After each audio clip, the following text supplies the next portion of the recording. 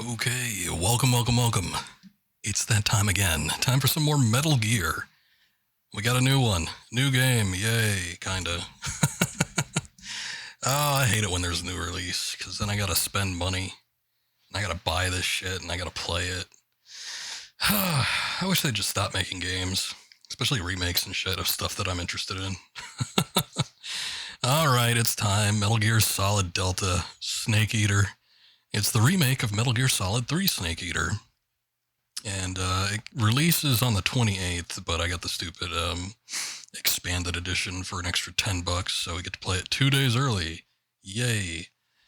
So we're going to take a look at it. This is a game that I'm going to complete on stream, so it's going to be fully played through. Might not be the most thorough of streams in terms of me playing Snake Eater. I'm probably going to try and do most everything that at least I remember. I haven't taken a look at a list, and I don't got a checklist near me where I can say, oh yeah, this thing and this thing and this thing. We'll make sure to check out all those. I'm pretty much just going to be doing it by memory, but we'll see what they did include, what they might have taken out.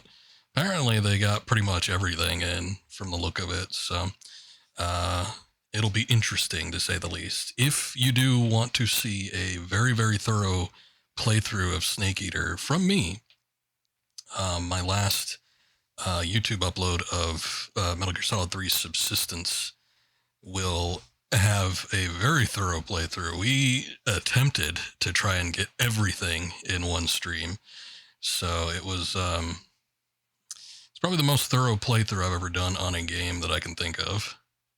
I'm not sure that I've done one that's been more thorough than that. But yeah, we'll take a look and see what we got here. I don't know why. Oh, there it is. It's taken a while. My stream hasn't caught up yet. I was going to say, it should have switched over to the game by now, but I just didn't see it. Okay. So I was doing some sound test stuff earlier. So I do have a game set up, but I haven't really taken a look at anything. Look, by default, you already get Snake vs. Monkey. I don't know what that is. It might be the demo theater or something. Not too sure what all they included. I haven't really taken a look at it. Oh, there is a secret theater. Okay, so there's a demo theater to secret theater, so I don't know what that is. I wonder if they're actually going to release Metal Gear on the MSX. Probably not, because Konami's actually selling that as like a separate title. And inside the Volume 1 collection, so I get the feeling like they probably aren't just going to give it away for free. Although, I don't think they're selling Metal Gear 2, so maybe they'll include that. That is the better game of the MSX games. It's a little bit longer, though, so you have to kind of commit to it. Oh boy, we got a lot of stuff here. Records and titles. You can look those up easily. Character viewers, food collection, camouflage collection. I was taking a look at some of this earlier because I had already unlocked some with the DLC type stuff. Nothing super major though, I'm sure. Sunglasses and glasses. All that good stuff. Anyway, let's take a look at doing a new game. They have this in Metal Gear Solid 3, which by the way, for those of you unaware, I'm a very huge fan of Metal Gear Solid. I think for a time it might have been my favorite game series. For a good, and it's still up there. It might be like number 2 or number 3. I don't know what number 1 would be. Maybe Tomb Raider, but I'd have to think about it long and hard. But yeah, no, we've had a big history of Metal Gear on this stream. I used to do Metal Gear Mondays, where I'd do nothing but Metal Gear games every Monday. And then I played through them all, and I didn't really want to play through them again. I don't know what... Okay, look. They give you, they tell you what they give you if you choose certain games as your favorites. I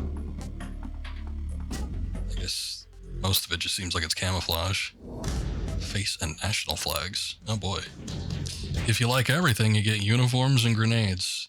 I did just choose, I think, this one by default, the I like everything. And I noticed in the opening cutscene that they did not give you the Rykov mask, I should say. So I think I want to, they would, no doubt. So I want to see what it looks like. So I'm going to choose, I like MGS2 the best. I said this before when I was doing like previous playthroughs of Metal Gear Solid 3, but Metal Gear Solid 3, I think technically it was my second game or third game that I played. but I had always played Metal Gear Solid 2 first, and then I went to 1, and then I went to 3, I think.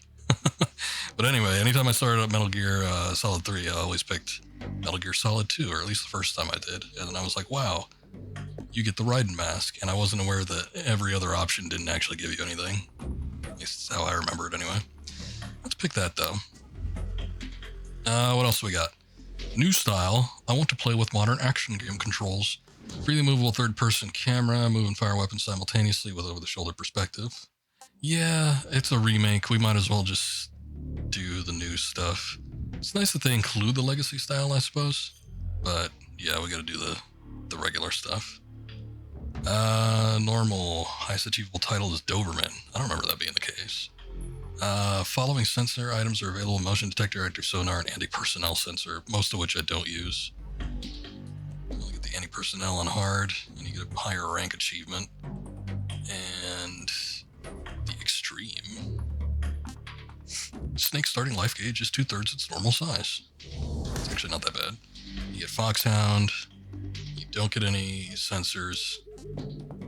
I'm just gonna do it on normal, especially if we're being thorough with the playthrough. I want to see everything relatively easily.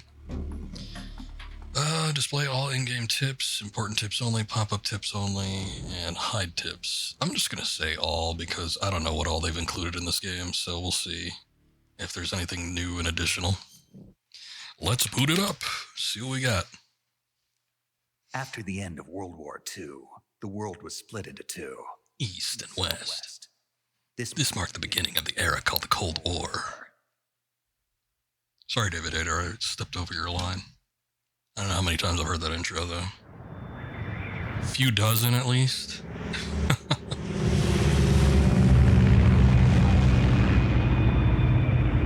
Based on Metal Gear Solid 3.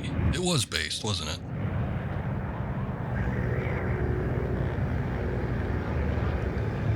So, if they didn't include any new voice acting for this game, it's all going to be the same shit.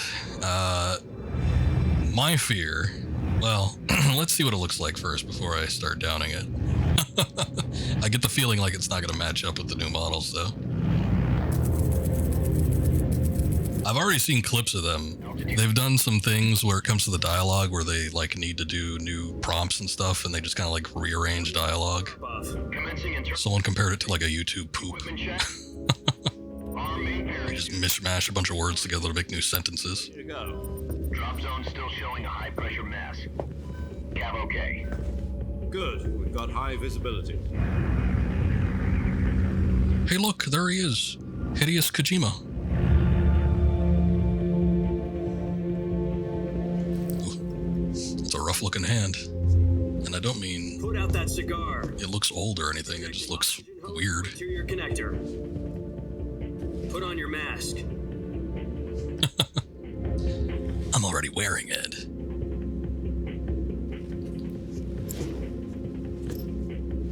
Does this panty waist know what he's doing? Panty waist? How dare you, sir? I may look like a panty waist, but I guarantee you I am not. 10 minutes to drop off. Hey, are you deaf? He said put out the cigar and put on your mask.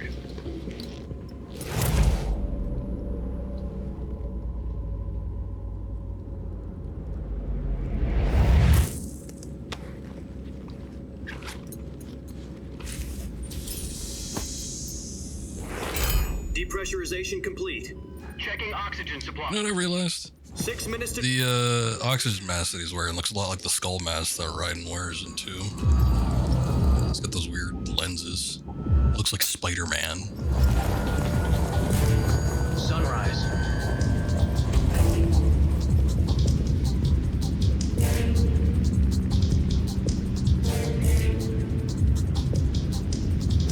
External temperature minus 46 degrees Celsius.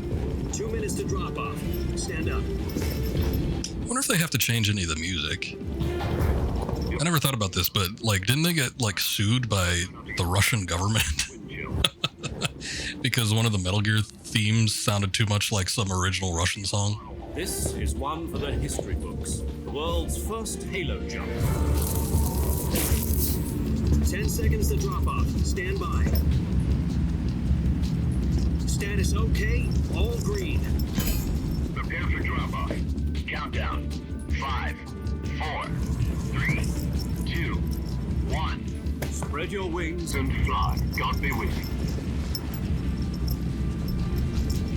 I don't remember the, like, don't quote me on that. It's funny if so. I don't remember the super specifics of it, but it was something like that. There was just some issue where, like, one of the songs that Harry Gregson and Williams had done sounded like it might have potentially been lifted from, like, a national Russian song, and somebody was upset about it. I don't know if there's, like, legal issues. I don't even know if you can sue over something like that, but... The head of the CIA has finally given us the green light for the virtuous mission. Virtual mission?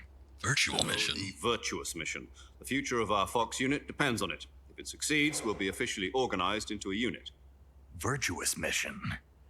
Sounds like some kind of initiation ritual. Classic Snake questioning. Okay, this isn't a training. Just to reiterate the statement in the form of a question. So what exactly is this wonderful mission?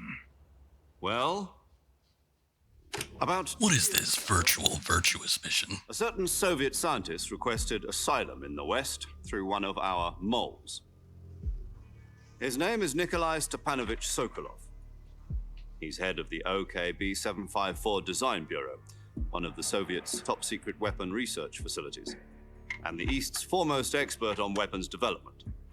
Sokolov? Isn't he that famous rocket scientist? The very same. On April the 12th, 1961, the Soviets achieved the first manned spaceflight in history. The Earth was blue, but there was no God. Well spoken. The rocket that carried Yuri Gagarin to orbit was the A-1, known as the Vostok rocket. Sokolov is said to be the man most responsible for the multi-engine cluster used in that rocket. After Gagarin's flight, Sokolov left rocket development to become the head of the newly established Design Bureau. From a lowly technician to head of a design bureau, that's quite a success story. I don't know if, like, making rockets is a Afraid of his own creation. lowly individual. Afraid? Call it a crisis of conscience. And for that, he left his country and his family behind and went over the fence? Not exactly. One of his conditions was that his family was also to be taken safely to the West. We used a mole to get the family out first and succeeded in sneaking Sokolov over the Berlin Wall shortly afterwards. This all looks the same. I mean, I think they just used, like, this archival footage The security from, I don't know, the Russian government or something like that, but I don't even know if they've Sokolov over enhanced it at all. It all looks the same. exhausted, and we checked him into a hospital in West Berlin. It took him 2 weeks and more than 600 miles to get from the research facility in the Soviet Union to Berlin. He was in no condition to say anything coherent. And it was only a week later that we had something much bigger on our hands. The Cuban Missile Crisis. October the 16th, 1962, President Kennedy received word that the Soviets were in the process of deploying intermediate-range ballistic missiles in Cuba. The President demanded that the Soviets dismantle and remove the missiles. At the same time, he announced a naval blockade to prevent further missile shipments from reaching Cuba. But the Soviets didn't back down, instead placing their armed forces on secondary alert. Boy, look at that finger wagging. Carrying missiles continued on. You know he means business. US and Soviet forces went on. They're also using the Yoji Shinkawa art. I mean, I'm sure they all have rights to that, but I do wonder if they, like, pulled from the original official channel. art files Air trigger standard. and posted it in there, or if they Finally, on literally just took the video that was already in Metal Gear Solid 3 and just blew it up to 4K. And so the world avoided a nuclear holocaust.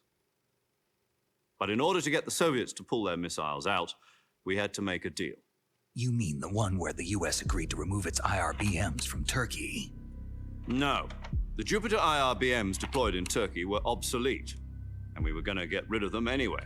They had no strategic value whatsoever to either the... You know, it's kind of funny. They did a similar sequence like this in the first Metal Gear Solid. the other intelligence. And it was an optional sequence that you had to pick from the menus. I get because it did have a lot of setup involved that would explain a lot of what was going on for the basis of the game. But I get the feeling like not a lot of people probably selected it and were kind of lost or just did not care. What the hell was he working on?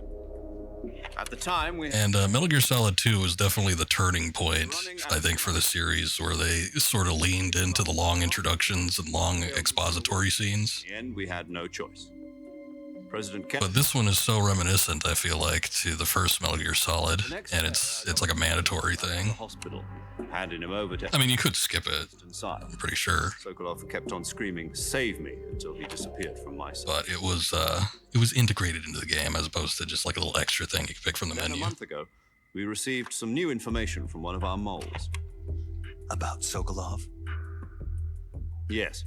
He was taken back to the research facility and forced to continue working on the weapon in question under KGB supervision. What's more, it's on the verge of completion.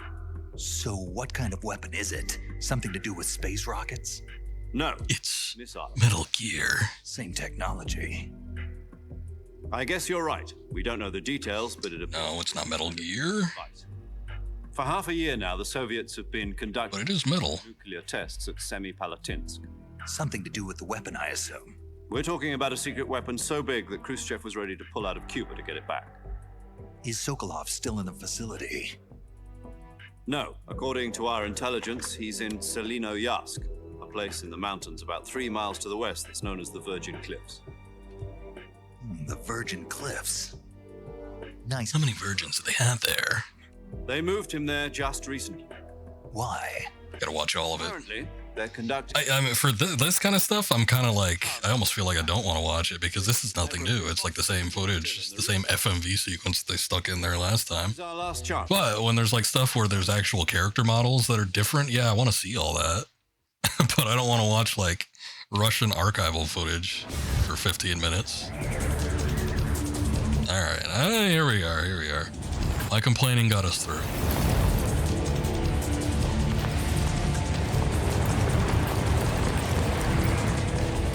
This is my favorite Metal Gear game, bar none, also. I love the customability, the ways you can approach things, the locations, the characters, just the pacing of it. I think Your mission is to infiltrate, it really is the best of the series. ensure the safety of Sokolov, and bring him back to the west. Gameplay mechanics, I always love the camo index. So I am interested to see Before that weapon is complete, how well it translates to a remake, but the clock is ticking. you know, this is a game that I've played, I'm not going to say like 100 times, but you know, closer to 100 probably than any other game I have. Rescue Sokolov, stand by at the recovery point. A recovery balloon will be dropped at that point. I forgot to check for the hidden To inflate it, the process takes. first person sequences. There's one in the plane. Or no, that might be coming up actually. I think it's for the next one. Will latch onto The next time we drop in. The Fulton surface-to-air recovery system. I'm familiar with the theory. Take it easy. I think they did a little voice effect for him there. Do you think Sokolov is up to it? The shock will be less than during a parachute jump, and the arm can handle up to 500 pounds. What's that guy looking at? So you're planning on... I don't remember there being anybody else but paramedic in there. I don't know why that guy's giving Major the side eye. Spiral 20mm Vulcan cannons, as well as 2 40mm machine guns. Major's just bullshitting, and that guy knows it. He's like, that's not right. Thanks. Even with the fuel in the reserve tank, we're facing a 4-hour time limit. If all goes well, it shouldn't take more than a few hours. Home in time for dinner. Oh, it'll take much longer. If anything goes wrong, you'll be eating dinner, breakfast, and all the rest of your meals in the jungle. That was the same. I never knew why they nodded to each other. They're like, yep, that's right. You will be.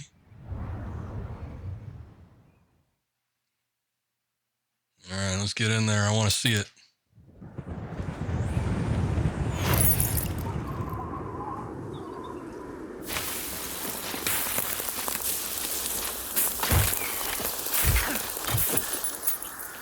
Oh no, my bag. All right, got that same stance that Solid Snake had in 2. He must have taught everybody that at Outer Heaven how to land like that, even though that would like mess up every single internal organ you have. Landing like that from a parachute jump.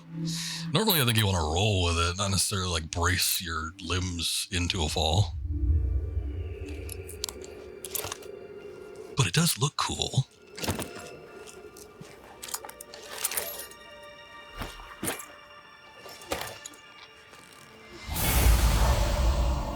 Wow, there he is, Jack. The Ripper. Oh, God. This is the future, huh? Good Lord. They gave him a strong chin. Granted, I think his face is a little more filled out in the mask version on Metal Gear Solid 3 anyway, but his face looks thick. Looks like Jack's been working out. Let me see what the controls are. Let me see. Aim, stalking. The hell is stalking? Survival viewer, pause. Attack CQC, first person view, evade. There's an evade button. Wow. Crouch, action, reload. That's all fairly intuitive. Oh, the D-pad is different. Camouflage window button, equipment window button, radio window button, and weapon window button. Weird.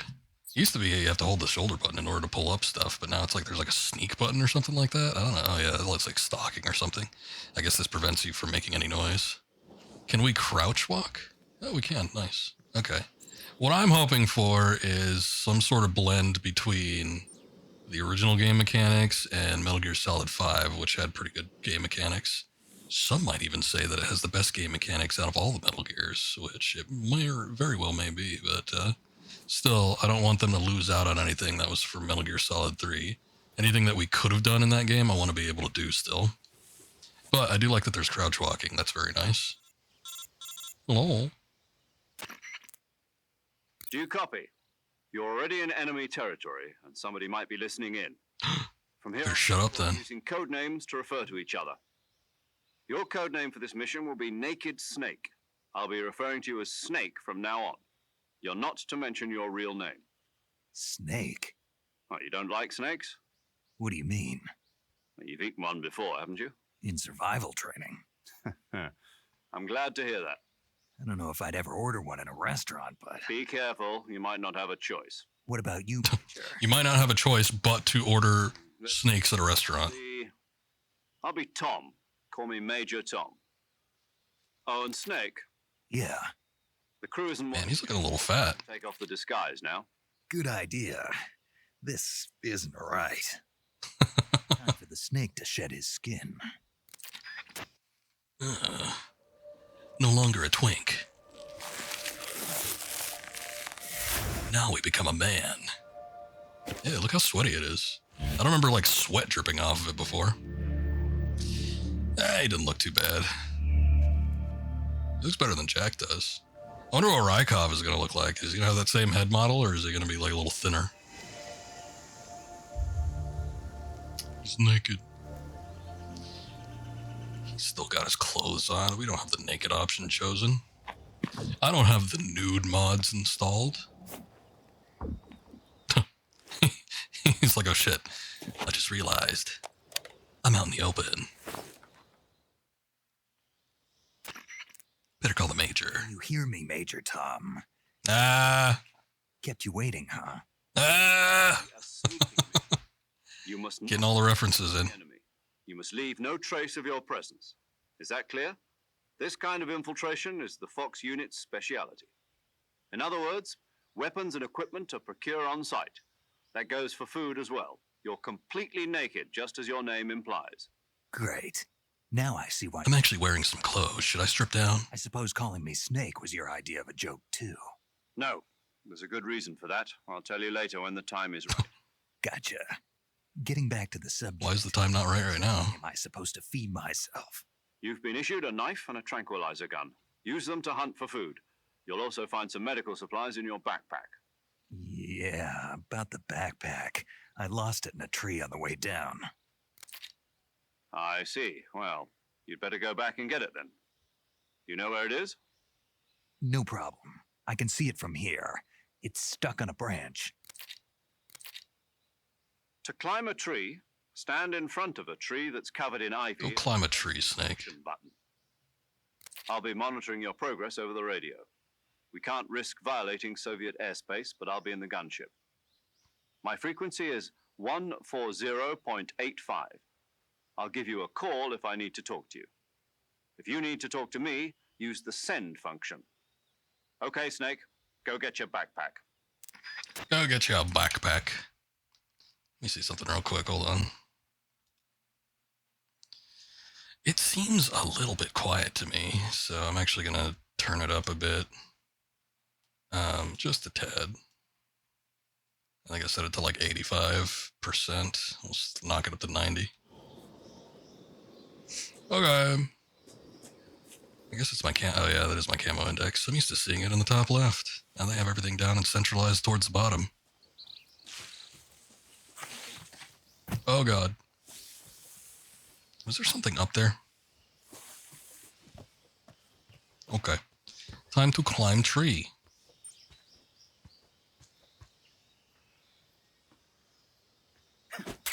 Hang yourself.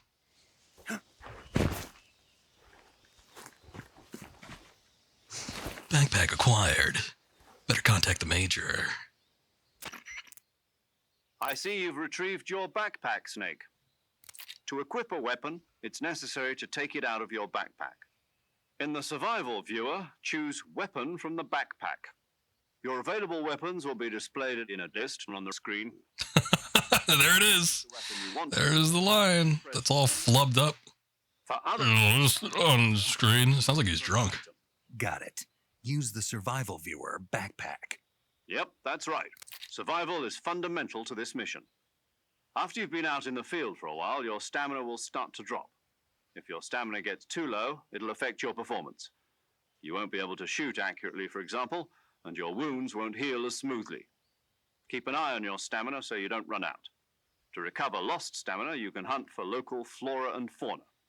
You can use either your tranquilizer gun or your knife to hunt. My only weapon is a Mark 22 Hush Puppy tranquilizer gun? That's right. Come on, Snake. That's the only weapon we're going to be using. However, the suppressor will deteriorate. This is a no-kill run. Once its durability reaches zero, the Not really. suppression effect will be gone. It was yeah, no. I mean, you know.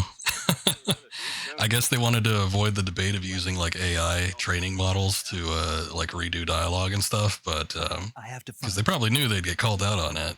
Who's crazy? I almost feel like it would have been a better option though, instead of just like stitching dialogue together. It's a standard Fox operating procedure. You can't leave any traces of your presence. No weapons, equipment, footprints, sweat, or bodily waste.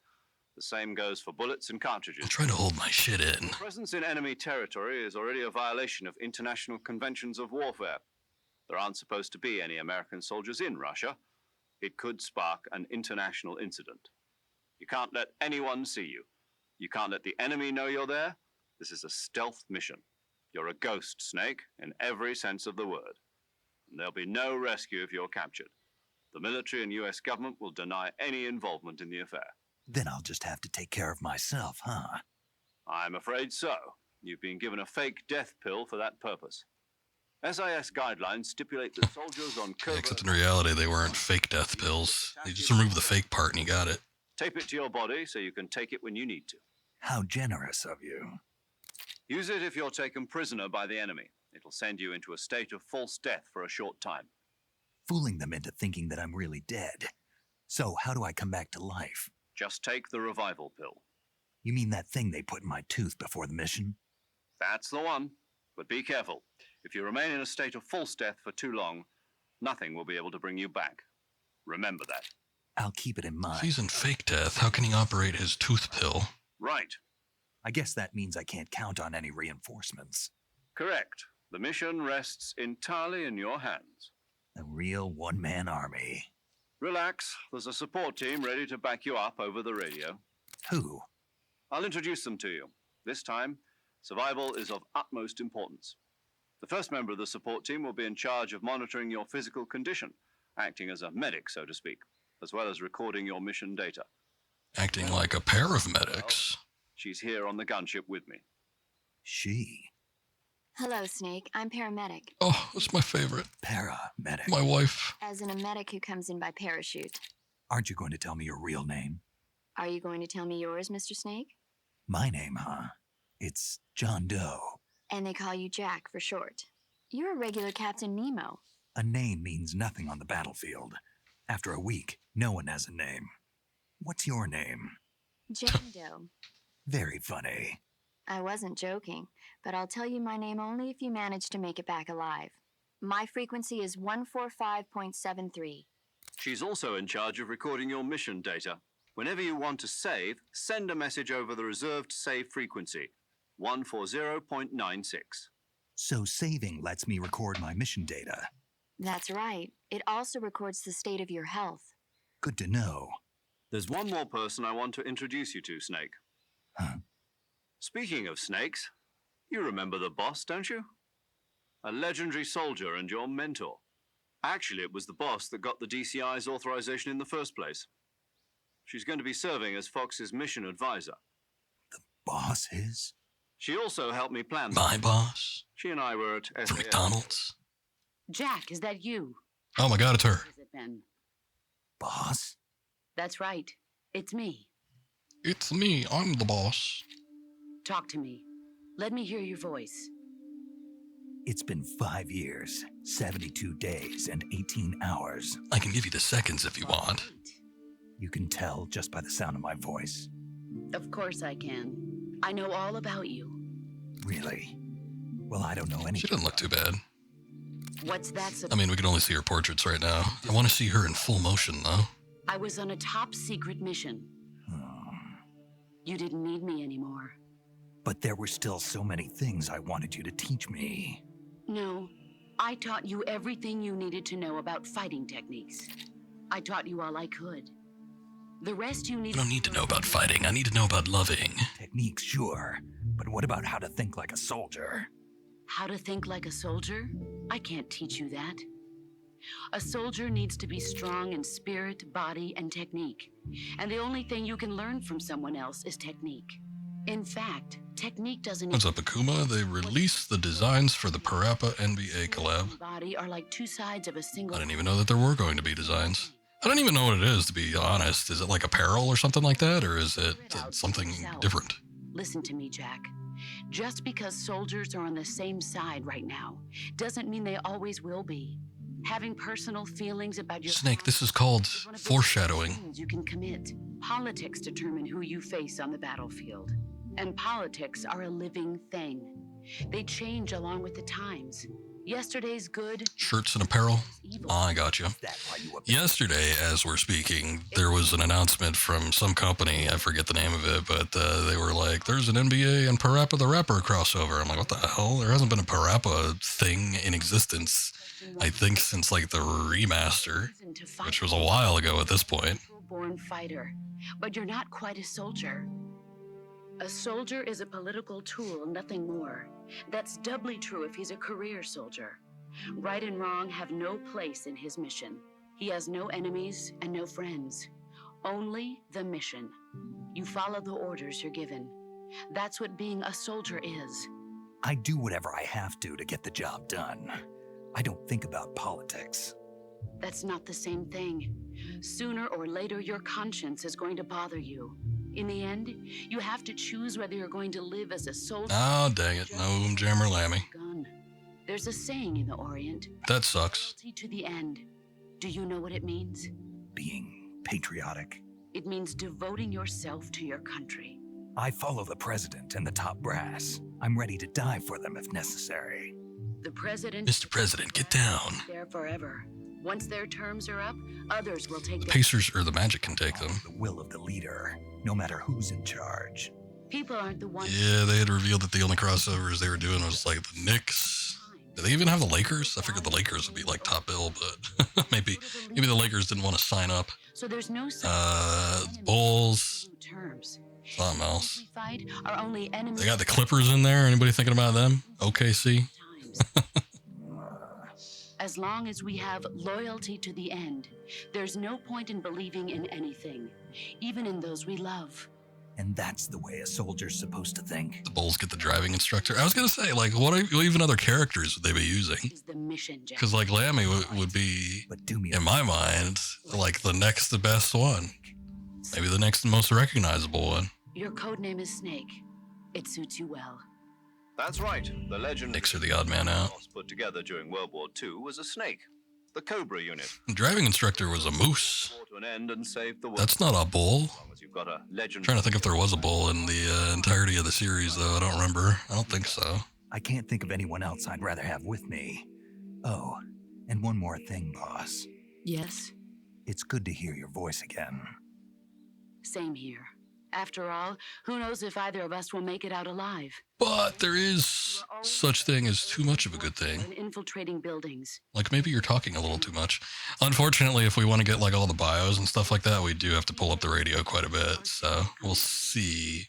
CQ. Again, I'm probably going to say this a lot, but if you want to see like the most thorough playthrough I've ever done of a video game, watch my playthrough of Metal Gear Solid 3 Subsistence on the YouTube VODs. I went and tried to do everything. Tried to get every codec, tried to get every piece of information revealed, tried to get every Easter egg, tried to get every cutscene.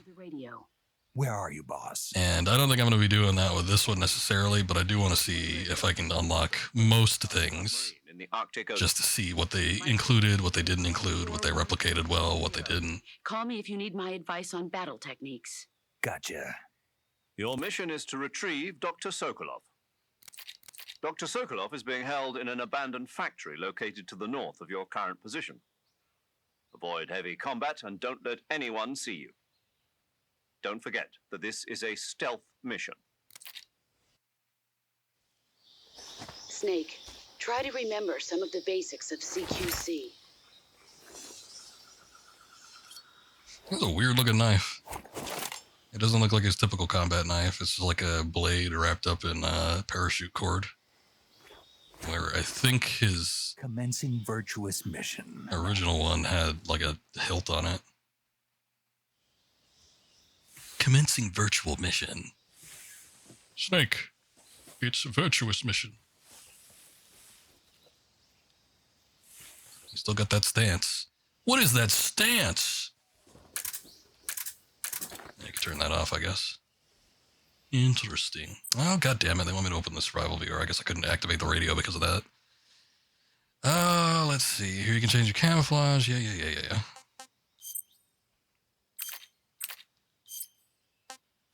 Wow, look at that. We even have the directional mic and the calorie mate. You can wear your camouflage. Well, we got a lot of it, and I got the DLC one. I mean, this is weird, though. Like, they give you the battle dress, like, right off the bat. Like, so I guess this isn't an unlockable. Or, well, I guess if this is Fox. But no. This one particularly. Like, this one, okay, that was Metal Gear Solid 5. He's even got a bandana before he has the bandana. But this one was, I think, is the one that's supposed to be unlockable at the end of the game. And then he just has it. So, whatever, I guess. You want to see him puke? All right, let's see if he does it. Hold on. I should. Can I? Hold on.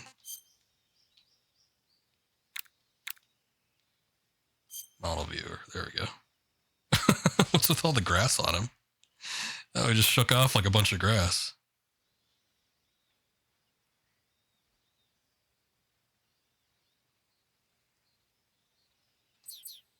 Let's see. Yeah, there he goes. Yay. Ralph called. Makes Snake throw up. Now, apparently for most of this game, they tried to include pretty much everything, so I think we're going to see most everything. I don't think there's going to be a lot that's going to be different in terms of what you can and can't do, but I'm sure there's going to be some things. So we'll take a look. Oh no, I committed a cardinal sin, though. We left some bodily waste. Major Zero is going to have my ass.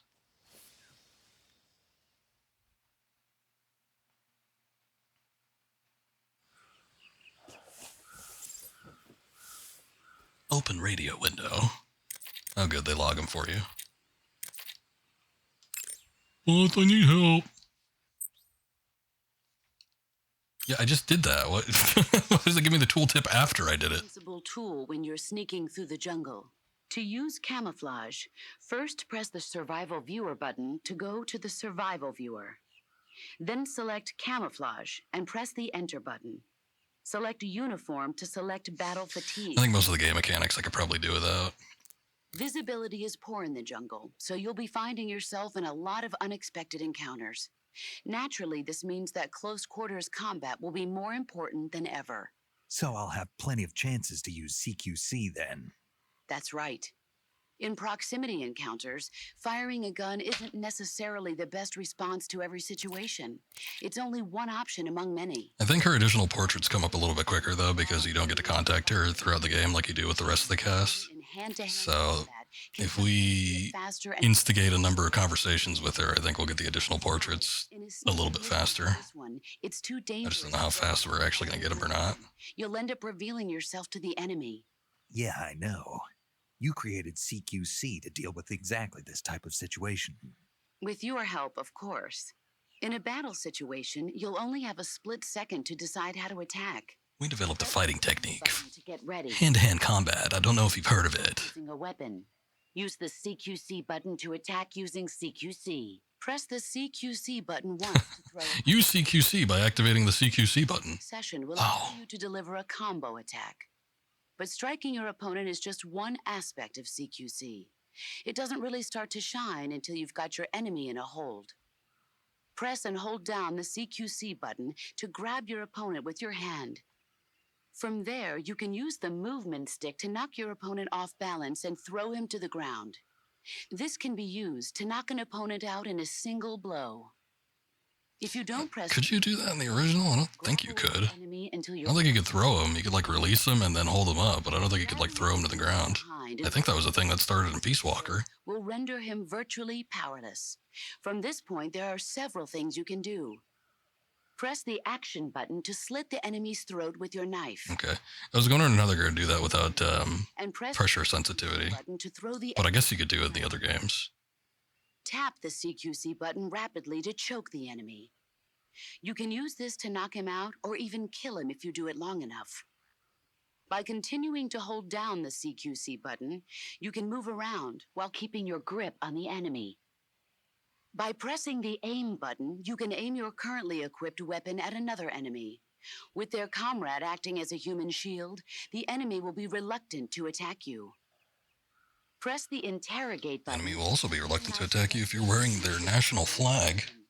You'll be surprised at how much you can learn this way. But don't get too complacent.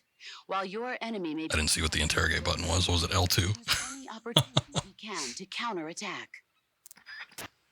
All right. Hold on. What are the additional radio stations? I forget. I think... God, there's a lot of them, too. I think most of them... Well, no, actually, I think some of them are, like, really early. I was going to say, I think most of them are, like, really... Like, let's try... Nope. I think there's one for 5.2. Nothing. Maybe you don't get them just yet. That might be something that you get a little bit later. We'll see.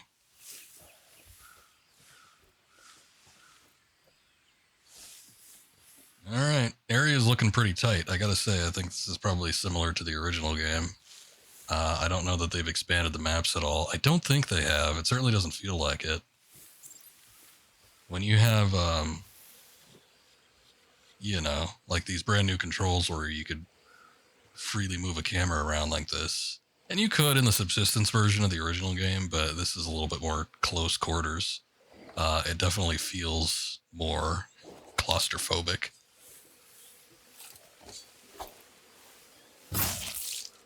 Commencing crocodile stab. And look, we got the gavial. I see you've captured an Indian gavial. That's right. Indian gavial is a crocodile that are Captured, killed. What's the difference? in India and Nepal. Why are Indian crocodiles way out here? They're captive crocodiles that were brought here for research purposes but escaped and became wild again. Indian gavials are large creatures. Adult males grow to over 6 meters in length. You'll never catch one alive, even if you use the tranquilizer gun. Got it. So, how do they... Taste? Yes, I did look into that. You know what they always say. Tastes like chicken. Sounds delicious. But So they don't have any flavor at all. Indian gavial. Normally they're cowardly creatures, but the ones in the forest there are belligerent. Apparently they attack humans. What do you mean? They weren't the direct subject of any serious research, but some think they may have become violent as a side effect of the atomic research that was conducted nearby. Oh, you know, them nuclear reactions always making people angry. All right. I got used to the menu. Oof, this is a little bit loose. I think I need it a little bit tighter. Control. Camera look sensitivity. Let's turn that down a bit. Or no. Aim sensitivity. Let's see how that goes. That's a little more like it. All right.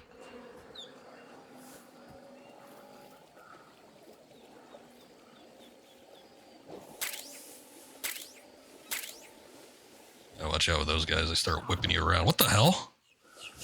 Oh, there's one right there. I didn't remember there was a second one. I thought there was just one on this island.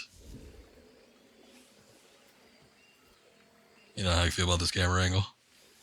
I like the controls of... Oh, shit.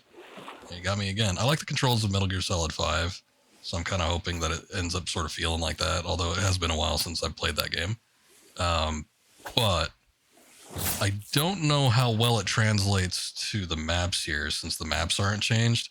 I almost get the feeling like it's going to be the same mistake that was made with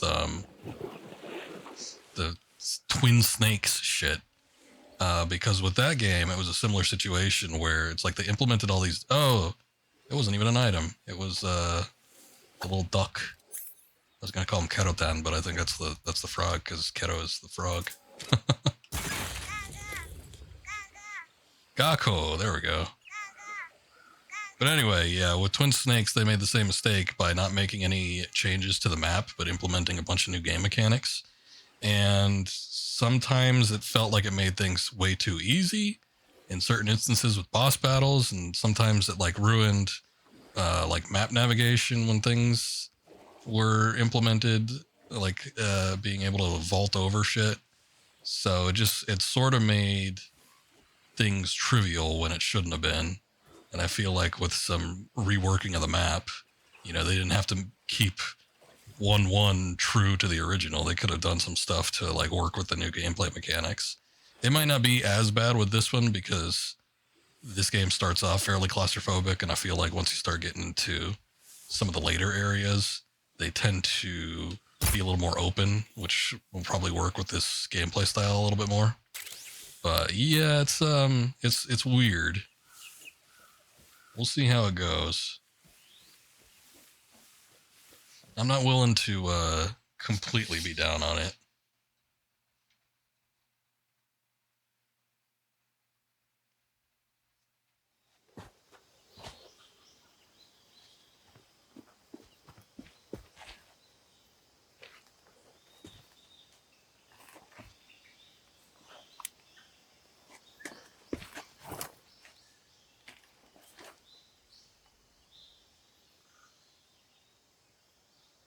Major, I've spotted 2 enemy soldiers. They're probably KGB troops sent to guard Sokolov. AK-47s and grenades. Not pineapples, though. Snake, your presence in Soviet territory is already a violation of international law. I know, you said so Find out earlier. The CIA and the American government are involved. Contact with the enemy is strictly prohibited. Don't engage them in battle either. This is a stealth mission. Got that? The Major is right. The point of this mission is to sneak through the jungle without being seen. The success of the mission depends on how well you use your camouflage. Change your camouflage by Yeah. Oh, shit. Fast forward doesn't actually reinitiate it. You can see how effective... Oh, never mind. I guess once you hit the next one, it goes back. Index. The camo index... I'm going to skip that because that's just another game tutorial, which I don't think we need. Story, I'm fine with. Exposition, I'm fine with. But like tutorial stuff, not exactly feeling it. Okay, so let's take a look and see. We got leaf camo. It's probably going to be our best bet for right now. We have the gold camo. which goes down by negative 160.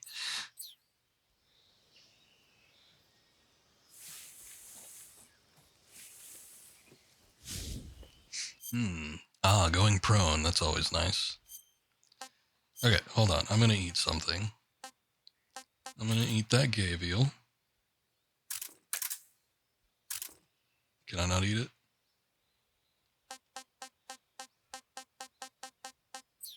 Maybe that's a quit. Oh, that's food. Got it. Eat. Not too bad. Hey, this works. Oh, hornet's nest. He'll like this one.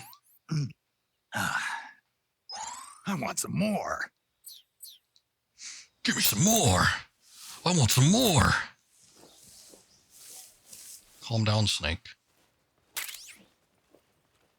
Uh-oh. Hold on. I will put this man to sleep. Actually, I think I want to try some CQC. I'll come out when, I guess whenever I can. When I have the opportunity. Yeah, look at that. I don't remember being able to look through there.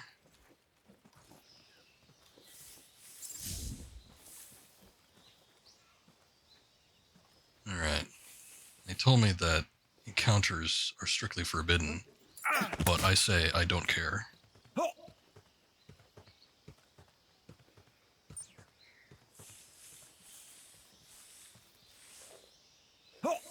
Oh, good. Answer me. There's a little prompt there. Won't hand over Sokolov. Speak.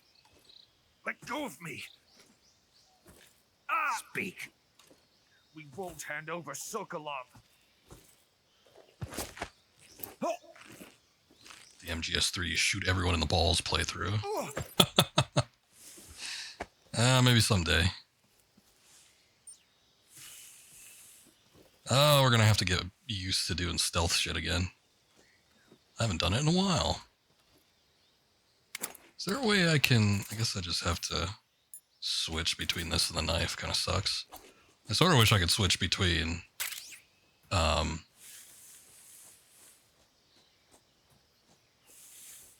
wonder how long they stay out for. Sort of wish I could switch between... or just like on the fly, knife and the tranquilizer. But I don't think it's going to be possible.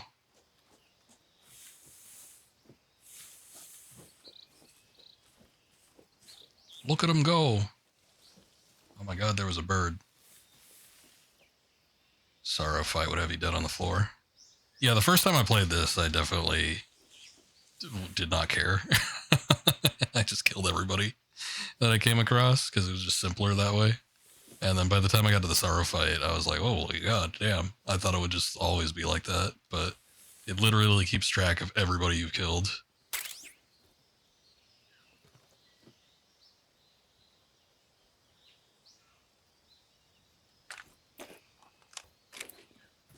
I think I saw something. You didn't see shit. You liar. Why are you such a liar? Guess I'm seeing things. See? Caught you lying to yourself.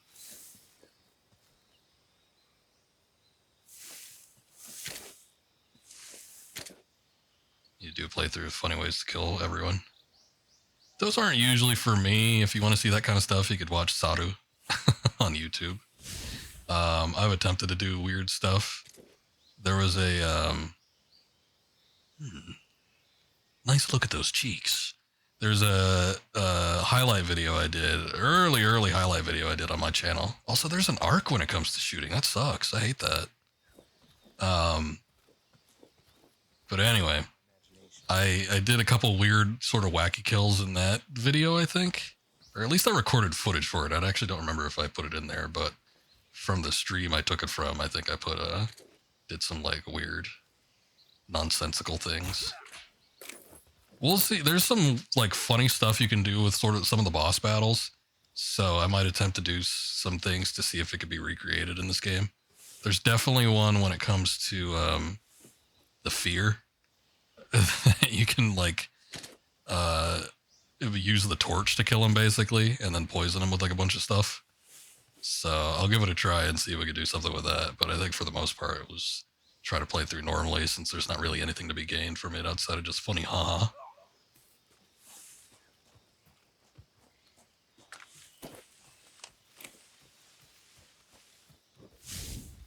But, I mean, it weighs into why I like this game, what I mentioned earlier. It's like there's so much you can do. There's a lot of different approaches you can make when it comes to playing this game.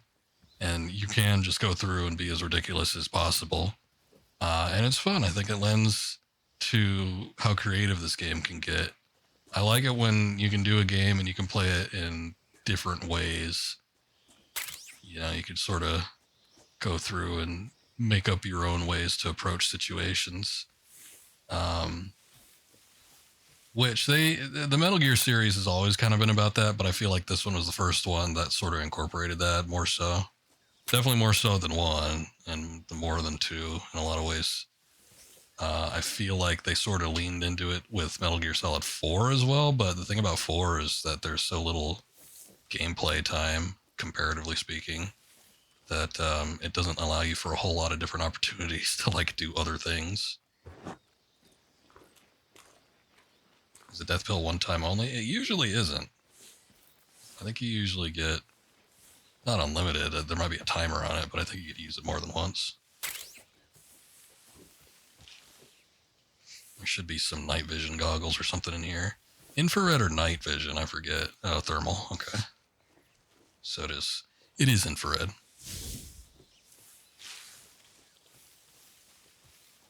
If I get caught, I'll try to use the death pill at least once, just to see what it's like.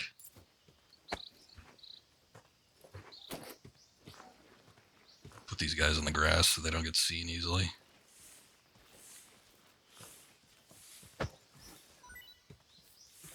On the bosses, I mean, you could. It doesn't do a whole lot. Sometimes you get like one little extra piece of dialogue, like, oh, that's it, huh?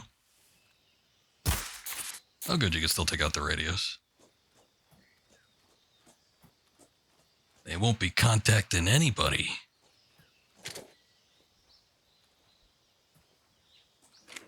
The guy doesn't have one. Not every enemy has a radio.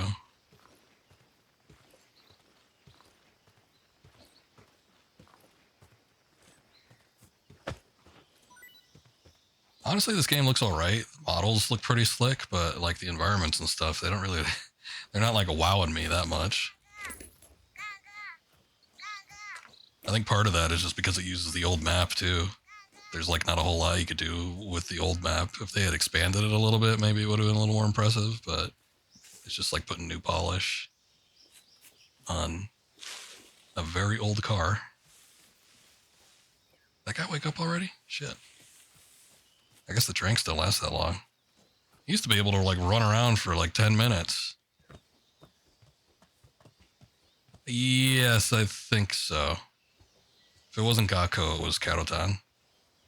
But I think that one was always there.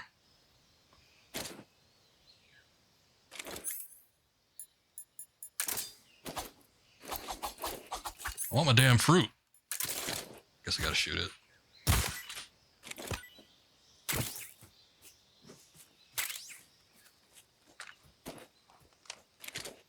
There's a Karotan.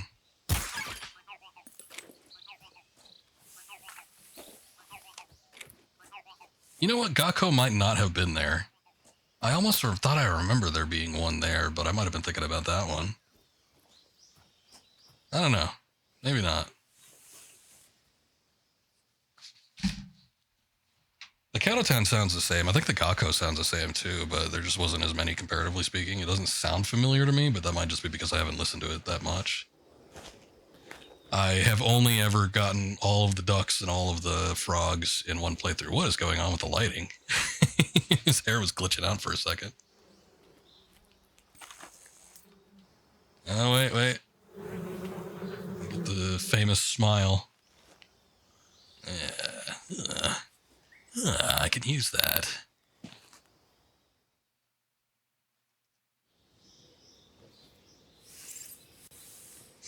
It's fun to do this, but at the same time, it doesn't really accomplish anything because they just run back anyway, so it's like whatever. But, oh shit. I do not like the arc on this gun. That's so dumb. You don't need to do that shit. Use bees to harass an enemy. That's one way to put it, I guess.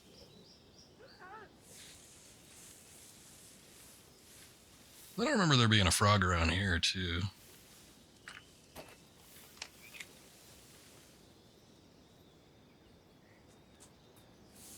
I'm harassing them. It's also weird. There's a little bit of fog, so I'm kind of glad that they kept some of that, but this area was like so foggy in the original, too.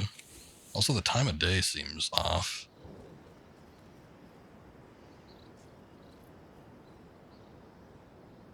Oh my god, it's a cliff. Should be some camouflage or something down in the little valley area. Let's see if I can get it.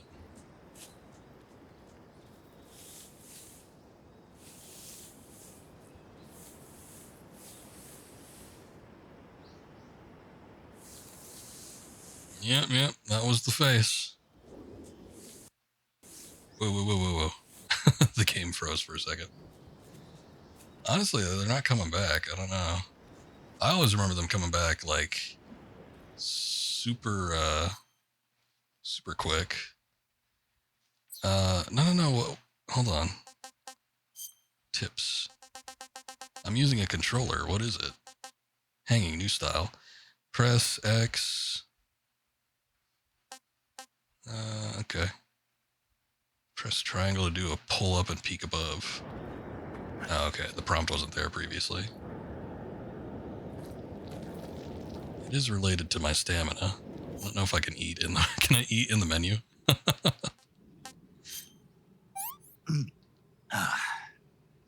What can I say? Man, it seems like it takes him a long time.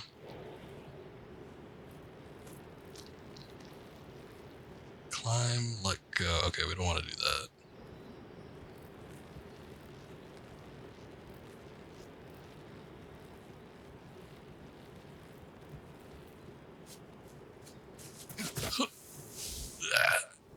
Just in case. Oh, hey, that works still. That's nice. You can go into aim mode and it turns you around immediately. I haven't tried it yet, but I wonder if tactical reload works too. Tactical reload is an actual thing that they even put in the manual. So it was like it was a game mechanic that they expected you to do, but it was like you unequip a weapon and you equip it again if you're low on like reload ammo, and it would just automatically reload for you.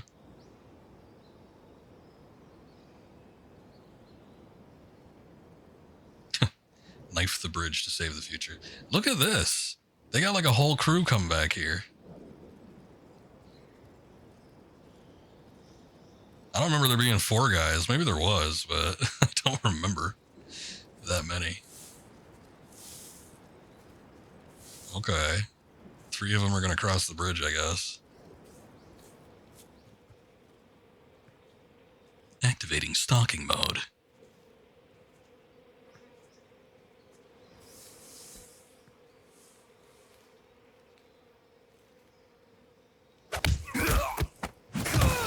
Oh, shit. Yeah, you couldn't do that in the original. That was not a thing. So, I mean, it's kind of cool, but...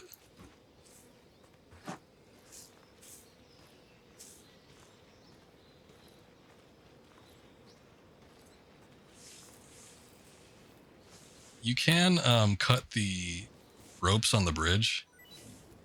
The thing is that it doesn't like completely collapse. But it is possible to like make it harder to traverse.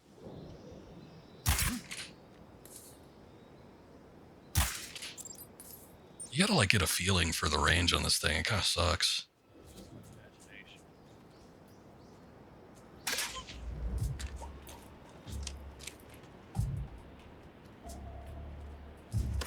Whoa. HQ, respond. This is HQ. We could have had the option to sidle across, I'm sure. We're under enemy fire. Enemy's position is unknown. Going into alert formation. Ah. Got an assault rifle, pentazymine. Use extra caution.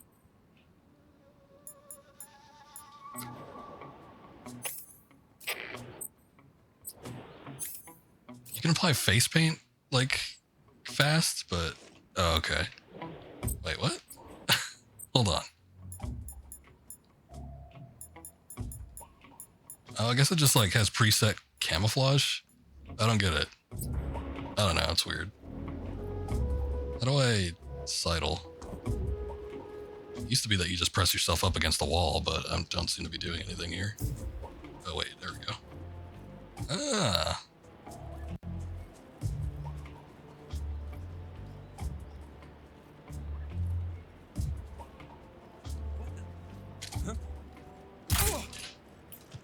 You didn't see anything.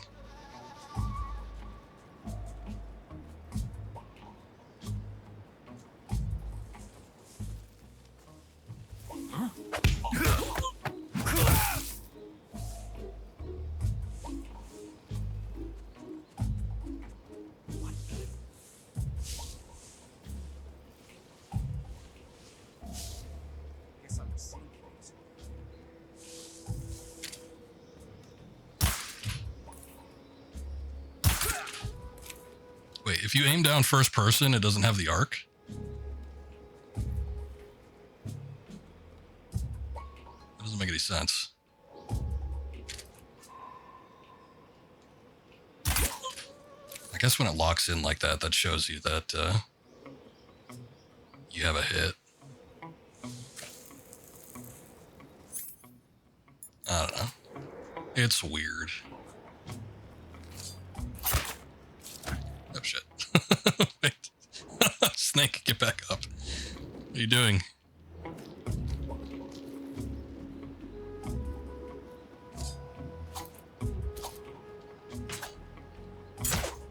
There we go. Oh, no. I didn't mean to kill him.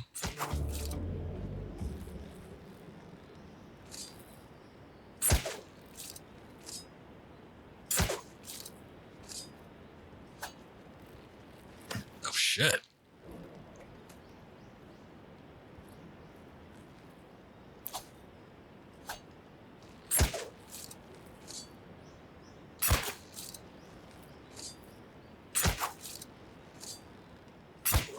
Just make this bridge completely unstable. Oh my god. It's way more unstable than it was in the original. I can't take 2 steps without almost falling off of it. Oh my god. There we go. That's insane.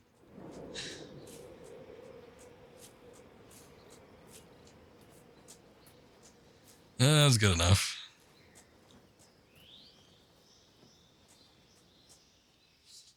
Oh, I was just thinking about it. I missed the emerald python that's in one of the trees. I won't have access to it until, like, we begin the next mission. What is going on? There's like some weird lighting issues or something. His hair was freaking out, now his whole body's freaking out here. Yeah, he looks a little bit like a troll there. Major, I've reached the abandoned factory where Sokolov is supposedly being held. This place is a dump.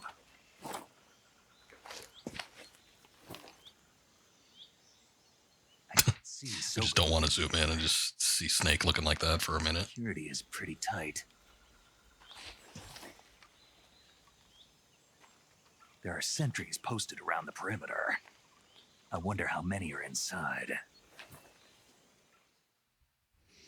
Unfortunately, doing like changes to world elements like that, they tend to get fixed if you move up a couple areas and come back. In the northeast section. Northeast section. It would be funny though if you could just like take out Your mission is to most of the bridge. back alive. He must not be exposed to any kind of danger. Do not approach Sokolov while in the alert phase. I haven't been in the alert phase once. One more thing, Snake. You mean there's more? No, it's just that when you get to Sokolov, I want you to tell him something from me. And that is? Sorry. Happy birthday! Is that all? Yes. Understood. No, you gotta tell him, kept you waiting, huh? Target.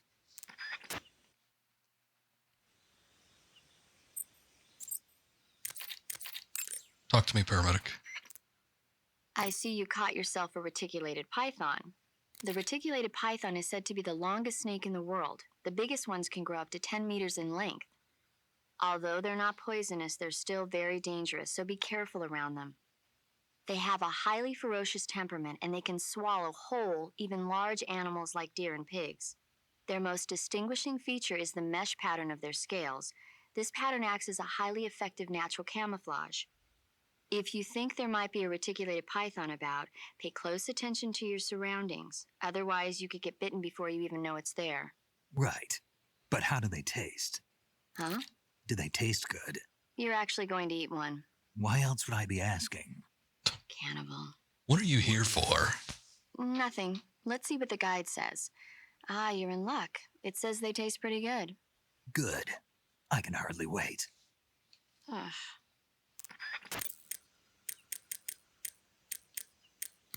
Let's save. Food in the game, Snake? Actually, I haven't been doing this that often. Lasvet. Ah, there's autosaves. Hey, Snake, you ever heard of Godzilla, King of Monsters? No, what is it? What is a Godzilla? You haven't seen it? Nope. It's about this monster called Godzilla, who grows to an enormous size in a nuclear test and goes on a rampage in Tokyo. Nuclear test, huh? Then the Marshall Islands must be crawling with giant monsters right about now. It's just make-believe. Maybe that's why my pants have been so tight lately. Snake, it's a movie, not a report out of Los Alamos. I know. So then what happened? Godzilla is immune to all weapons, and humanity has no way to stop the monster. Dr. Shirazawa develops a new type of weapon, but meanwhile, Godzilla is getting closer and closer to Tokyo, obliterating everything in his path. It was originally a Japanese movie, but they made an American version too. I recommend seeing the original Japanese one if you ever get the chance. It's mostly mindless fun, but it's also got a serious anti-nuke message as well. Where can I see the original? You'll just have to go to Japan. Really? That's too bad. If you wait 40 years, you might be able to see it in America too. It might even win awards all across the globe in 60 years. Why's that? 2024 will be Godzilla's 70th birthday. Holy shit. You think they're still going to be making Godzilla movies? I don't remember. I think the line was earlier than that. I'm sure not about movies. I don't suppose 2024, eh? type, are you? Not really. Okay, then I'll tell you everything I know. When the going gets tough, movies can save your life. It's always good to be able to... Tell me about all the Godzilla movies and every Godzilla sequel. Damn. I want to know about Godzilla Raids again. Movies. No kidding. Well, I guess it might at least make a nice distraction. That's the spirit, Snake. Have a little fun. Just don't tell me about vampire movies. Snake, Sokolov is imprisoned in the northeast area of the factory. Got it. To the northeast. Yes, and don't engage the enemy. The object of this mission is to bring Sokolov back safely and nothing more. Contact Sokolov without being spotted by the enemy and bring him out discreetly. If you must dispose of an enemy, do it with the tranquilizer gun. All right. I'll use the tranquilizer gun and then I'll dispose of them. What? Oh no, we've missed our opportunity to talk to the boss. How else will I get my tutorials?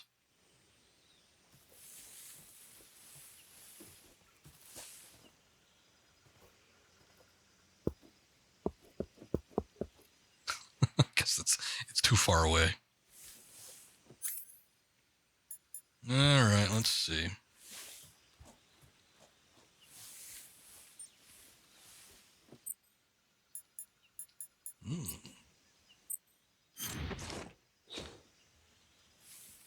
I think that screen wipe is a little weird, but I guess it works.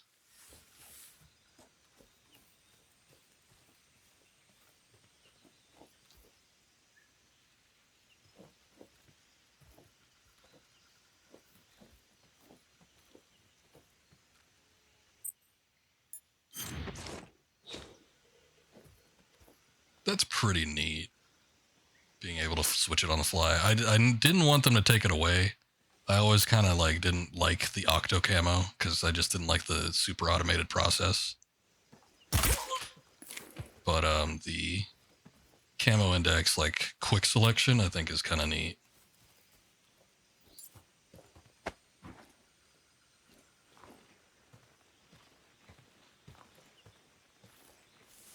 Look, I already see a Kettle Town over there.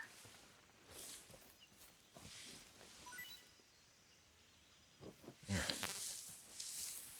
Can't get that. Now entering the industrial zone. Shit. Wait, how the hell do you shoot it? I forget. I thought you could shoot through the gate. Alright, well, I guess you can't. Never mind then. Hey, what's up, Taylor?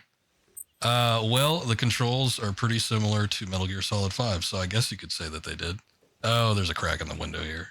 Or the wall, whatever. You could play in 2 different types of game modes, though. There's... Oh, shit. What's going on? I didn't think there was anybody back there. Damn it. There's 2 different types of game modes, though. You could do Legacy, or you could do, the new one. Enemy sighted. Requesting backup. You distracted me, Taylor.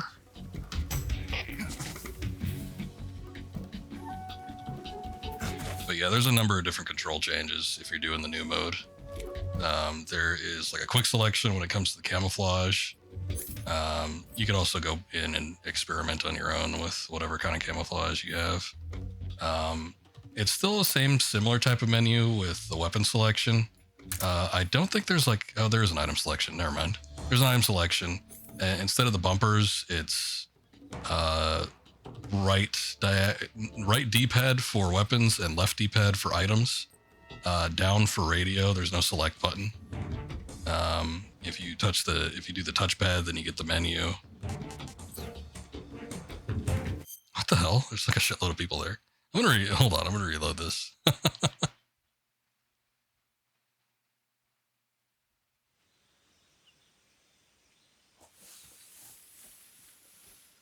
Some of the buttons are flipped around. You change it all to MGS5, feels better.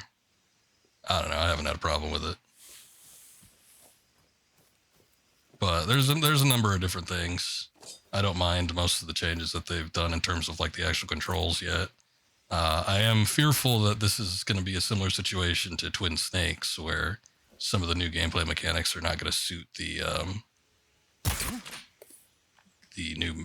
old maps, I should say. New gameplay, old maps. Doesn't always blend as well as it should. It's my imagination. I don't think there's anything better we can do. It is just your imagination.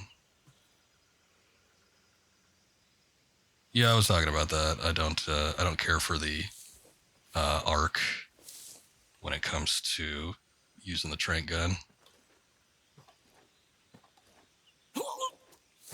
There it goes.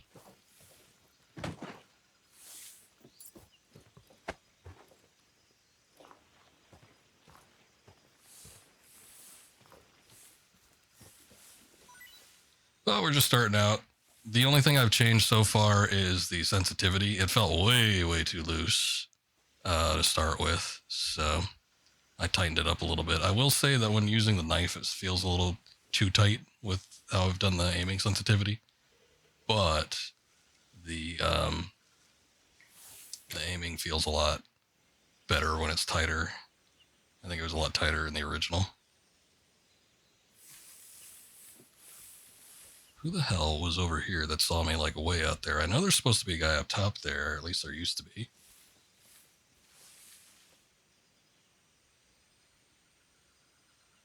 Yeah, I just realized that last time because it seemed odd because I didn't kill. I headshotted a guy just in the regular third person mode, and it had the arc, and I'm like, oh, I hate the stupid arc. And then I did it while prone.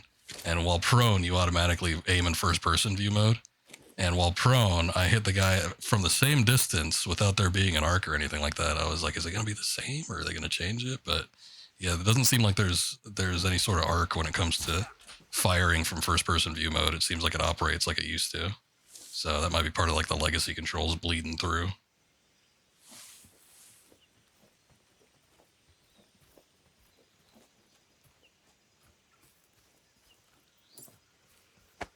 I'm aware. I know the old techniques. I ain't gonna be doing all of them though.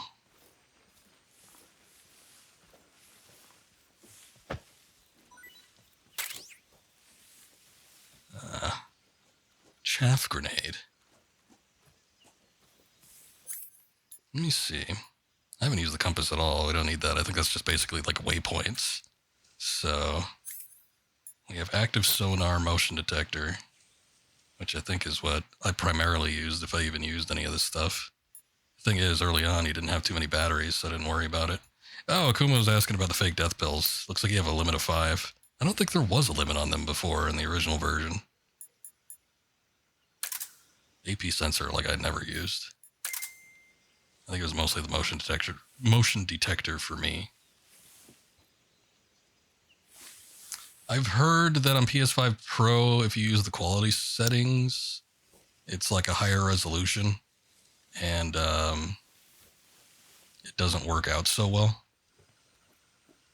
So it's mostly a problem with them trying to render the game at a higher quality setting, and just like it not being able to keep up all that well. Depending on the type of computer you have, I mean, you could probably do a lot better than a PS5 Pro, even though the game probably isn't optimized necessarily for it. But I'm playing on PC at 1440p. I can't quite see my FPS counter, but I think it says 55. So I think it's kind of close to 60 FPS, which is the max. You can't make it go higher than that. Ah, there's an asshole. Thing is, I'm at like 55 camo index rating. I don't think I have like a mud camo that would necessarily work any better. Let's see if he comes down this way. What's that?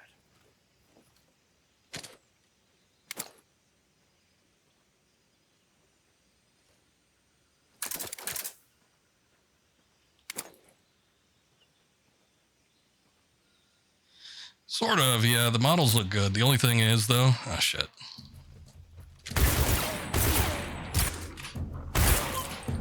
The only thing is that I don't necessarily like about it is that they're so photorealistic that it doesn't work with, like, the goofier voices.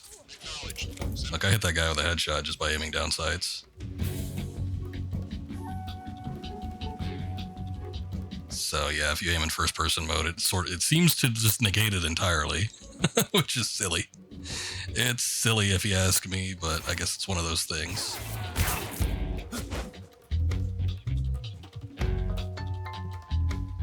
Let's see. I just want to look around. I just want to see what there is. Look. Oh, wait, that's blocked. Oh, wait, no, here it is. Ah. But yeah, like when it comes to sometimes the delivery on Snake's like goofier lines and stuff, when he has like a photorealistic face, it doesn't necessarily match up to me that well. I'm like, it looks a little awkward. Whoa, where'd you come from? Hiya.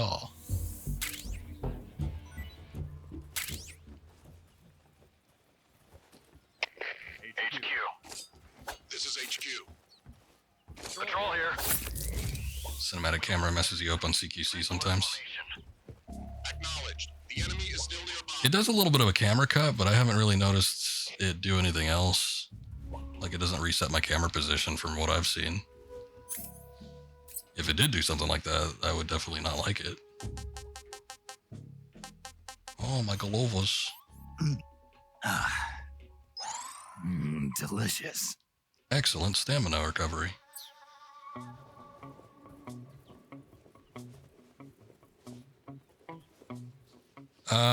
Which one specifically? The one attached to Metal Gear Solid 3?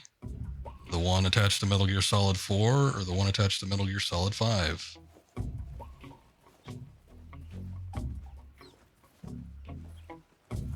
Oh yeah, I played... 4 is the one I played the most of. I think I popped onto 3 for like a hot minute and didn't like it, and I'm like, eh. And then I tried to play a little bit of 5, and I just couldn't get into it. I did put like a couple hours. Well, I say a couple. I put a few hours into trying that game.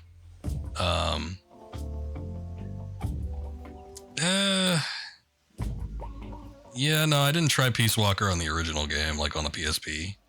And I don't remember if I even did anything with Peace Walker when it came to the like HD collection. I don't think so. I didn't even do any co-op or anything like that. I had no interest. You were talking about Survive the other day. I still haven't played Survive. No, Metal Gear Online only constitutes 3, 4, and 5, though. It would not have been called Metal Gear Online with Peace Walker or Survive. But 4 I played the most of, and I think I had the most fun with it. It was very, very fun. And then I stopped playing it. And then one time I tried to play it again, and I found out that the servers were down. And I'm like, oh, shucks. I did like that. And there's fan servers now that you can do, but I mean, I didn't like the game that much. I liked it all right, but I wasn't like raring to get back into it. I'll say if they happen to remake Metal Gear Online, if they do a 4 remake, I'll give it a try. And if it ends up being similar, then I will probably play it.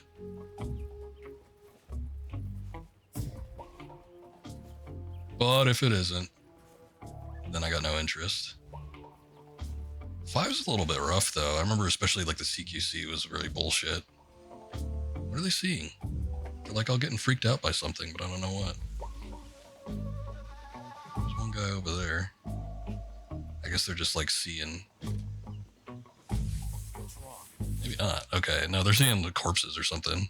Not corpses, but like knocked out people, I think. I don't think they're doing that. What's wrong?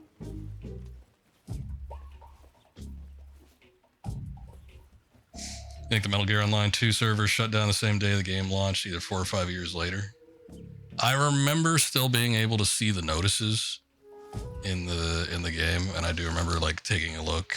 I don't remember specifically what day it was, but yeah, it was probably something like that. They probably tried to be poetic about it, I'm certain.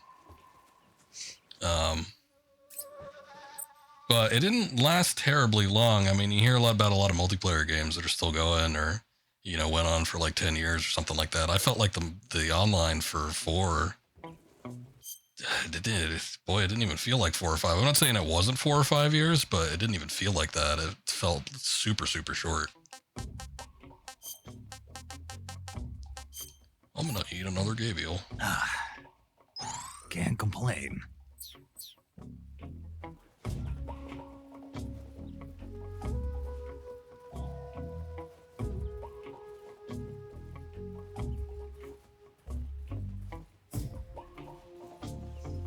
I also wouldn't have known what the day was anyway, because I didn't get 4 on launch. It wasn't like my goddamn friend where he was like, he saw the I remember seeing that trailer for it on E3, and it looked so damn impressive, but it wasn't enough for me to like, oh yeah, I'm gonna get a PS3. PS3. And my friend was like, I'm getting it. I have to get it. Metal Gear 4 is coming out. And I'm like, oh, calm down, dude. I was like, it looks impressive, but I don't know that I want to spend $560 plus tax plus tip on whatever. Yeah, that wasn't me. I wasn't that big of a fan of a series. Oh shit. Oh hey, we lost the suppressor. I just wanted to get up on here. This caution mode takes for goddamn ever too. There's nothing here. Bought the PS3 MGS4 launch night, and that's the only thing I ever bought on a midnight release. I don't think I ever. No, I did do a midnight release. I did it because I was already out that night, and I was like, and it was when they started doing midnight releases at 10 p.m. because my time zone is 2 hours before East Coast. So I was already out that night at like 10 o'clock anyway. So I just stopped by a Best Buy and I picked up Red Dead Redemption 2. I just like wandered in. There wasn't a huge line either, because that was already late enough where like midnight releases weren't really anything special. But I did get that, and I want to say I got something else too. Oh, I got the Phantom Pain. I think I got the Phantom Pain on a midnight release. This is And that was another situation where I think I was out that night, no problem. and I just stopped at a GameStop. Understood. Return to And they were, I don't know, I think they were doing a thing where they were telling me like they only had like copies for. I remember they were grilling me because they were like, "Did you pre-order it?" And then I said no, and they're like, "Why didn't you pre-order it?" And I'm like, "I don't know. I didn't give a shit. I just walked in." But they gave it to me anyway. But we had to go through the register or something like that. I don't remember what the process was. I just remember they were like trying to make me feel bad about not pre-ordering it. I'm like, I don't give a shit about your damn pre-order system. I'm sure it's a ripoff anyway. Just let me buy the game. That's what I came here for. Those are the only two things I ever did though for like midnight releases. And I think it was circumstantial because I just happened to be out on the nights that they released.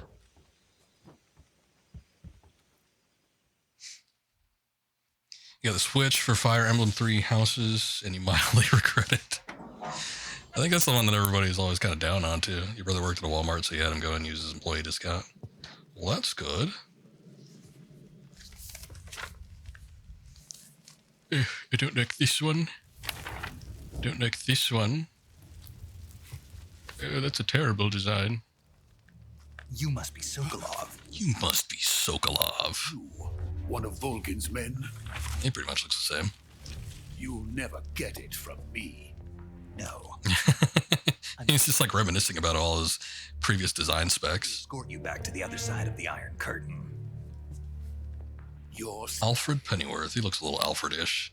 I was sent by Major Zero, the man who got you out 2 years ago. It's a good game, but the last Fire Emblem Gate you hate with a passion. What is it? Game. He said to tell you sorry for being so late. Did he now? What does it mean? It means he's a man of his word. His face looks a little wide, though. I don't know what it is, but it looks strange to me. Get me out of here before. It looks okay at a profile. It's weird. It's like the opposite effect of Zero. Zero looks horrible on a profile, but like looking at him dead on, he looks perfectly fine. Thunderbolt. Thunderbolt? Never heard of him. He's a member of the Army's extremist faction, a man who seeks to seize control of the motherland. Ever since the Cuban Missile Crisis 2 years ago, Khrushchev has been pursuing a policy of peaceful coexistence with the West. Despite resistance and criticism from hawks in the army and the provincial authorities, Khrushchev has managed to suppress the opposition so far. But the failure of his agricultural policies has put him in a precarious position. And on top of that, the tragedy last November. President Kennedy's assassination. Precisely. In a sense, Khrushchev has lost his biggest partner, and his power base is rapidly crumbling away. A certain group is plotting to use this opportunity to seize power by rallying the anti-government forces, overthrowing Khrushchev, and installing Brezhnev and Kosygin in his place. The mastermind behind this plot is Colonel Volgin of the GRU. He has control over another secret weapons research facility much like this one, OKB-812, known as the Granin Design Bureau, and is using it to further his plans. But that is not enough to satisfy him. Now he's plotting to seize the secret weapon I have been developing here and use it as leverage in his bid for power.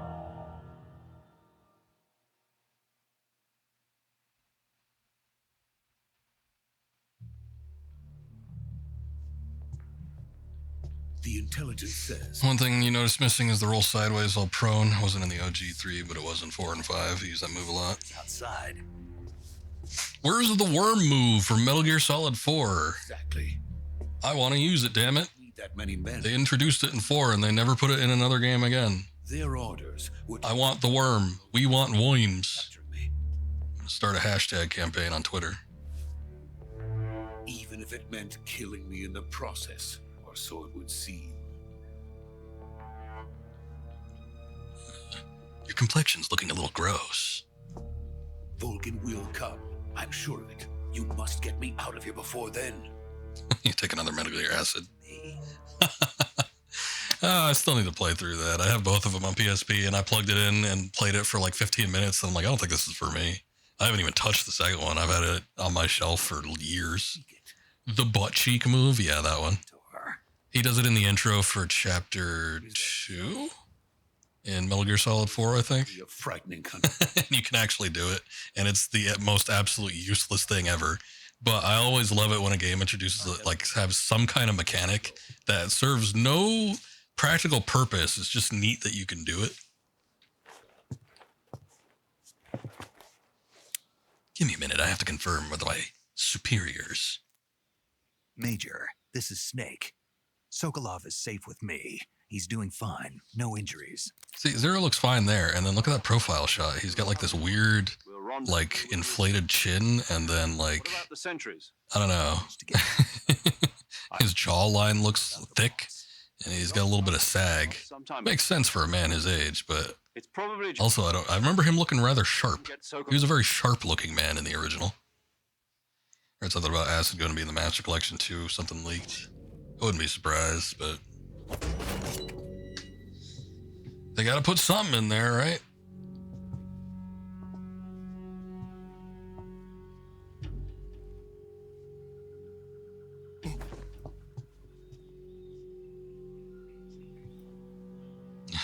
See him do his Kamehameha moves.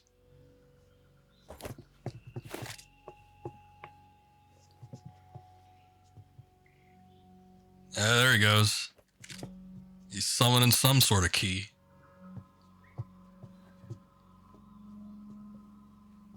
If I twist my hand thusly, yeah, there it is. I may be able to repel them.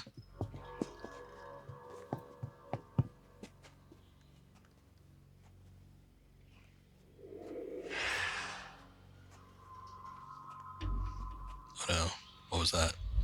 Some kind of ghost. Freeze! Honestly, you know what they should put in there? Which is a great game, but they should put Ghost Babel, renamed Metal Gear Solid for the Game Boy Color in the States. It was so stupid to call that Metal Gear Solid because it had nothing to do with Metal Gear Solid on PlayStation. It was completely different. Completely different story-wise. I think the only character that was the same was Snake. We meet at last. Look, there he is. He's twirling his little gun around. You're from the Ocelot unit of Spetsnaz. And it's like Ghost Babel, if they had kept the original name, it would have, you know, given the connotation that it's a different game. But like, no, let's just call it Metal Gear Solid. So then everyone, including me, will think it's just a shitty port of, you know, a console game onto a portable platform, which it wasn't. It was a pretty good game made in the spirit of the MSX games. Major Ocelot to you. Don't you forget it. I see portable ops. Ugh, I don't. You want to play that Null Bell? Now get out of here. Null was an interesting character. It had interesting characters throughout, but boy, I do not like portable ops in the slightest. That game is a chore to get through.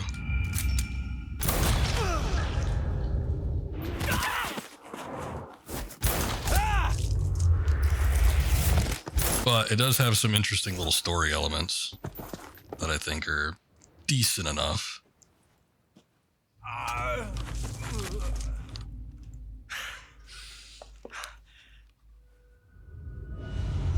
Poops is pretty fucking bad. We'll call it Poops from now on. Yeah, look at that. Look at that little Chad grin.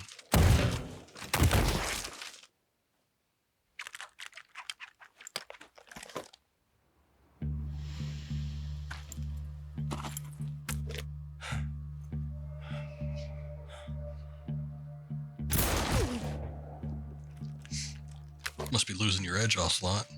That guy was still alive.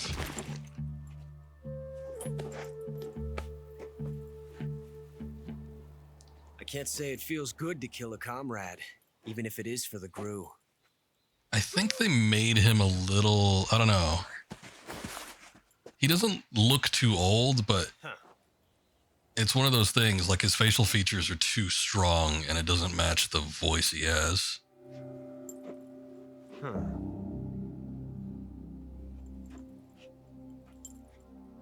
You're not the boss, are you?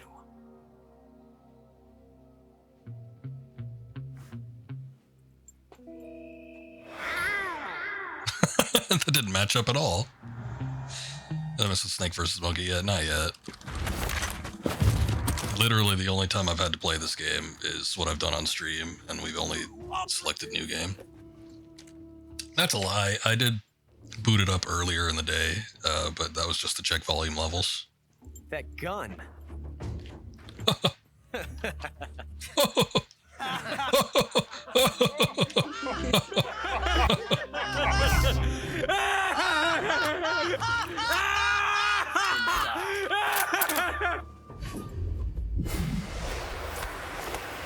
Oh no, he's kicking my ass. I do like the look of shock. Major! Leave it! Shoot the other one!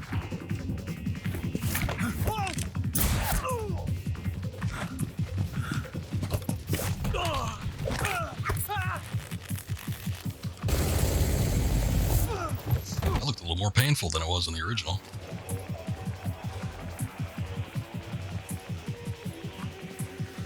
Like the, I don't know, I think the animation is relatively the same, but the guy freaking out in the background, I don't remember him being as present as he was. You only get 3 maps, you think you have to beat the rest of it. You have to beat it to get the rest. Well, that sucks, but it also makes sense because it gives you a little incentive to do it otherwise. But I mean, it's not like with the subsistence version, you didn't get all the maps.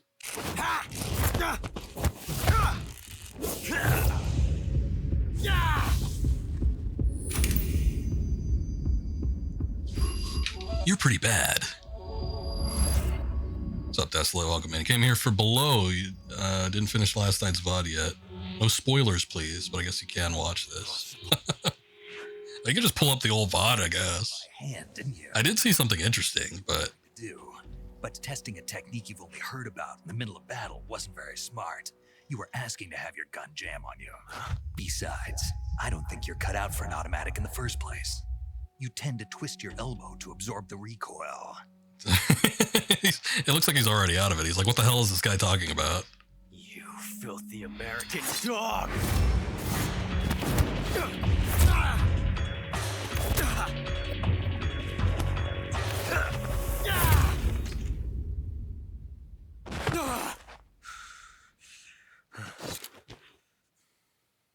But that was some fancy shooting.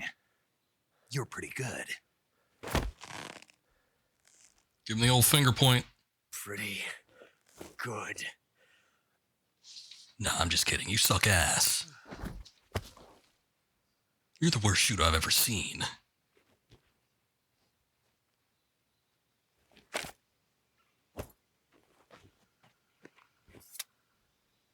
In the OG, you had to be the game for the minigame to unlock. I don't remember that. I seem to remember it being on the second disc, just available from the get-go. Read me. I read you. But maybe. It could be that I always beat the game before I went to the second disc, but I don't think I checked the memory card for that. I don't know. We're taking orders from a GRU colonel named Volgan. A GRU colonel? Part of an internal Soviet power struggle, according to Sokolov. Something between the KGB and GRU. Between Khrushchev's supporters and Volgan's. Sokolov was being guarded by the KGB and hunted by GRU? Snake. You want me to turn the game volume up? I did some checks. It seemed like it was pretty damn loud to begin with. I can turn it up a little, like I could turn it up to 100, but... Taylor, you tell me. Are the cutscenes not loud enough? I mean, you're supposed to hear me over the game, so... I just want a second opinion. Sounds like this could be even hotter than Cuba. I don't like it. Something about the whole thing stinks. I agree. You'd better hurry. Sokolov ran off by himself, but I'll catch up to him. We're counting on you. Sounds fine to you. You gave me the same shit. I mean, visually, I'm only looking at it visually because my audio is going to be different for me personally than the way it is on the stream. But I mean, you know, if you guys can't hear the characters, that's a bad thing. But it's also supposed to be quieter than I am. If I'm talking, you shouldn't be able to hear the game, basically, as loud as me. I did turn it up, so... I mean, I do have a limiter on it, too, through OBS, so if it gets too loud, it shouldn't completely block me out, but that aside... you know, I like to have things sort of off balance with me being a little bit louder.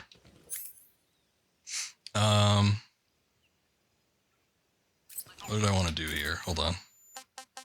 Oh yeah, I wanted to take a look at this. Or no, I forgot I even had that.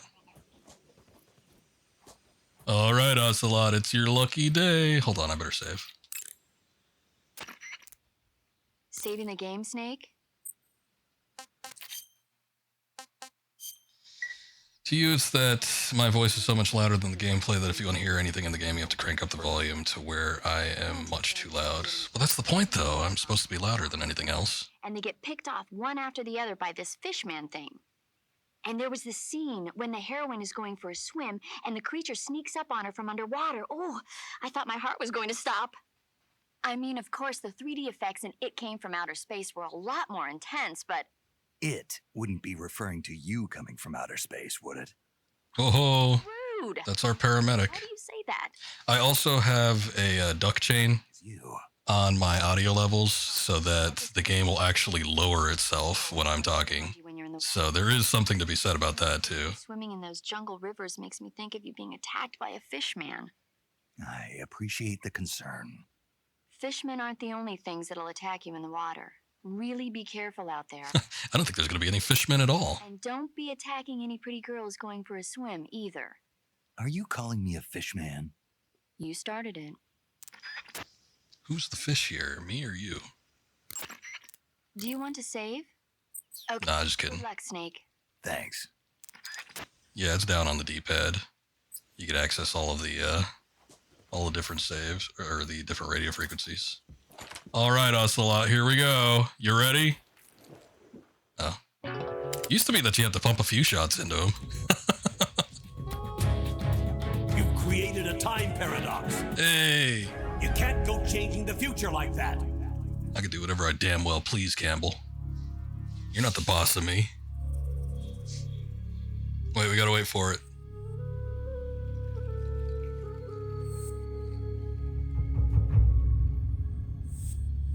Ossie Pistiod.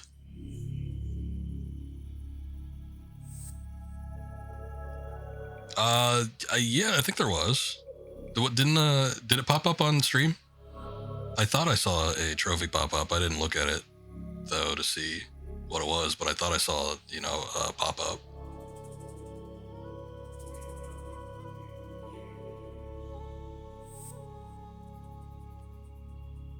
There it is.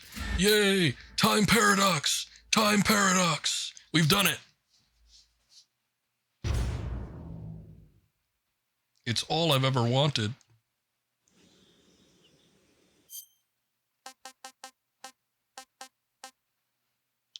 You're trying to go for a no-kill run first, think you get more camos that way?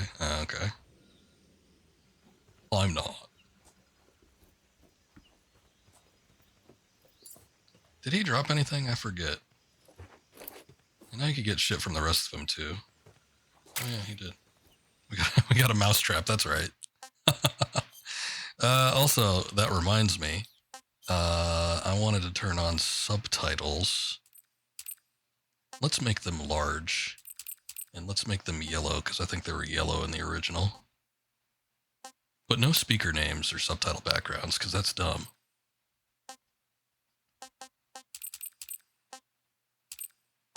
That should be fine. Okay.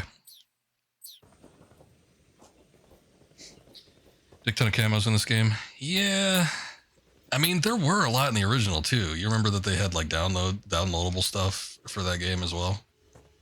So you could get even more that was actually in the game, but even just the subsistence version alone had, like, a shitload of camouflage that you can get. But I never really cared all that much because a lot of it was, like, really gimmicky. It was like, oh, you get the mummy camo and you get the Frankenstein camo or some shit. I don't know. It was just a bunch of useless crap that I didn't really care about. And especially back in the day where there were, like, no trophies or achievements or anything related to that, I was just like, whatever. If I'm not going to get anything out of just, like, some wacky, paint that I could apply to myself, I really don't care. But I suppose I could probably go through. There probably is a trophy or achievement now where it's like collect all 1,000 camouflages and you get this. But I don't even think in like the HD collection that there was anything that was like that, where they were like, you know, get all the camouflage. Because I know I platinumed that game on the first HD collection. They might have done it by the later collection, maybe. But like I know I platinumed it, and I don't think I had to get every camouflage that was available. Gotta catch them all.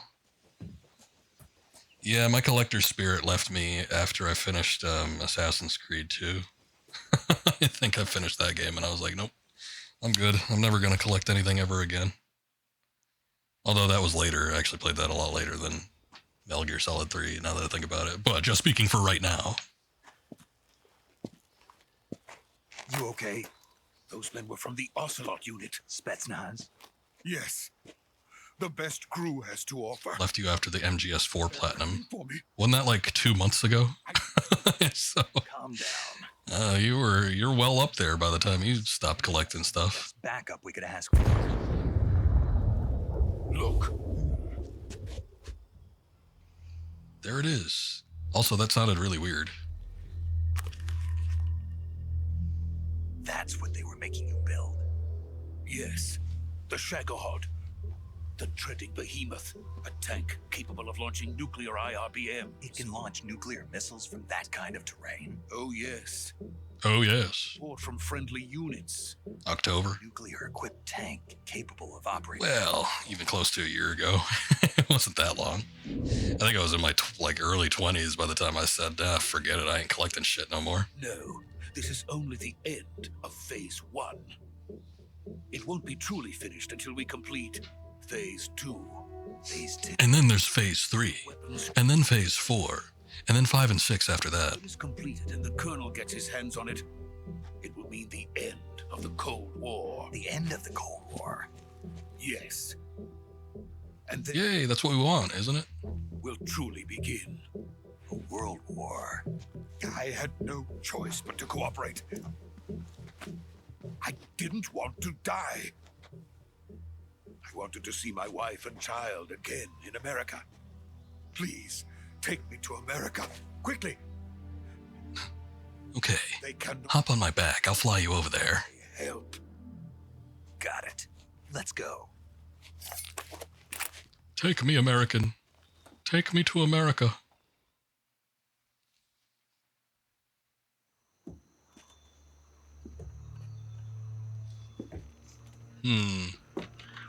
This looks a little too bright. And a little too clear. Where's all the fog?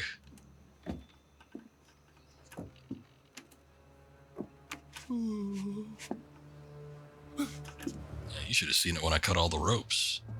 You'd be on your ass. Okay, here comes the fog.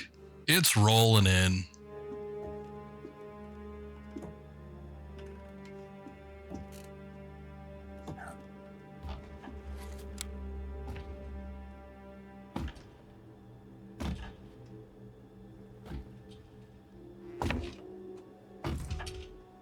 There she is, boys.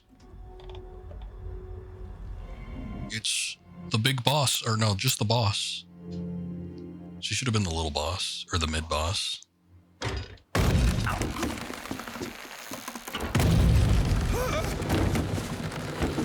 Oh look, he's already on his ass. Good work, Jack. What are you doing here? Sokolov comes with me. It's weird. They almost sounded like they cut her dialogue a little bit there.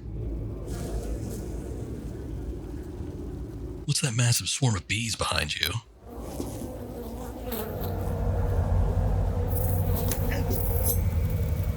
Yes, Snake, knife them.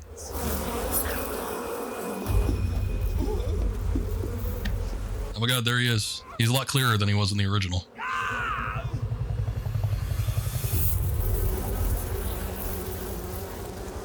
Look at these jolly jokers. You got B-Man, you got Tongue Man, you got the boss, you got eyeballs in the back.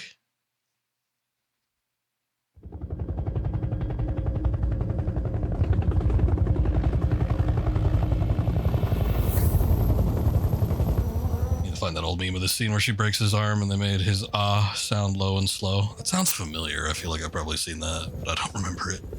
My friends, let us fight together again. I have waited long for this day. We will fight with you once more. Welcome back, boss. Now that all... Yep. It's time we go to the depths of hell itself. That's just to show you that he's not just an old man, but he's also some kind of eyeball freak.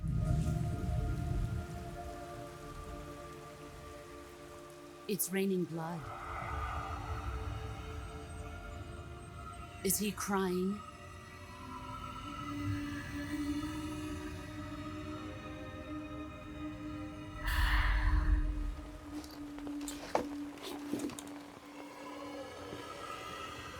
Wait a second. That wasn't in the original, was it? Like, the Sorrow popped up next to her, but I don't think there was like a wisp that went into the copter. Kuwabara, Kuwabara.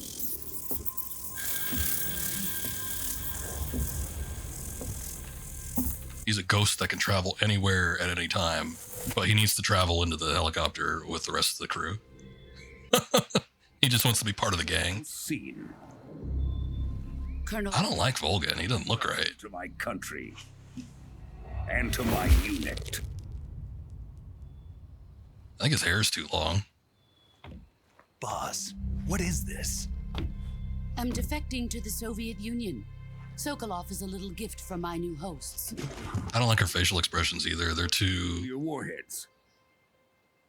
I don't know. She looks too uneasy. Like, you know that she's kind of doing it against her will. Gift for me. The thing about it in the first one was that, you know, she was stone-faced. One of your disciples? Are we taking him with us? No, this one is still just a child. Too pure for us Cobras. He has not yet found an emotion to carry into battle. What are you talking about? Inquisitiveness. You can pull the trigger. That's my emotion.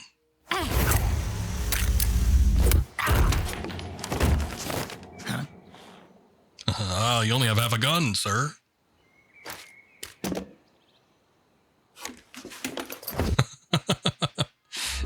He just tosses it back nonchalantly.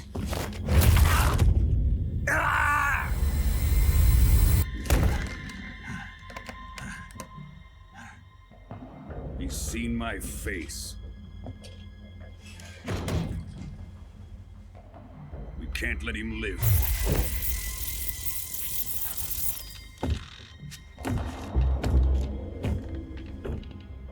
If Khrushchev finds out about this, we're finished.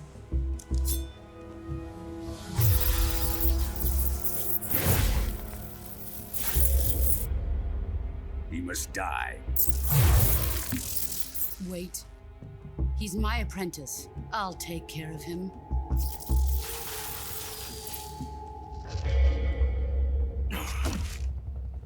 Jack, you can't come with us.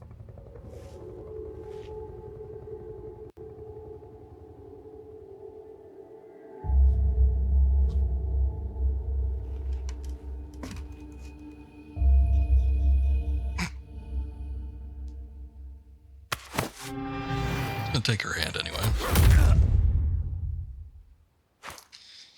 So there's some little things here and there.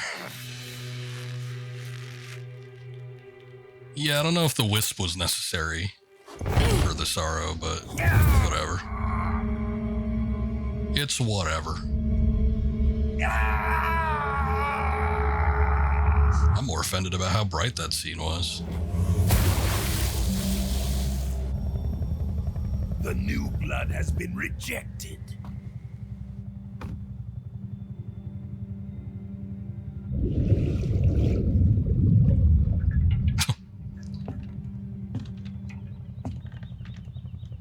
Are we done here?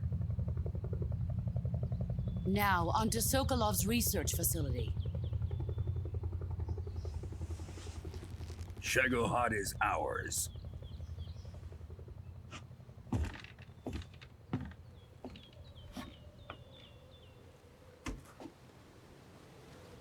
I don't think she cares. Away. My place is with them now.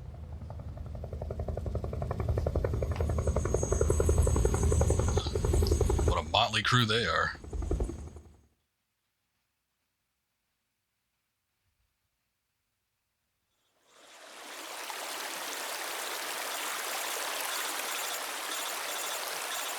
Snake, you have to activate your survival viewer.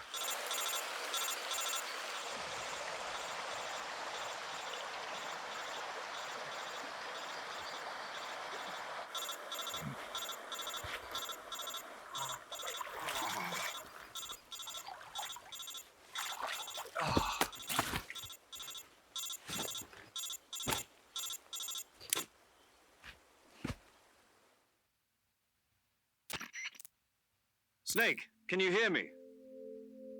Yeah. Just barely. Snake, listen to me. You need emergency medical treatment. Can you move? You've got to get those wounds treated. Hang in there. All right, let's get you fixed up. Paramedic? Okay, Snake. Just relax and it'll all be over before you know it. Stay with me.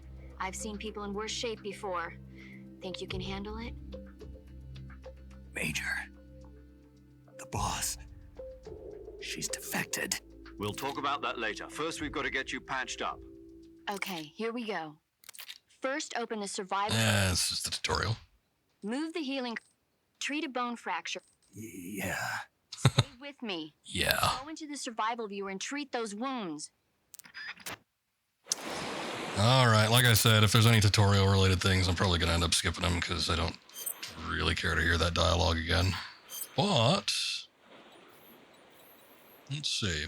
We got a cut. We got a bone fracture.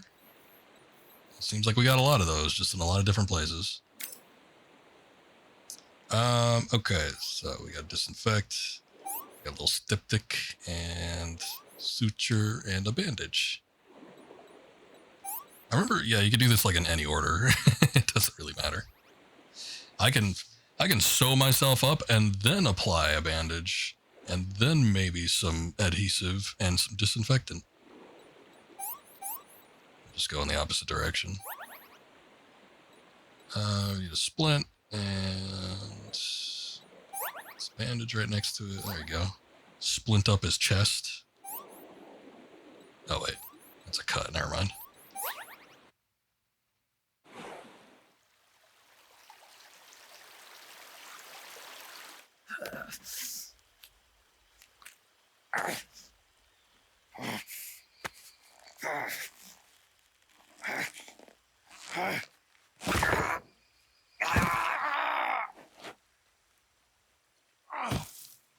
This is a very, like, perfectly rectangular little piece of wood he found.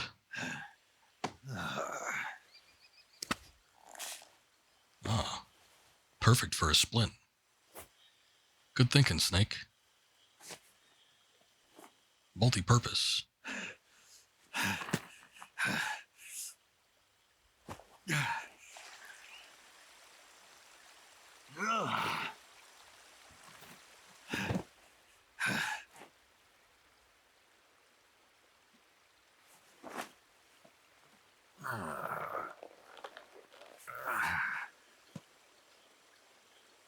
Good job, Snake. We're coming to get you now. Just stay where you are. We'll drop a recovery balloon. Managed to avoid drowning.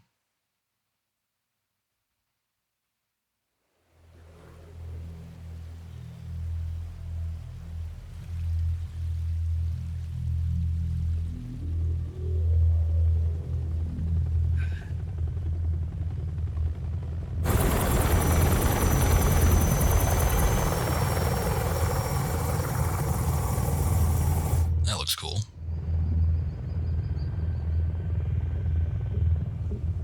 Out of everything that could look good, I get the feeling like a lot of the vehicles and stuff and the weaponry, especially like the Shagahad, all this will probably end up looking real slick in action.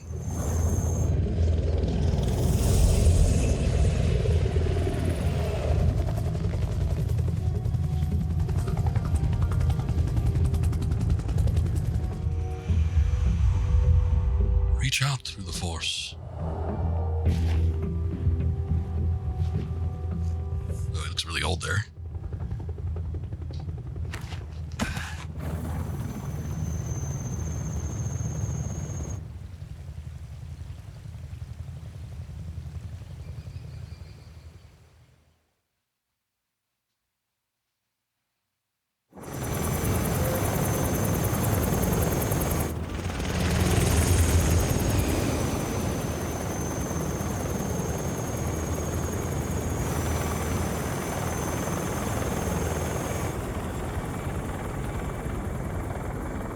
He's still lamenting. Oh, if only I'd done it differently. Let's see if he looks as jovial this time. Yeah. Just like a kid at Christmas. Excellent. A great success. Thanks to the boss and her cobras, I have both Sokolov and the Shagohod.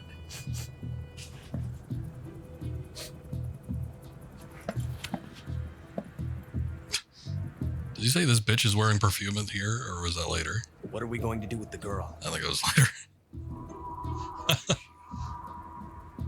It's like how insulted he was by that. This woman.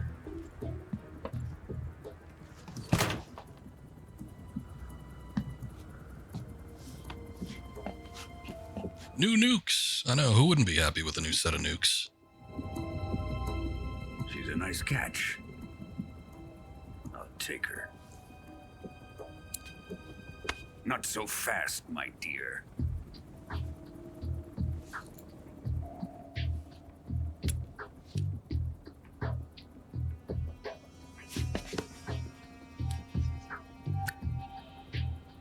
A kiss of death? Are you KGB? We may be able to use her.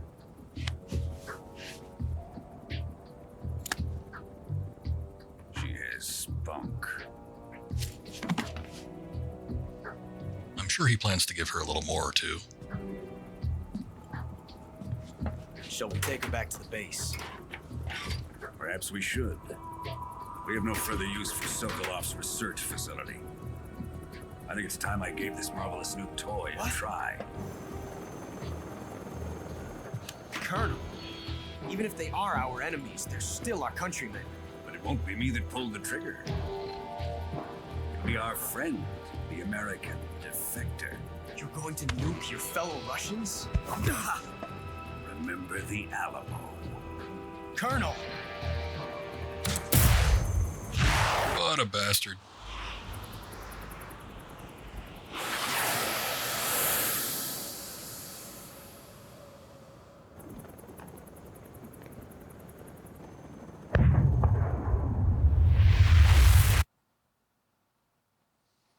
All right, do we get an intro?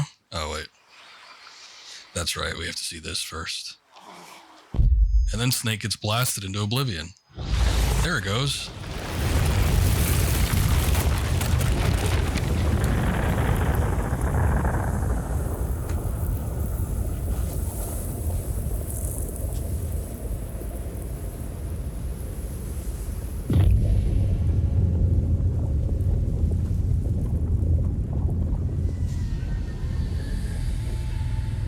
No intro for you.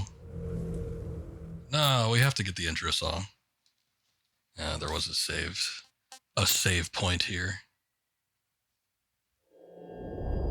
Ah, here it is. Look at that. Don't you lie to me.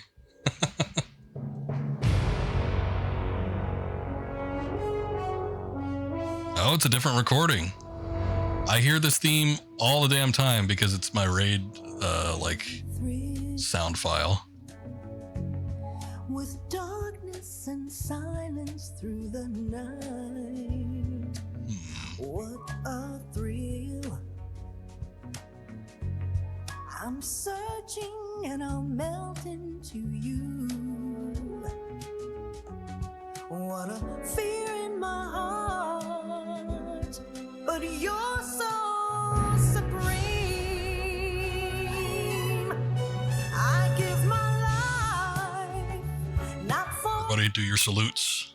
But for you, Some of the greatest video game music of all time.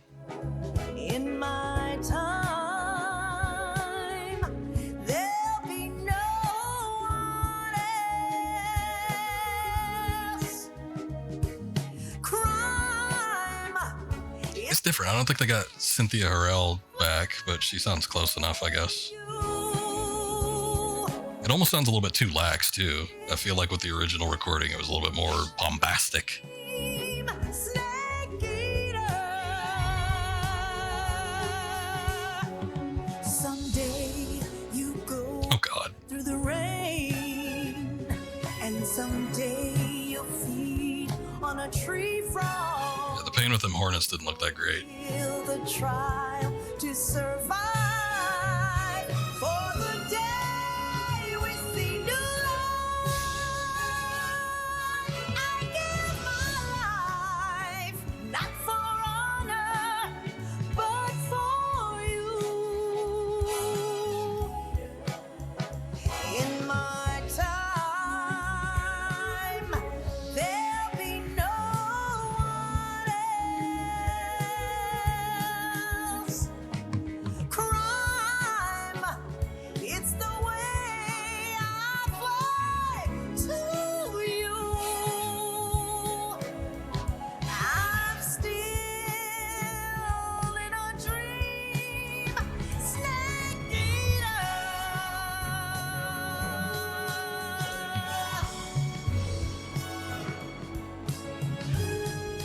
I'm still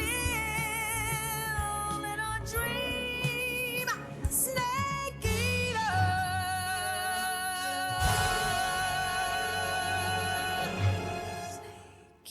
Not bad, not bad. Again, I think the new arrangement sounds a little bit lax. I don't know if it's the mixing or if it's like the actual arrangement that they have, but it sounds a little, I don't know, flaccid is the word that comes to mind. But it's still pretty good. Ocean, altitude 30,000 feet, approaching Soviet airspace. Arriving at the designated... There should be a hidden first-person view here. Drone oil pressure and voltage are nominal. Payload oxygen supply is nominal. Power supply to payload antifreeze system shows no problems. No gusts. All systems go... I did say flaccid. I don't know, it's not as erect as the original. This time Don't you agree, Desolate? airspace security has gotten tighter since we were last here. We can't get as close to the ground as we did during the Virtuous mission. Oh, I think they took out the first-person view mode, probably because I had a bikini chick in it. Snake, And that's offensive these days. with Alan Shepard. This is our last chance. Show your patriotism. If you fail, you'll be back in... They could have put something else in there, though. It didn't have to be a bikini chick. It could have been a... I don't know. It could have been a bikini man. So how does it feel to be a patient in one of the most advanced ICUs in the world? Would you do me a favor and tell the suits about visiting hours? I'll never get better with them assaulting me day and night with their questions. Must be part of the top brass's inquiry. More like an interrogation. According to them, I'm a traitor and an accomplice to the boss's defection. They're just... One of the recent games isn't the whole premise of a girl being in a bikini. Too. Metal Gear? I mean, there hasn't been a Metal Gear game since 5, and I don't remember any bikini women in that one. Fox is going to die. I guess there was Survive, but I'm talking like mainline shit here. ...to the house. The reason I came to see you today, Jack... Quiet? Brother, that was... What are you talking 10 years ago. A lot's changed. A lot's changed in 10 years. Kind of chance. Don't get too excited. Here, have a cigar. It's Cuban. Don't want any of those Chinese cigars. This morning, I had a meeting with the CIA. They decided when they're going to execute us? No. Something even bigger. Yesterday, the White House received an unexpected call. President Johnson? Yes, I hear you, Mr. Chairman. I hear you, Mr. Chairman. It was a hotline call from Khrushchev to President Johnson. From the head of the Soviet Union? That's right. A few days ago, one of our country's main design bureaus, OKB 754, was destroyed in a nuclear explosion. At about the same time, our anti-aircraft radar picked up a signature that appeared to come from one of your military aircraft. Does any of this sound familiar to you? No. In retaliation, I have placed our armed forces on secondary alert. Depending on your response, I may be left with no choice but to order the military to maximum alert and unleash Armageddon. With the help of your predecessor, I was able to survive the Cuban incident. But my power is not as great as it once was. If I am to survive this crisis, I must have your full cooperation. I should have contacted you myself. Did you know that one of our soldiers defected to your country a week ago? No. So you haven't heard then? Oh, so you don't know? The man who arranged the defection was a GRU colonel by the name of Yevgeny Borosovich Volgin. Yevgeny. I don't remember them saying his first name before. Go on. Who is the soldier? Her name is the Boss. She's a living legend. During World War II, she was the one who led us to victory in that war. Single-handedly. In Russia, you know her as Voyevoda. You mean the boss? Oh, the yes. mother of your special forces? The Boss. Yes, that's the one. Yep, that's the one. Two miniature... Snake about to unleash his snake on some hot spy ladies. That doesn't happen until the end of the game. Miniature nuke. It's gonna be a minute. I'm afraid so. I believe they were a gift for her new hosts. The Davy Crockett Atomic Battle Group delivery system was completed 2 years Hey, it's that cutscene we just saw not 5 minutes ago. Problems. We get to watch it again, but now in sepia tone. Decision. Isn't that exciting? They were mass-produced. They've never been deployed in battle. But Sokolov's research facility was completely wiped out. The whole area is polluted. I can only offer you my deepest condolences over this terrible tragedy. So, the boss, with Colonel Volgin's help, stole 2 experimental nuclear shells and took them with her as gift when she defected. Then, shortly thereafter, Sokolov's design lab, a top-secret military research facility, was destroyed by one of these weapons. Am I right so far? Yes, that's correct. And the American government denies any involvement in the affair. Is that right as well? That's correct. We were not involved in any way. Then what was the U.S. military aircraft doing on our radar screen? It was clearly in violation of our airspace. And yet you say it was not acting under your orders. Yes, sir, that's correct. Correct. You expect me to believe that this was all the work of a single soldier? Yep. I don't know what else to tell you. The army insists that this is all a ploy on your part. I've said it once and I'll say it again. Our government had nothing to do with it. And I would like dearly to believe you. However, I'm afraid my power over the military has weakened since the Cuban incident. I will need some kind of proof that this was not the action of the American government. You have 1 week. You must catch the boss yourselves and recover the remaining nuclear device. I'll do it in 2 days. Then, you must find some way to prove your innocence. Prove our innocence? Yes, preferably something painful. Prove to me that this is not merely another one of your tricks. Oh, you know us tricky Americans, we've always got a bag of tricks. How about a little coaction? I would not expect too much if I were you. The political situation here is unstable. And Colonel Volgin is a member of the Brezhnev faction, which seeks to topple my government. 1 week. You have only 1 week. And if it is not too much to ask, do something about Volgin as well. What is that supposed to mean? Nothing. It means nothing.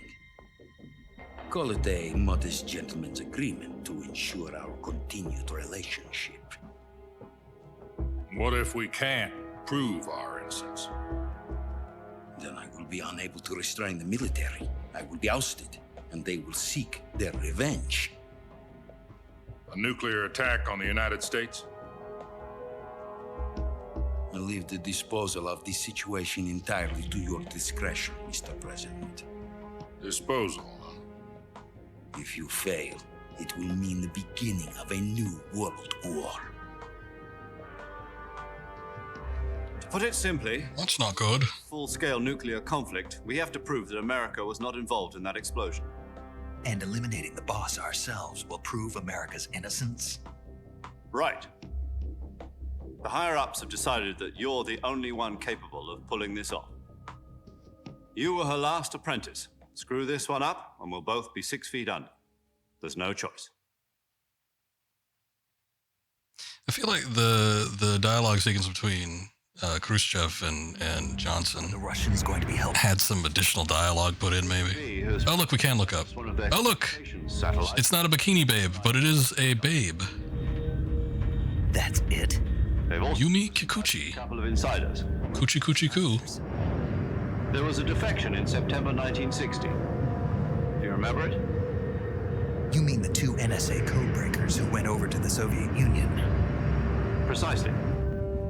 Since then, they've apparently been training with the KGB for exactly this kind of situation. Their code names are Adam and Eva. I've been told that Adam has infiltrated Vulcan's ranks. We've also arranged for... Hooray for babes. You'll need to rendezvous with him when you get there. Oh. Could use some more of them. I can't see where this thing is going. Why'd you stick me in this coffin? Control. Unidentified aircraft detected. Altitude 30,000 feet. That guy looks cool. Like that old school flight suit.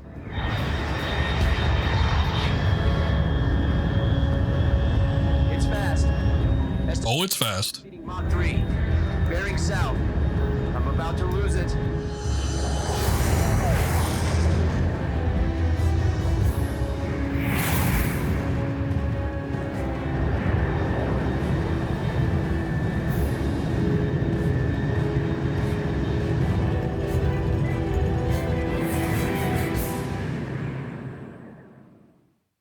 Yeah, things like that happen all the time. Could have been a UFO. An alien one at that. I guess technically it would be classified as a UFO. Snake, that won't help you. I'm sorry, but this will hurt.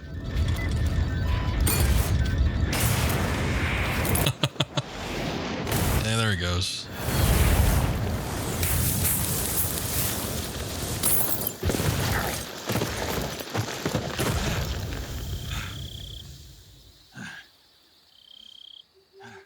Initiating brace for impact. Initiating stand-up mode. Initiating lighting glitch. What's going on? It must be some sort of incompatibility with like NVIDIA or something like that. I swear I checked my drivers to make sure that everything was up to date. I don't know why it's freaking out like that. This is Snake. Do you read me? Loud and clear. Glad to see you landed safely. I got blown pretty far off target. Snake, let's go over your mission objectives one more time. Rescue Sokolov. Find out... Hey, we already did that. Shagahod, then destroy it. And finally, eliminate the boss. Eliminate the boss. This mission will be codenamed Operation Snake Eater. That's the name of the game, and you know that. Unit, right? Don't forget about Colonel Volgin. I'm not a hired killer. I know. But What happened to the babes? There was a babe. She wasn't wearing a bikini. She looked fully clothed. But she was in the cockpit. You could... It wasn't hidden either because they let you look. They gave you the prompt for it, but there was a babe. And what are the CIA's demands? Our priorities are the rescue of Sokolov and the destruction of the Shagahod. Roger that, Major Tom. Hold on, Snake. What now? I'm changing my code name. It turns out Tom wasn't the most auspicious choice. What do you mean? Well, the truth is, when I chose my code name, I picked the wrong one. The wrong one? Did you ever see the movie The Great Escape? It came out last year. Oh, must have missed that one. Anyway, it's based on a true story about prison. Could you coax her into a bikini with Snake's charms, you mean? We'll get that, yeah. I mean, there will be a bikini babe later. Before they're finished. provided they don't take her out. By using the last remaining tunnel. The names of those 3 tunnels were Dick, Harry, and Tom. I get it. You used the name of the tunnel they escaped in as your code name because you thought it would bring you good luck. Yes, that's exactly right. At least, that was the plan. But I got the name wrong. The one they escaped in was... His other code name is Snake Charmer. One of the unlucky... What, Naked Snake isn't good enough? Finished. That's not enough of a double entendre for you? In fact, I even ordered the actual film from the movie company. yeah, it doesn't sound like the greatest name to use. So what should I call you? You know, let's just use Zero, like we've been doing all along. All right, then. Major Zero it is. We'll start over from square one. From square zero. My frequency is 140.85. Oh, I almost forgot. Paramedic is... Should have been 140.00. Is this her last chance, too? If we fail, she'll have her medical license revoked. It's more or less the same kind of fate. Her frequency is the same as during the Virtuous mission, 145.73. She'll be recording your mission data as well, just like the last time. That frequency is also the same, 140.96. And there's one more person on your support team. His name is Mr. Sigint. He's an expert on the latest in weapons and equipment technology. You'll be going up against some of the world's most advanced weaponry when you infiltrate the research facility. If you have any questions, just ask him. His frequency is 148.41. Mr. Sigint. Got it. You can drop this, the mister. KGB contact is waiting for you at the abandoned factory up ahead. The same factory Sokolov was being held in last week. Yes, meet up with Adam first. He's cleared the way for you to rescue Sokolov. How will I know this Adam guy when I see him? He'll look like one. Once you reach the factory, the whole area has been polluted by the fallout from that nuclear blast. No one else would dare come close. The password is, "Who are the Patriots?" and "Lali Lule Lo." Lali Lule Lo. Gotcha. You've been equipped with a 45 for this mission. Be careful, it's noisy. I thought standard Fox procedure was procure on-site weapons acquisition. The circumstances are different this time. You're now on an official mission for the United States government. It would be necessary to make your presence known to a certain extent, to the Khrushchev regime at the very least. But remember, this is still a sneaking mission. Snake, if you fail this mission, it will mean an all-out nuclear war. Keep that in mind and proceed with extreme caution. Understood. Commencing Operation Snake Eater. Yay. The real game begins now. Okay, so the good thing is that we got most of the introductions out of the way. There's still going to be a handful of hefty cutscenes, but I think for the most part, we've got the biggest ones behind us, especially the expository ones.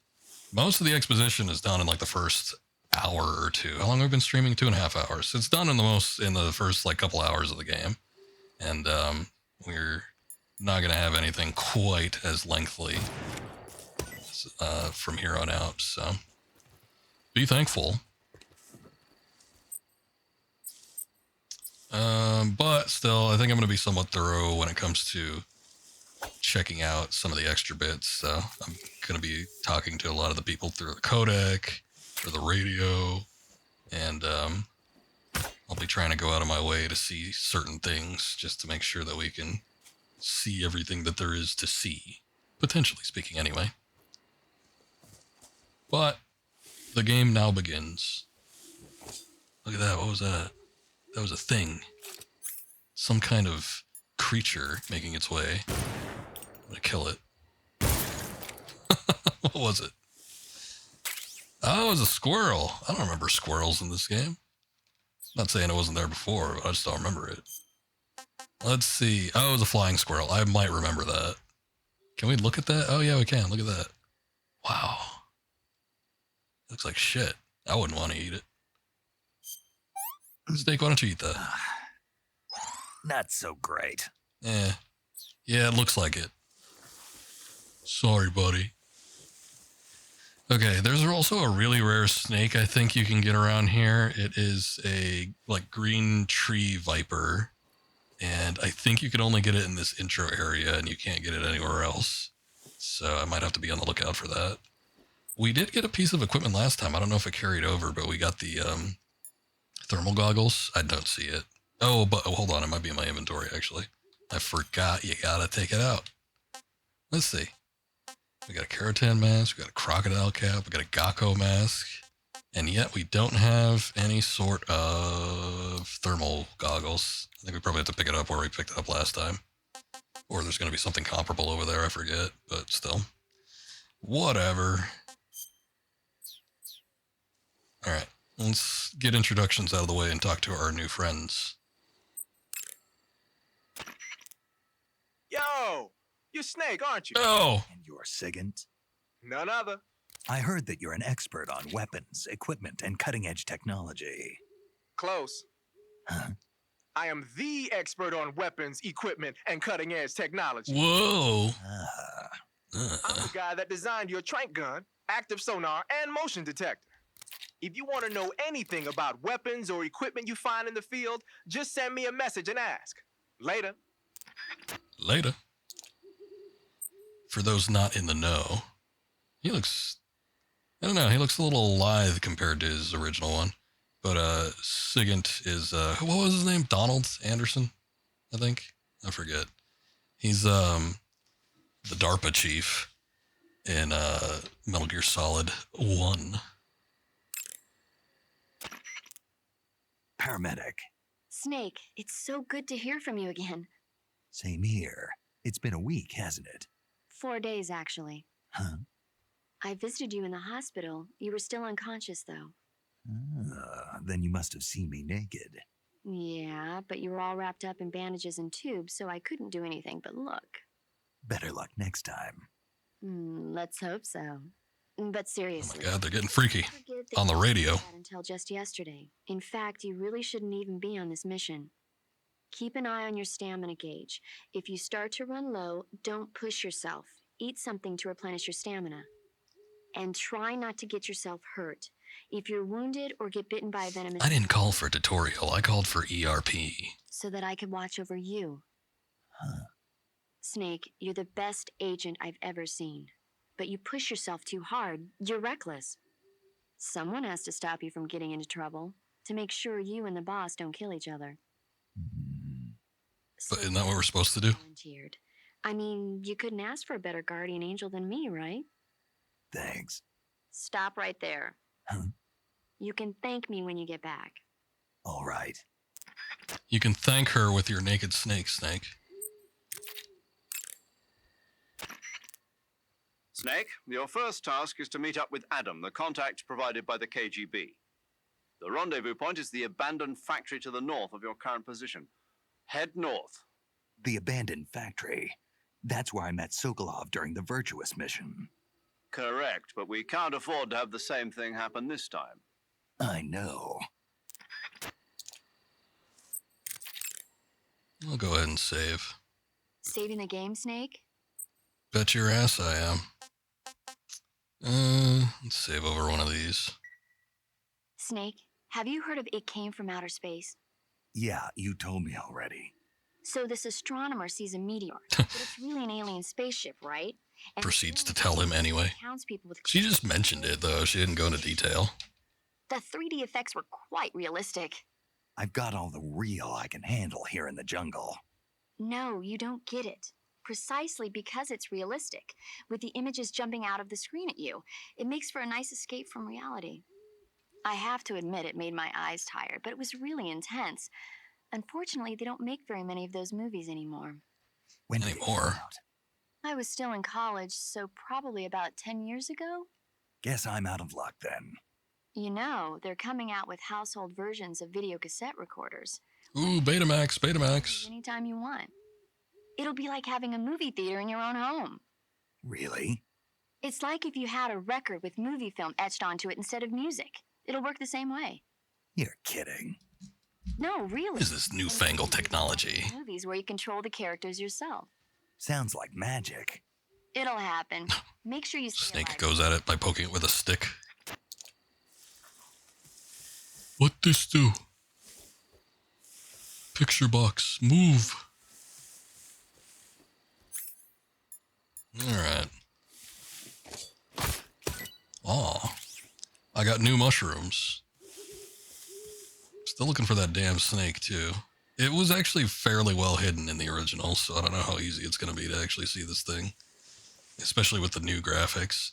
I will say that once you get the thermal goggles or the night vision or really anything that helps you see in the dark, it does help when trying to locate specific types of animals. And there are certain rare ones. There's like the Tsuchinoko type thing or whatever it is. And that one is really hard to find because it's only available in a certain area. But if there's any other animals that you're trying to get, like for trophy purposes or something, that's usually what you want to do.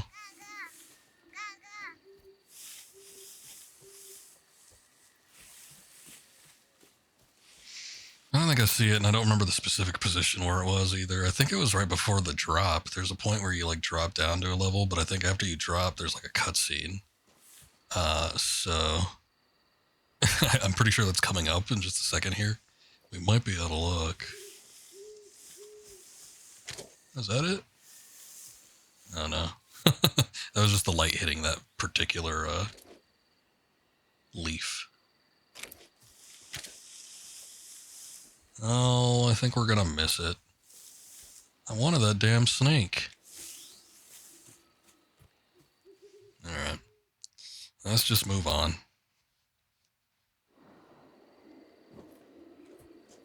Wait, we get another chance. Here's the drop that I was talking about. Actually, it's not like we can't just walk back, but as soon as we drop from here, we won't be able to go back to that other previous area. Oh well. I guess if I really wanted to get it, I'll probably just keep that save and see if I can snag it next time.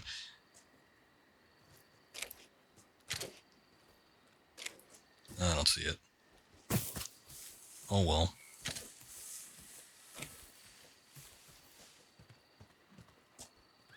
Oh, there it is. See, I knew it. I don't think I could trank it though, because we don't have a tranquilizer gun, so I can't keep it with me. I could just kill it, I suppose. I wonder if I could stun it.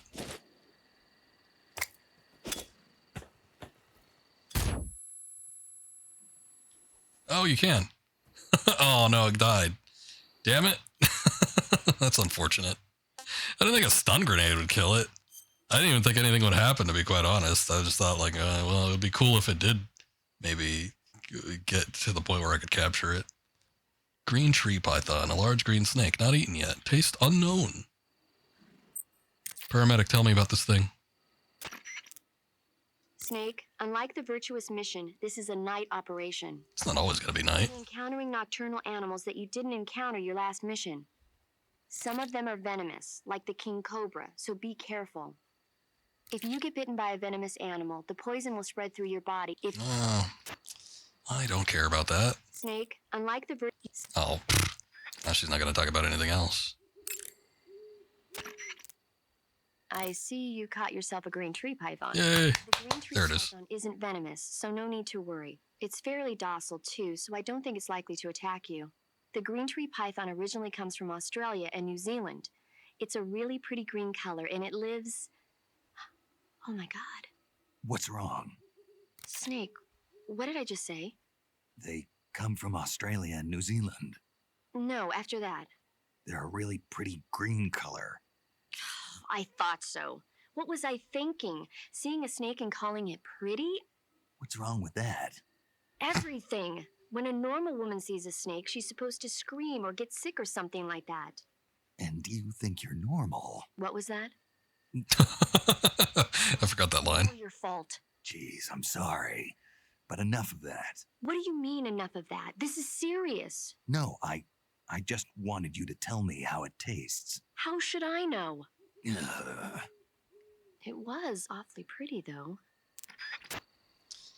Some people get that primal fear of snakes. I remember when I worked at a pet store, I was handling one of the snakes, and I handed it off to one of my associates to put it back into the canister or whatever we kept it in.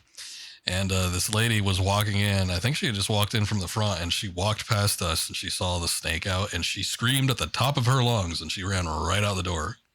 And it's not like it was a huge snake either. This thing was not fully grown. It was probably like a foot long at most.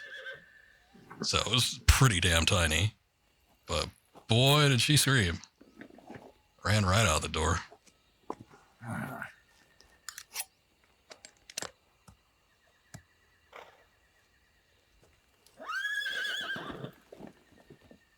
Wonder if I can eat this. Actually, I think that's a joke they made in the in the extra viewer. Sucks to be her. That arm still hurt? Yeah, the screaming lady? Probably. I couldn't imagine having a fear like that primal where I just freak out if I see something. Don't break my arm. Don't break it.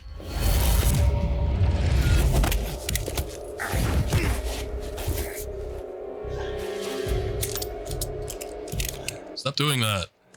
I need those. Go home.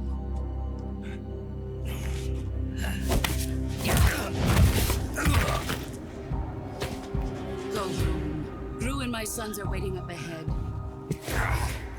You don't have a prayer of finishing your mission. You're not even armed. Boss! It's always a very Japanese thing to me where he like puts his whole upper body into a word.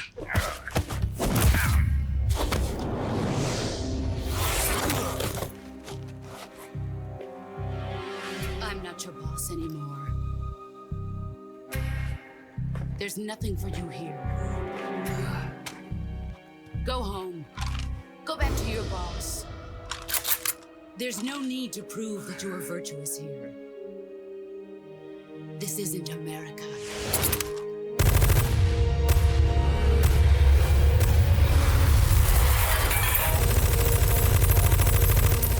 I always hated how the bullets fly out of that gun, but I don't know, I guess given that it's like a make-believe weird magic gun, maybe they're supposed to fly out like that, but it just looks awkward to me. They like flip around. That should stir things up a bit. You'd better hurry.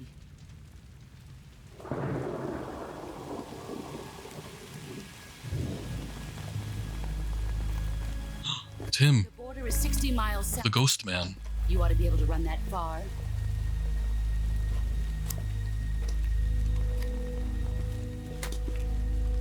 Why'd you defect? I didn't. I'm loyal to the end, to my purpose. What about you, Jack? What's it going to be? Loyalty to your country or loyalty to me? Your country or your old mentor? The mission or your beliefs? Your duty to your unit or your personal feelings?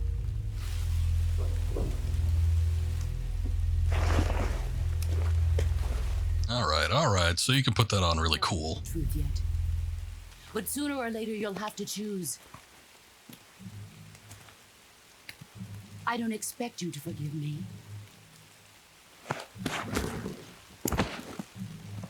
But you can't defeat me either. You know me too well. All right, time for the painful part. Just look at that bandana. If you can't put the past behind you, you won't survive long.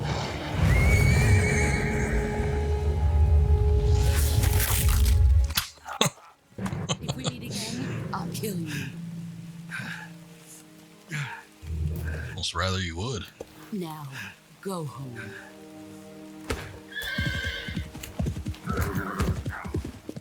Beats getting stamped on by a horse.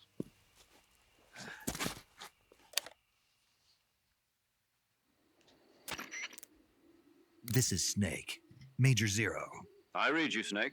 I was ambushed by the boss. You were what? The drone's been shot to hell. It's up in flames. That's not good. Enemy scouts are going to come looking for you. Yeah, I know.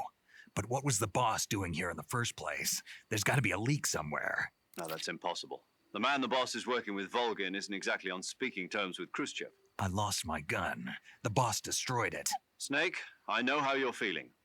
It's hard for me to believe, too, that a legendary hero like the boss would go over to the Russians.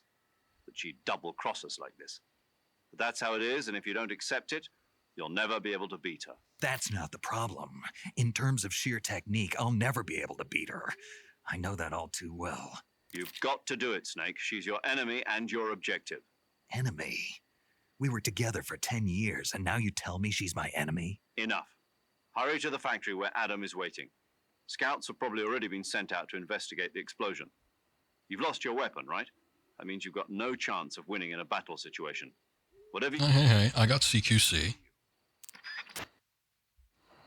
I can do something. Not completely useless. Hey, what's up, back here? Thank you for the lurk. I appreciate it. Camouflage a little bit more effective in the dark. Achieve a camo index of 90 or higher. Nice. I don't suppose we can knock that up a little bit more. We can wear black. 95. Does he have the blackface camo? Is that on currently? No, I think it is, yeah. It's all completely blacked out. I was worried somebody might think that that's like offensive or something. We have evidence of an enemy intruder. Commence alert formation. Acknowledged. Sending reinforcements. Use extra caution. Alright. These guys always like stand around for a second and say, oh my god, look at that, and then they all leave and just leave one here.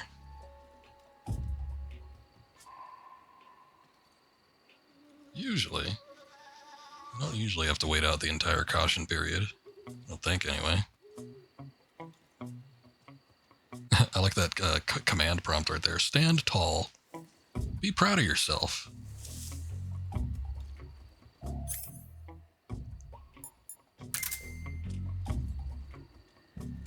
Put the motion detector on, I suppose.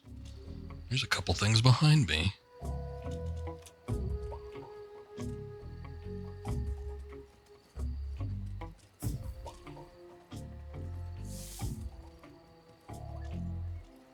I feel obligated to do something about his radio too, but I don't know if I could do anything without an actual gun. I might be able to do something with the knife. Maybe I could poke him.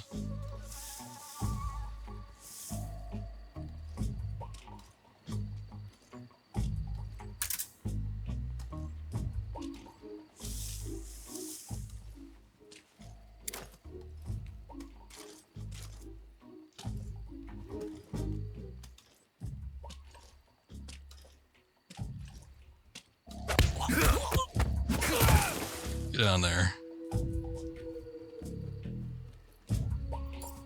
Pick up.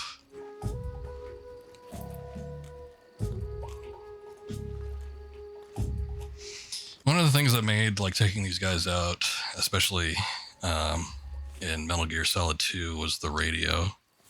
And it was especially bad in Metal Gear Solid 2, I think, because of that. I don't know that there was like an excess of people with radios, but there were just, it seemed to be more common. And they do the radio checks a little bit more frequently. I think they eased up on it when it came to Metal Gear Solid 3. You didn't really have as much of a problem with it.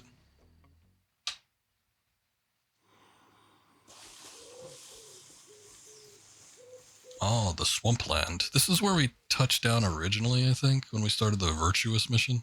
Or is this... Oh, no. I'm a little mixed up. Yeah, this is a little bit different. It's just an alternative route that we could have taken. I don't remember if there was anything specific that I could pick up here. I know that there's a couple, like, collectibles. Maybe not even that. It's just, like, something you could get, but... nothing super pressing, I'm sure. Man, I swore I remember being able to roll through the mud, too. Ah, crap. I saw him there, too. I didn't think he'd be able to get me. I remember being able to roll through the mud without there being much of a problem. Ah, here's a kettle town. But they didn't let me do it. Oh, shut up. I could do that. Come on. There we go. I know I can hit him with a knife. I don't know why I wasn't doing it in third person mode, though. Being extra sassy about it.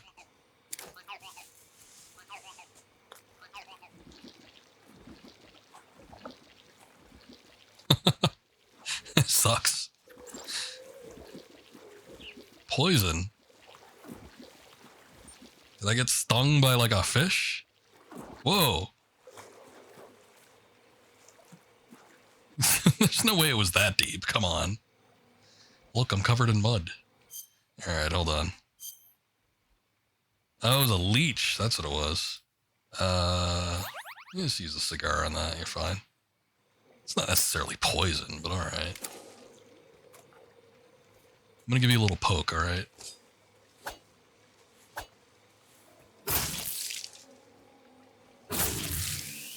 Oh, it only takes 2. Good enough. Yay.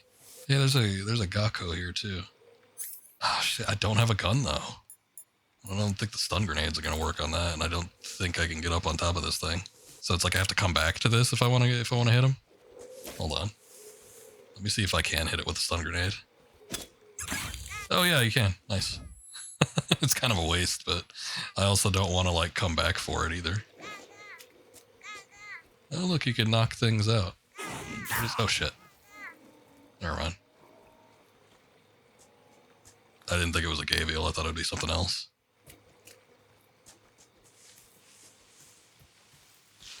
Oh no, wait, this is the way back. The way that we came from is actually, so yeah. I thought so. I remember always going to the right and not to the left, but I thought I'd go to the left anyway and see what was back here. But it looks like, yeah, we need to go back the way we came. Oops. Well, we got a couple things, so I'm not too upset about that. I don't like this swamp thing, though. I don't remember it being as ridiculous as all this.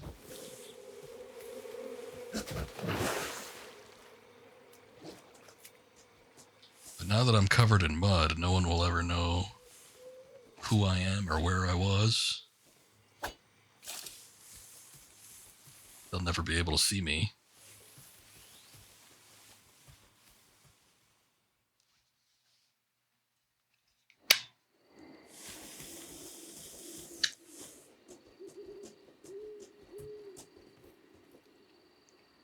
Okay. Oh, look, this guy's still here.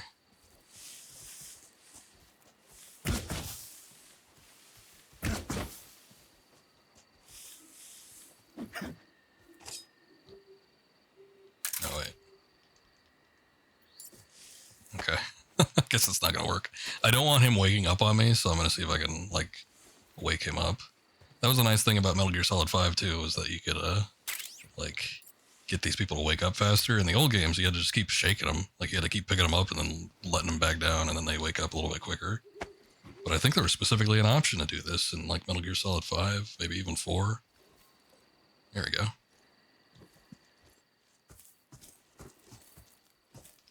We're under attack.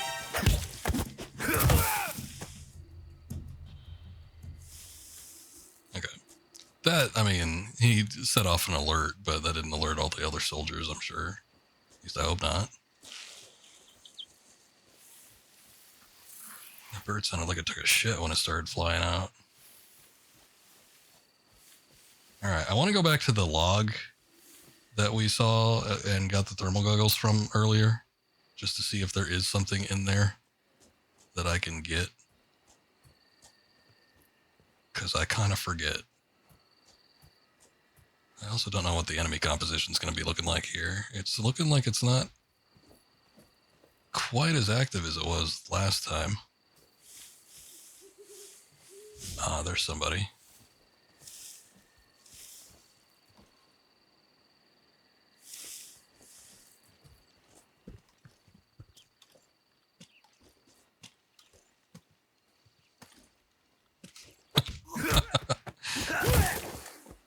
I didn't actually want to knock him out. I think I pressed the move button a little bit too hard while I was doing it. I sort of wanted to interrogate him. Oh well. I don't think we need to do anything specific here. Come, let me pick you up, sir. Let's see if you have anything fun.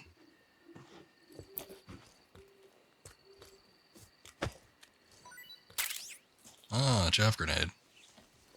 Also, let me try this. Oops. Okay, that didn't work. I didn't remember if you could take out the radio or not by doing that, but I guess not. Oh, there's nothing in here. That sucks. Let's see if there's something on the other side of this thing. Oh, nothing in here either. Shit. I forget. I wonder if you don't take it earlier, though.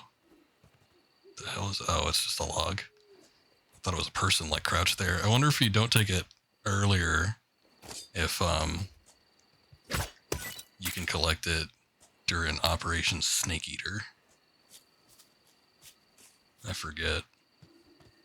You gotta be quick about this, though, because these guys don't stay knocked out for very long. It seems a little bit shorter than, Oh, what was that? Seems shorter than the original game. I feel like the original game you can get away with quite a bit.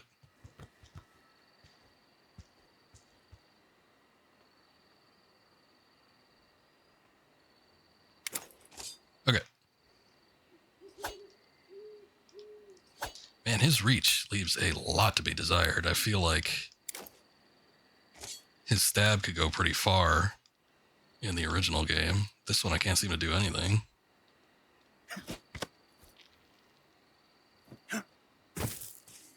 All right.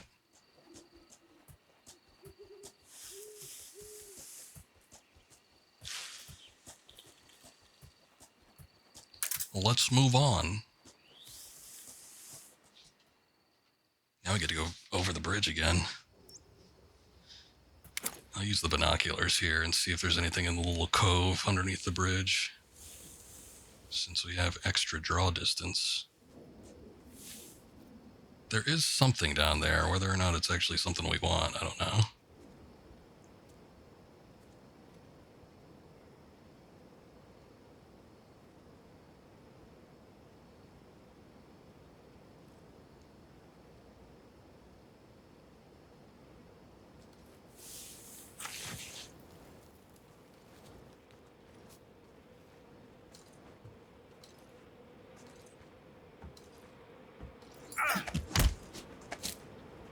Yeah, come on. Let me interrogate you over here. Speak. If you slide down cliffs, you won't take any damage. Okay. Thanks. Speak. Let go of me. Speak. No, I want more information. Slide down cliffs. Shit. That's dumb.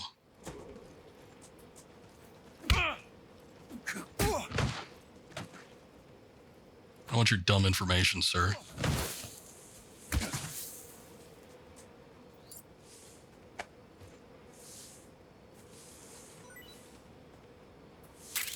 Alright, he's only out for 3, though, so that's not very long.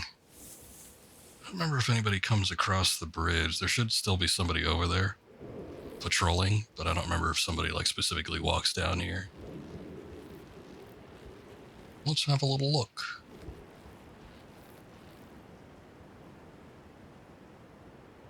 I'm kind of tempted to try something too, but I don't think I should do it. Maybe I'll make a save. Do you want to save? Sure. Yeah, we'll do a new one.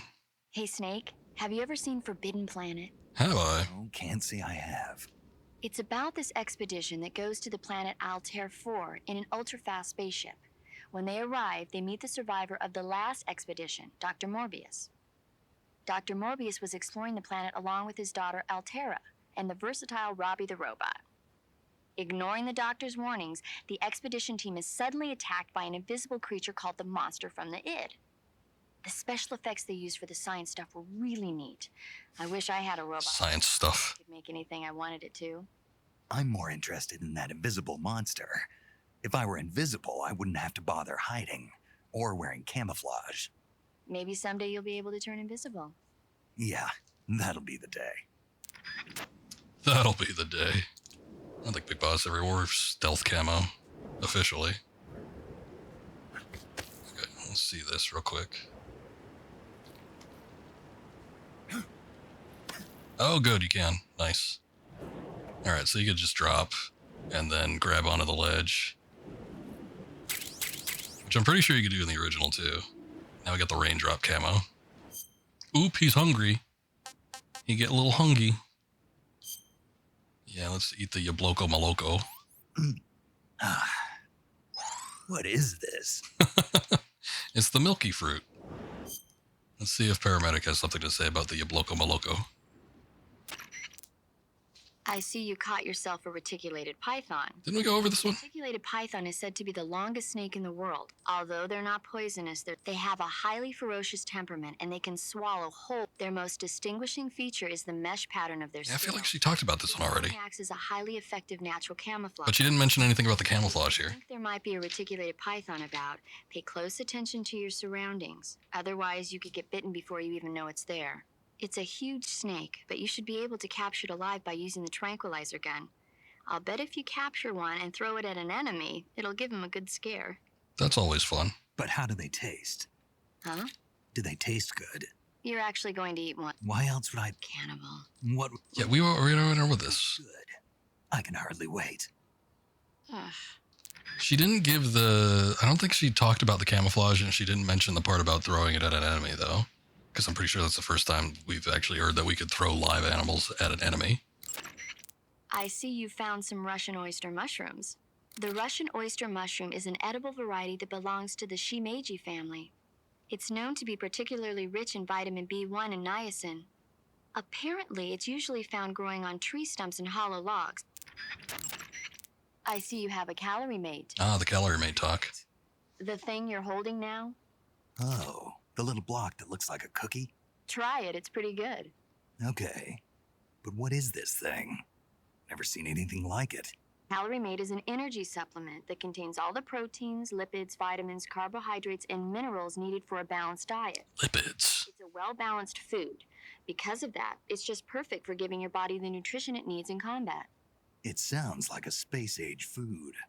Real astronaut food is not very good, but that should taste fine. Yeah, and it'll help balance out all this jungle food I'm eating. It's easy and quick to eat, so it's perfect when you're running late for an important mission in the morning. I've never been late for a mission. Really? Aren't you always keeping people waiting? Yeah. Isn't that what you always say, Snake? Is that they are all exactly the same portion size. So no matter how you eat it, you always get the same nutrients, flavor, and calories. Each calorie mate has a set number of calories, so it's easy to keep track of your calorie intake. All of the geisha girls in Japan use Calorie Mate for watching their calories. I see.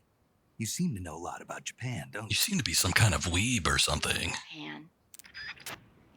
Didn't I say it was great? Yeah, I did. I'm sure I've talked about it on stream before, but I've had a Calorie Mate in the past, and it is absolutely nasty. Here, hold on. Let's move up here a little bit. See what's going on up top, because I get the feeling like there's still another guy around here. Oh, there is. We need something a little bit better.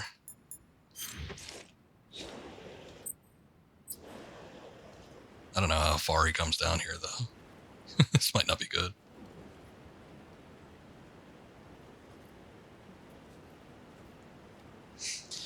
But yeah, I remember sometime after playing this game, I saw that there was a place that was selling Calorie Mates to be shipped.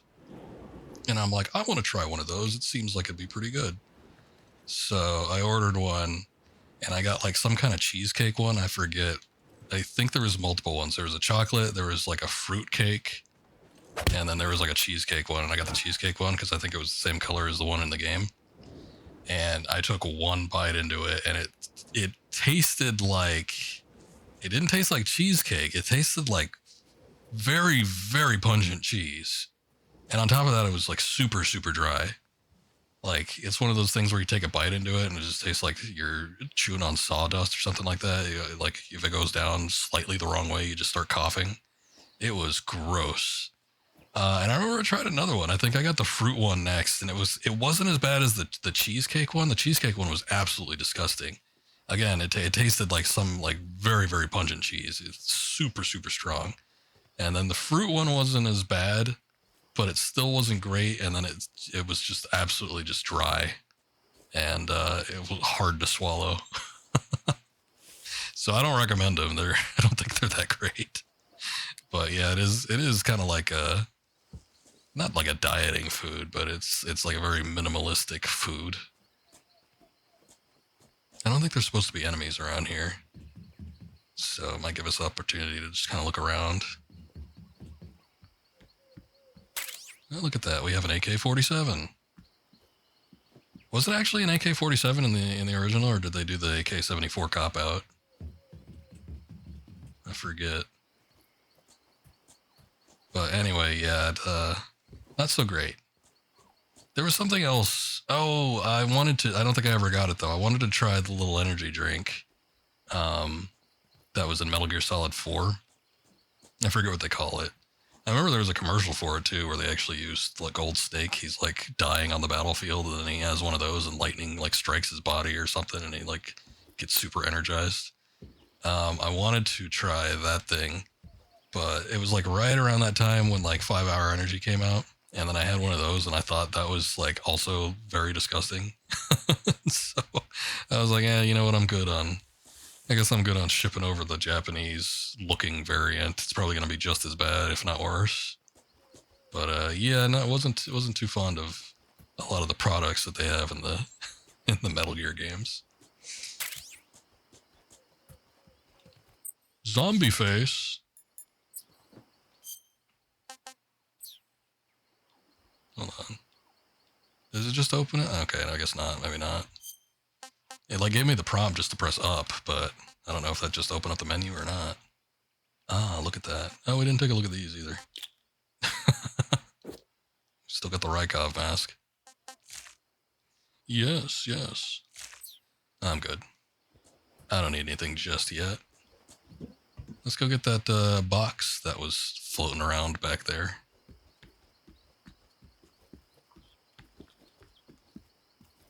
Oh, I think I could actually just get it by stepping up on top of that box. I thought I remember dropping off of this thing. I went immediately down. Hold on. Ah, there's a cardboard box. Hold on, wait. No, we can't do that yet. No, I have to equip it. Shit. Give me a sec. Also, I'm not going to use the sonar. There's a point where we could use it later, but it's not going to be for anything super great. I don't think I'm going to use the compass.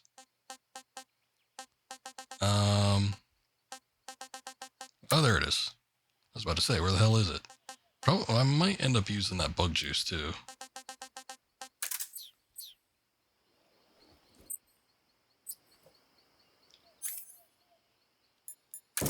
Ah. The box.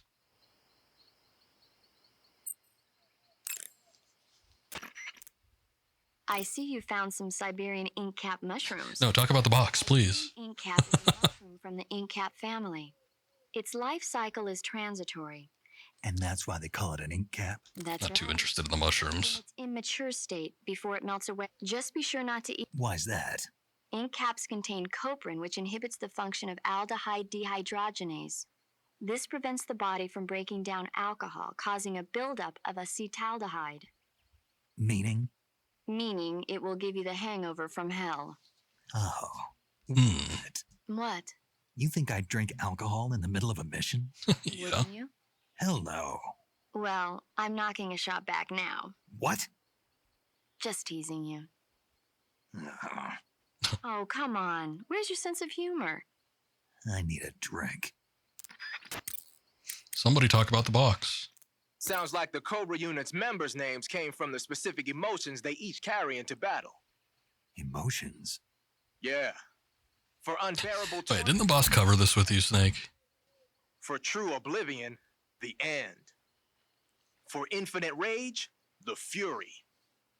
For absolute terror, the fear. And for unsurpassed bliss, the joy. The joy?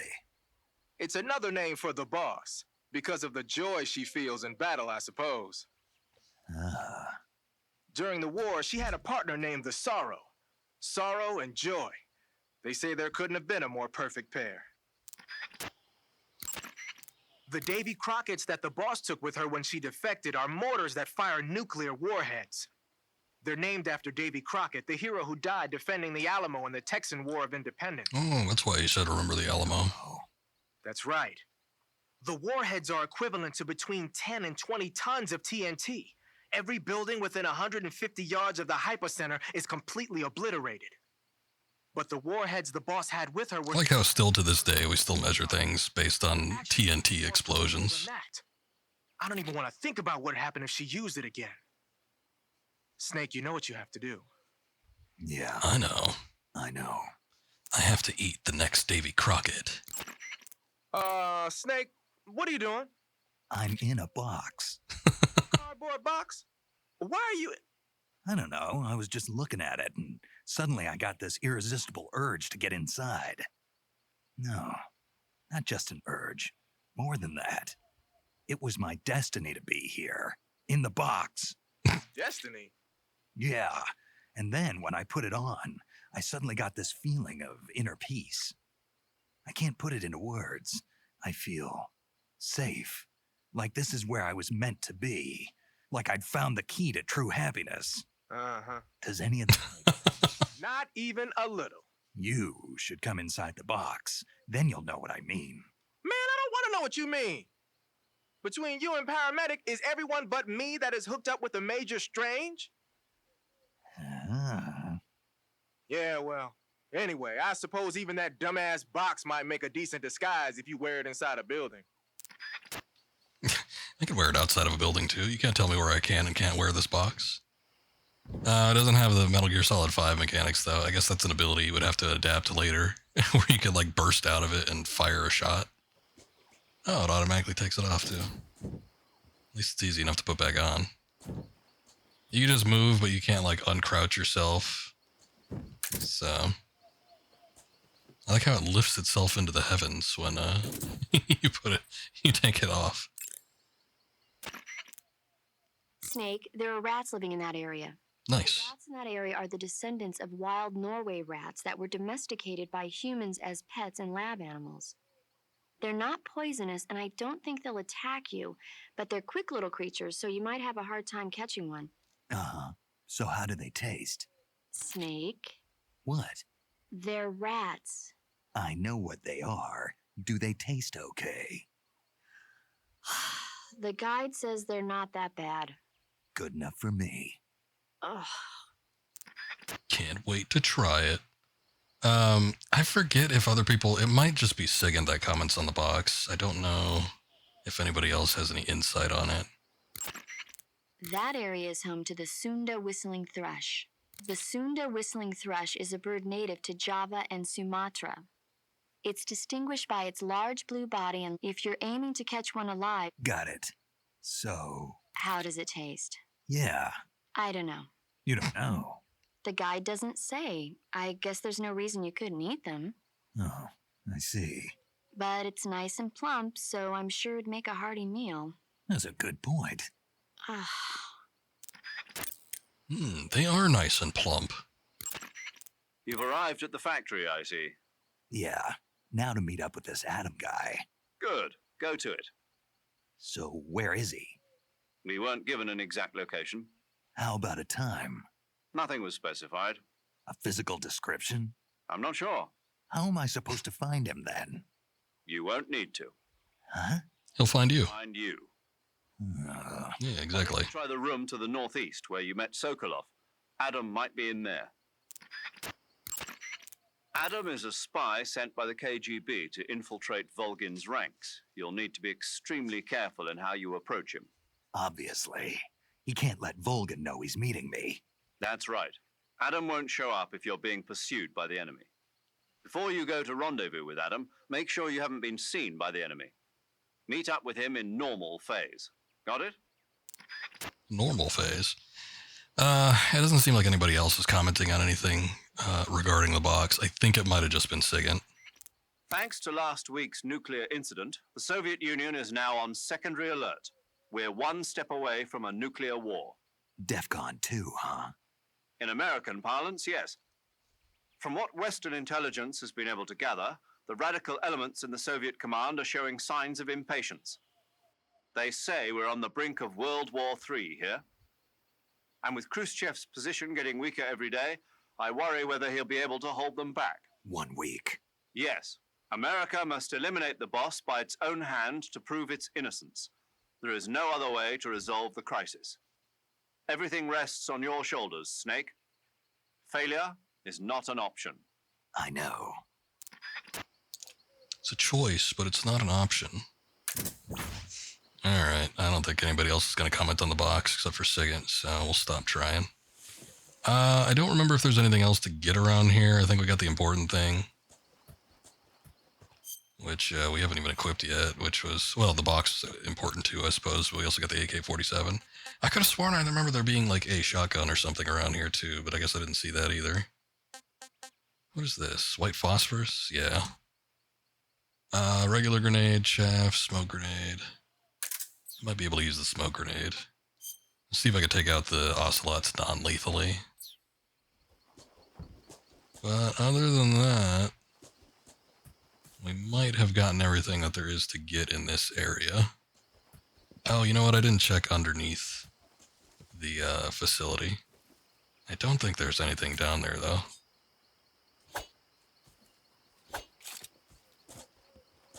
Well, you can check.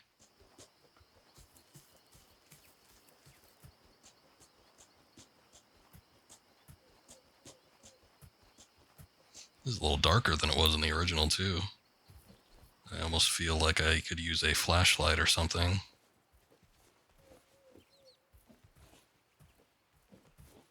There's a snake and a couple of rats and stuff, but outside of potential food sources, I don't know that there's anything else.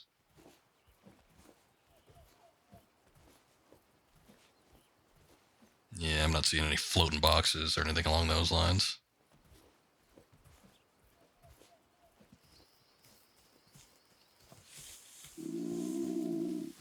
No, snake. You're letting your hunger get the better of you. Actually, hold on a sec. Ah, nice.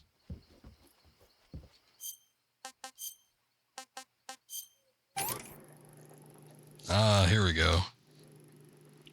It's only for a handful, but there's a handful of things you can collect in terms of animals, and it'll show a little video of him eating it. I guess it's the reticulated python. I wasn't sure if it was specifically that or if it was just like any snake in general, but you got the snake. There's a fish. It's like a really big one. There had to have been another one too. There's not many. There's only like 3 or 4, I think. But yeah, I don't remember. Look, we got a trophy. Snake eater, get it? Because he ate the snake. There's all these lockers. Won't get a whole lot of opportunity to actually use any of these. Oh, there's the thermal goggles. Nice. When you collect a new item, if you press up, it brings you directly to the menu. That's what it is. So that's good.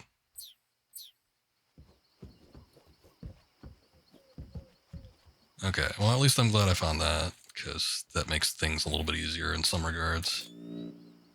Ugh. It's a little harsh looking, but, you know, gets the job done.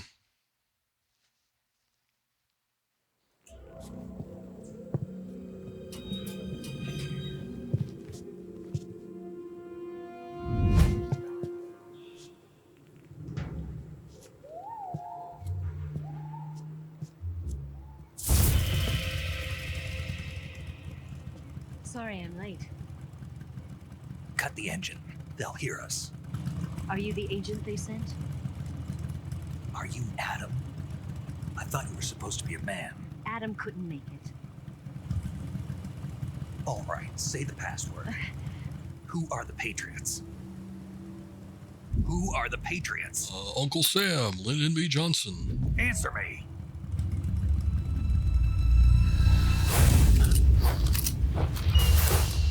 Trapped. Get down!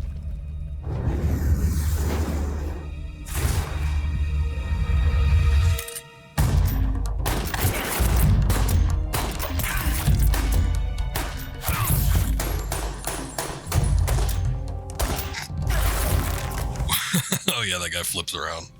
Really harsh.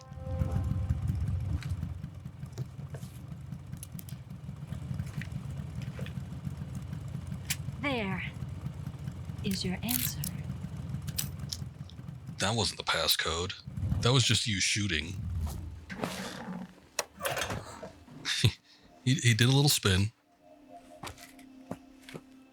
I'll try spin it. That's a good trick. Oh my god. She's beautiful. I better be able to look directly at her chest.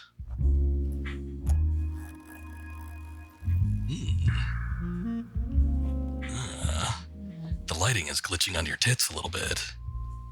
Oh, yeah.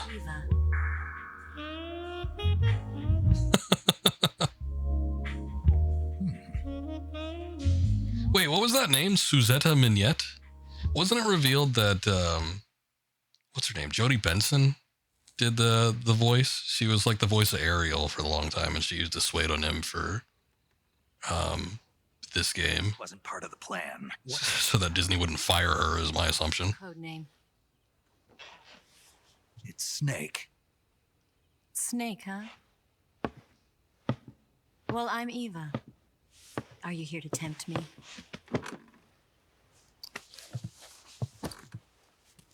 What happened to Adam? Colonel Volgan is a very suspicious man. He decided Adam was... Man, I'm going to need to see if there's something I can do about that lighting, because, oh boy. Yes. Why? Because I can do things he can't. I have boobies. I heard you used to be a code breaker for the NSA. I was. 4 years ago, I defected to the Soviet Union with Adam. Mauser military. The broom handle. It packs quite a punch. Nice to have when you're on a bike. You held it sideways and used the muzzle jump to create a horizontal sweep. That was impressive.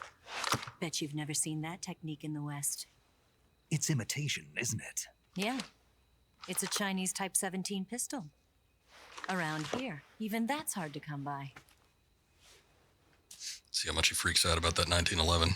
The one I've got for you is American-made. He gets really enthused in the original. I want to see his eyes light up. 45, huh?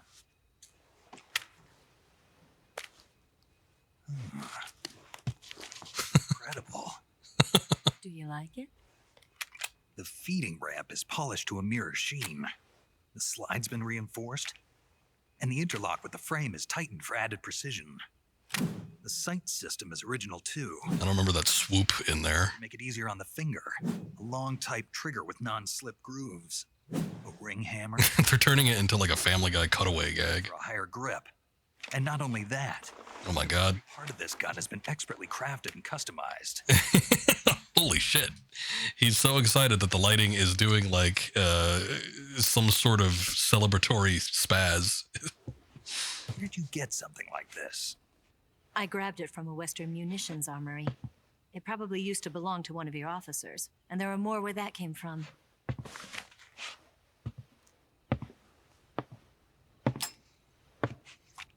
You had this with you, didn't you?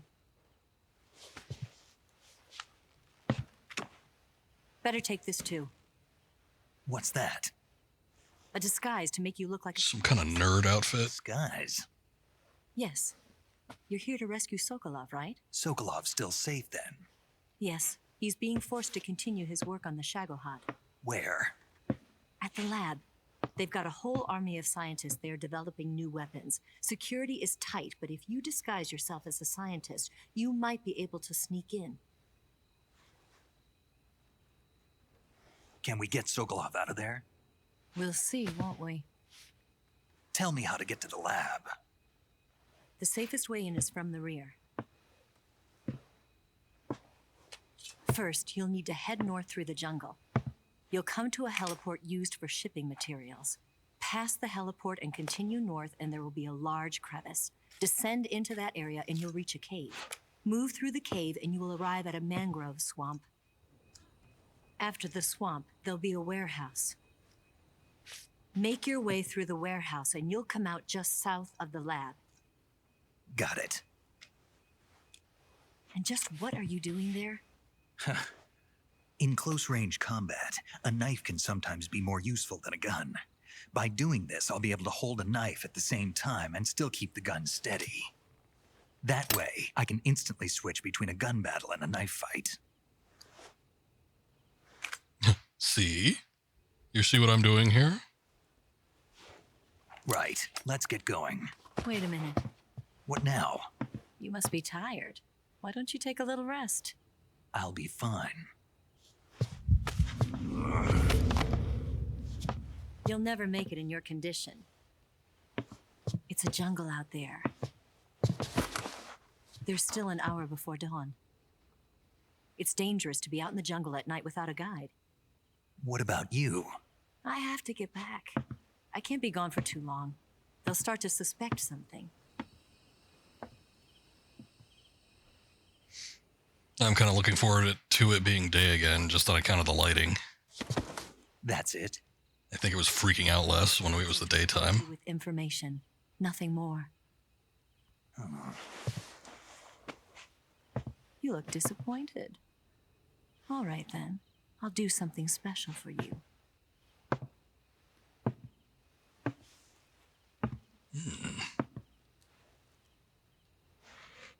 I'll stand watch until dawn. Now be a good boy and lie down. I was about to say, I thought there was a first-person view mode in that spot, but I think it's later in the morning. I don't know you well enough to trust you. How well do you have to know me to trust me? I don't know if I can trust anybody.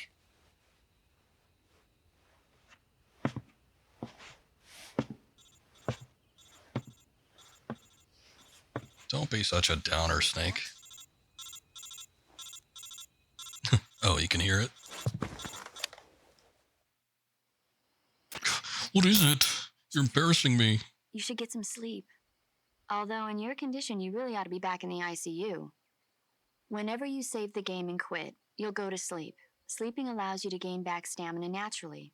Depending on how long you sleep, you may also recover naturally from sickness and injury. When you're tired or hurt, the best thing to do is just get some sleep. So do yourself a favor and take a nap. Doctor's orders, okay? Yeah, okay. Data save. All right. Guess I'll save over that one.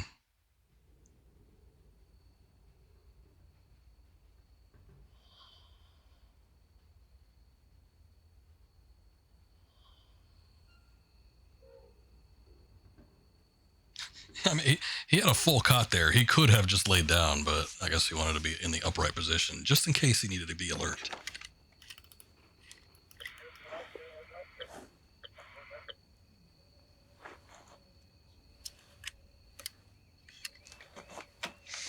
I don't like the look of that. That's some kind of radio or something.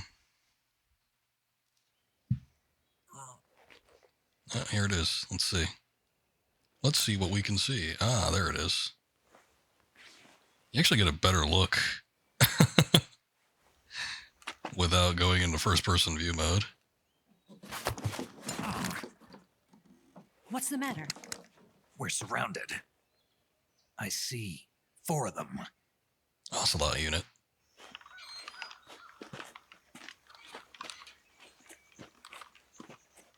We've got company. It's the Ocelot. Let's get out of here. Hurry. Don't forget your gear. Here. All right. Give me a hand.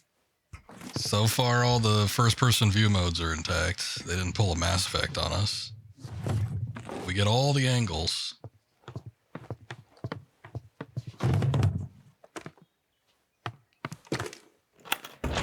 We can use this to get to the basement.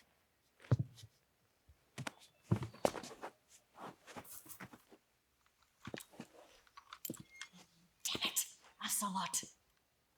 I'll get past them on my bike. I'll call you later. Okay, I'll keep them busy.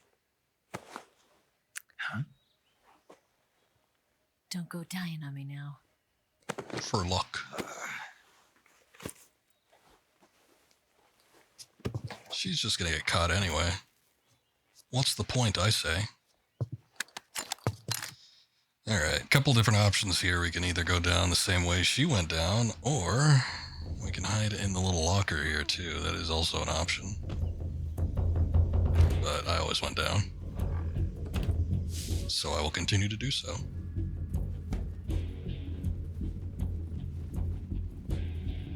Move!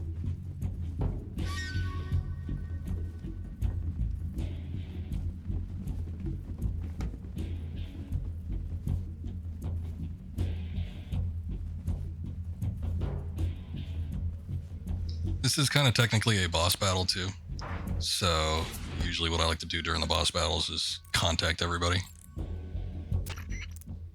Not only do they have insight, but they also have unique dialogue. Yeah, so I gathered.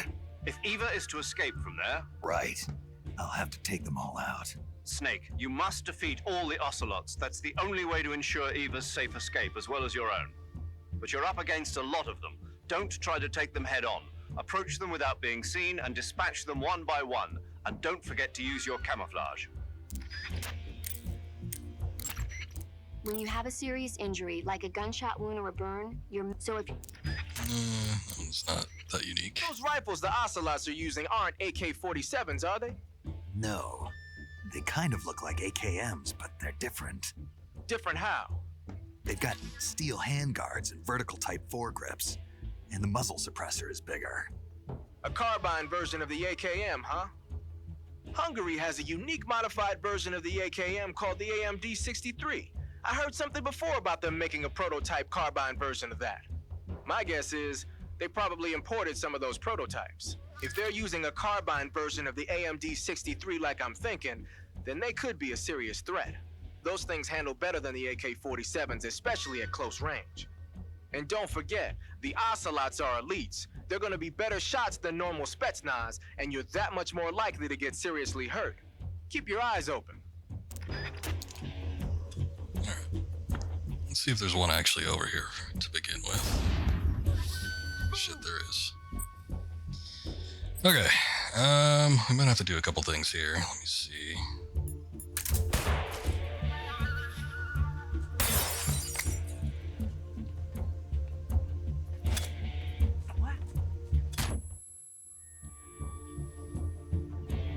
Guess that didn't get him.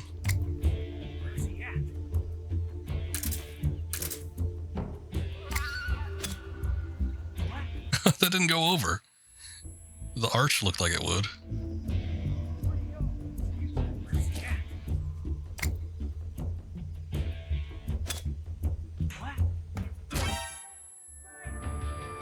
There we go.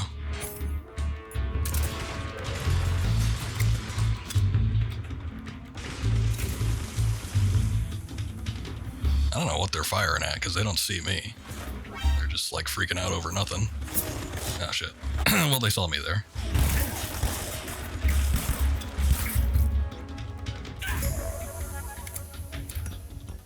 That's not right. Oh, okay.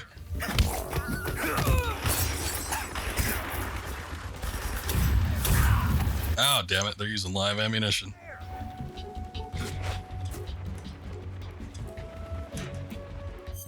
Alright. I ain't going for nothing perfect here, so don't blame me. Oh, it's just a bandage. Oh shit, damn it. I preemptively pressed circle just so I could back out of this thing. Bullet launch. Take the bullet out. It's a little disinfectant. Styptic. And a bandage. There you go. All better.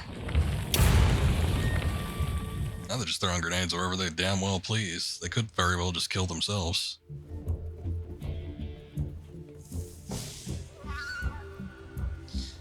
Oh, but yeah, I was mentioning with the I think her name is Jodie Benson, but she does the voice of Ariel from Disney's Little Mermaid, the one from 1989, and she did the voice of Eva, but she used a pseudonym, and she was always credited as somebody else, and I never picked up on it either. I'm usually pretty good with picking up voices, but I mean, it completely sounds like her, but I never thought it was her because it was always credited to someone else. Granted, I mean, throughout a lot of the Metal Gear games, there's always been instances where they've, used pseudonyms. I think in particular in the first game, there was a lot where a lot of the cast ended up doing, all these fake names. And I don't remember if there was a specific reason for that or not. We talked about it before, but there's a lot of Japanese games where they'll do that because they don't want staff getting poached. So, or not even poached, but like staff going from one company to another, so they won't credit them, so that they don't have any credits to their names. They're not viable to be hired by a different company. Hey, thank you, Christian. I appreciate it. the game is just as fun. I do dig it. Not much has changed, so there is that aspect of it too. I see him. Ah, shit.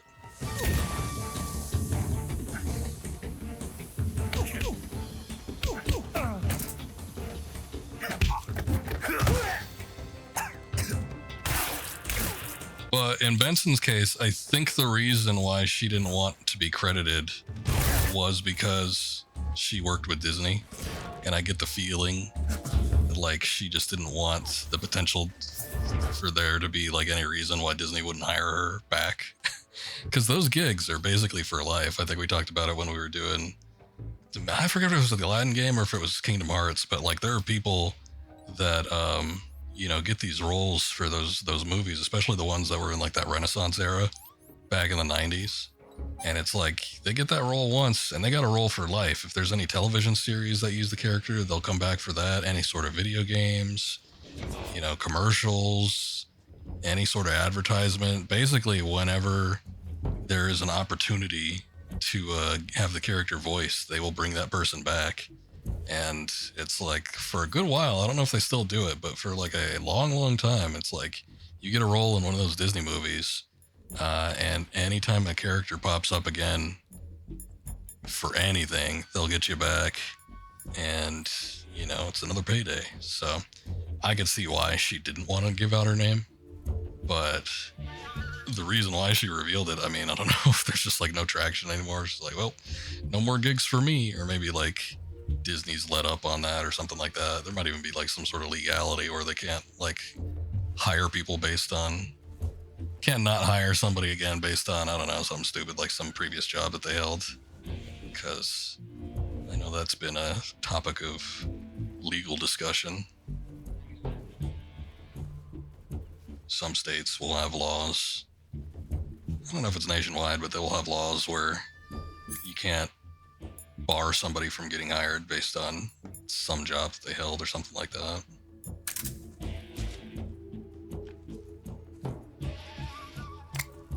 What?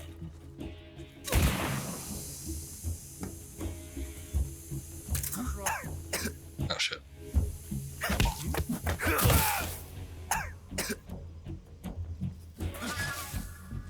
Smoke grenade does not last very long. I also don't remember, I do kind of remember like coughing when the smoke grenade went off, but I don't remember coughing as frequently. Alright, we only got 3 more. That's not that much. Once you knock them out, they're not going to be knocked out, or they're not going to be able to get back up. So, knock them out once, you're good.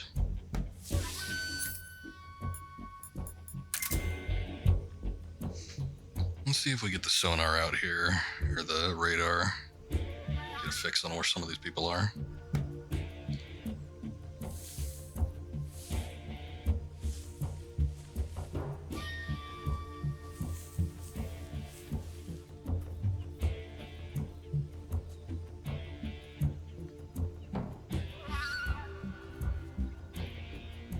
Who's that guy?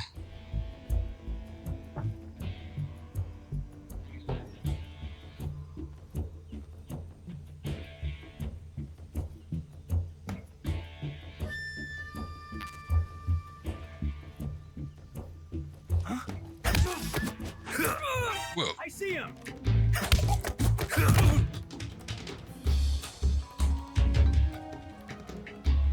That just leaves the one.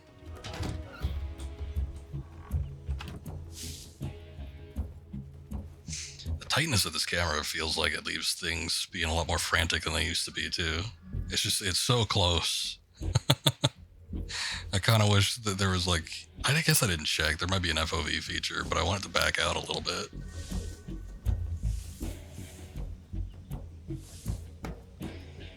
Let's see, where is this asshole?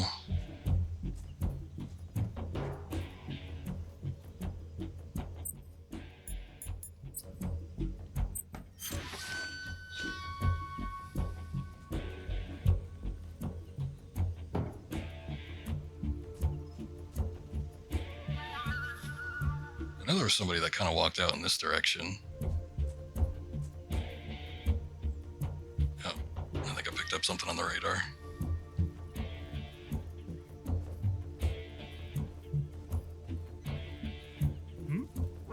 Oh, shit. Hey, you can't do that.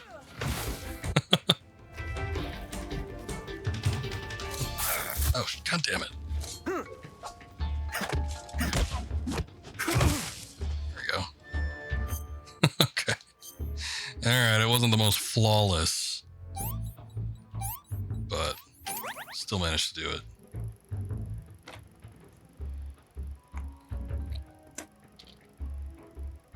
This is a deep looking cut.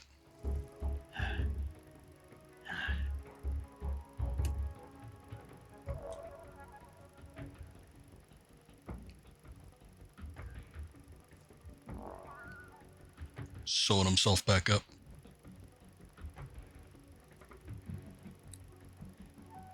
Wow.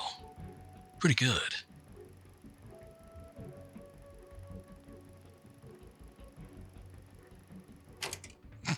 Look at the camera, acknowledge.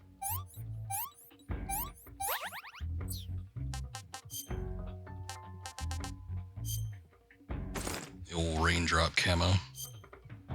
Ooh, we get the nerd outfit. It even comes with its own glasses. The face paint you were wearing is removed. Damn. Alright, we gotta look good if we're gonna meet up with Ocelot.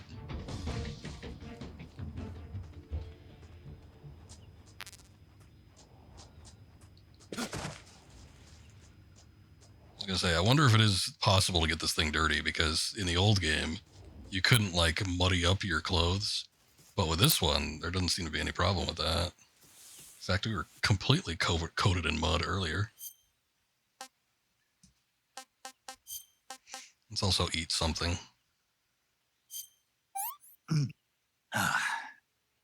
Disgusting. I don't have too many options right now. Not too bad.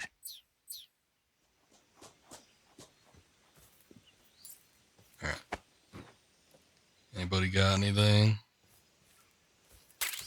I'm low on all sorts of items. Damn it. I thought it was like near the center where it triggered the cutscene, but...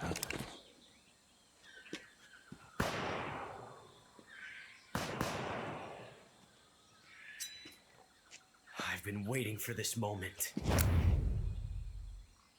This bitch is wearing perfume.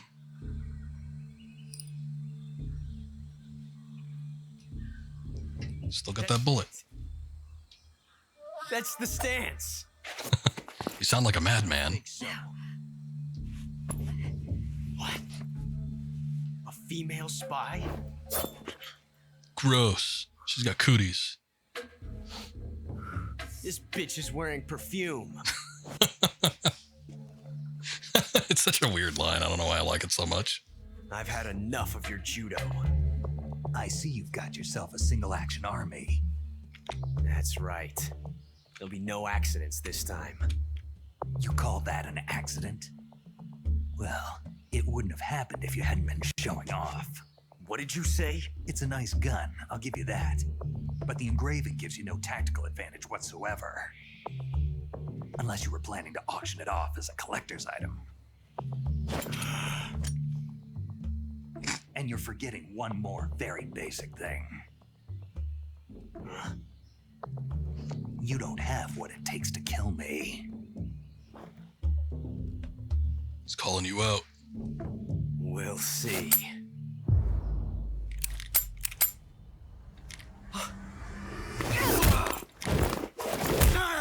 6 shots. More than enough to kill anything that moves. You just have to remember you actually have 6.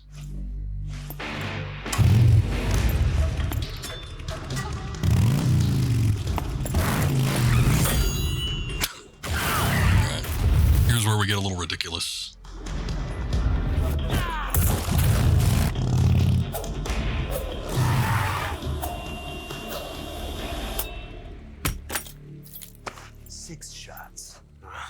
That thing only carries 6 shots. The Makarov carries 8. You have to get a feel for how many you have left. You doesn't get a feel for it. He just gets 2 more guns. Shooting people. Damn!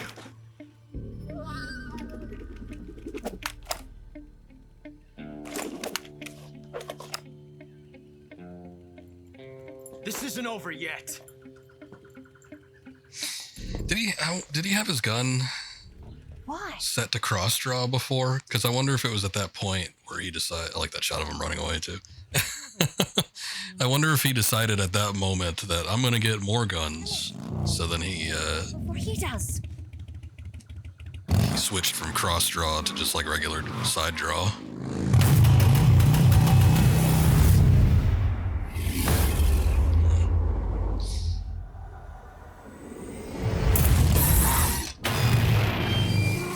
I think the physics were a little forgiving there, but you know, that's fine. Is the Ocelot unit still out here? I wanted to see if I could steal more items from them, but I think they all left. Oh well. I don't think there's anything else here for us.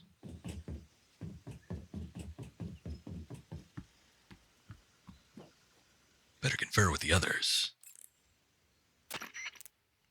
It looks like you've got rid of all the ocelots. Yeah. I think they got rid of themselves. The rescue of Sokolov. According to Eva, you should start by going to the crevice to the north and... Can we trust her? What's that? Eva is with the KGB, isn't she? Can I really believe what she says? How do I know she won't double-cross me? There are no guarantees in espionage, Snake, only calculated guesses.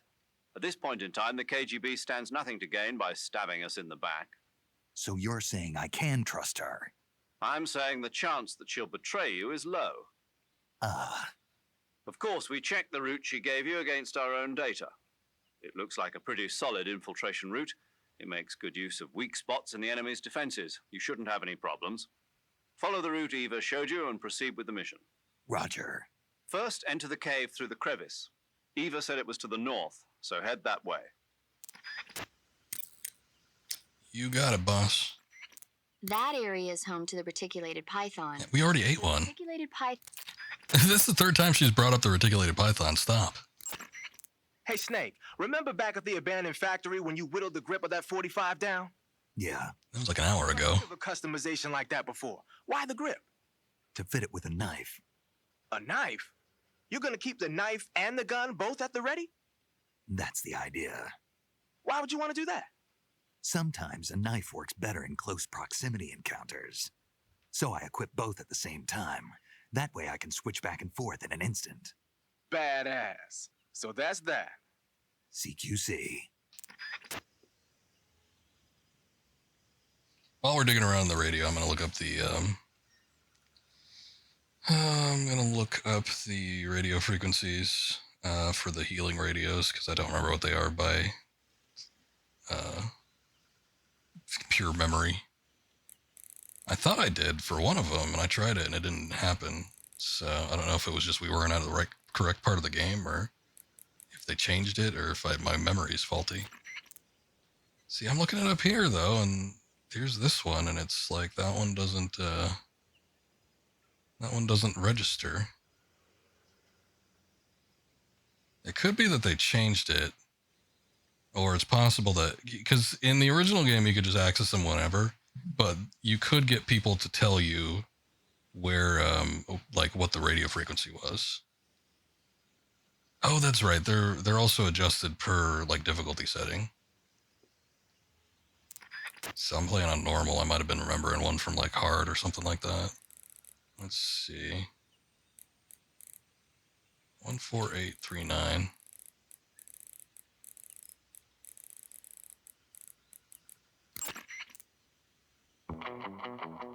There we go. I don't remember specifically which ones do what, though. Some of them, like, heal you, your health. Some of them heal stamina. Some of them do something else. I don't remember what. Ah, look, it records it, too. That's nice.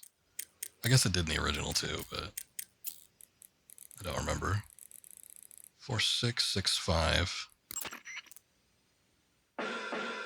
Rock me, baby. Mixing sounds a little bit weird.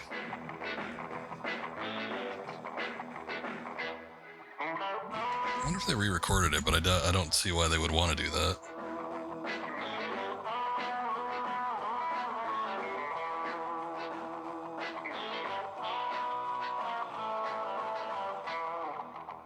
That one, I don't know what that one's doing.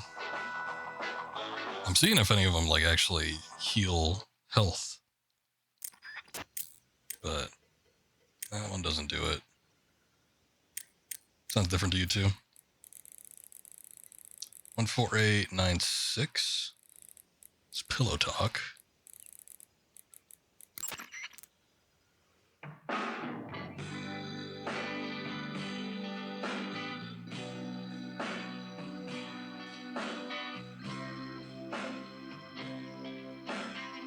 I don't know.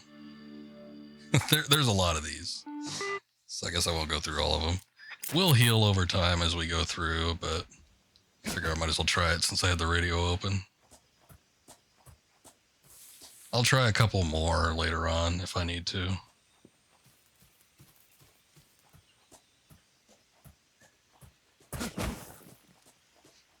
Okay. The adventure begins.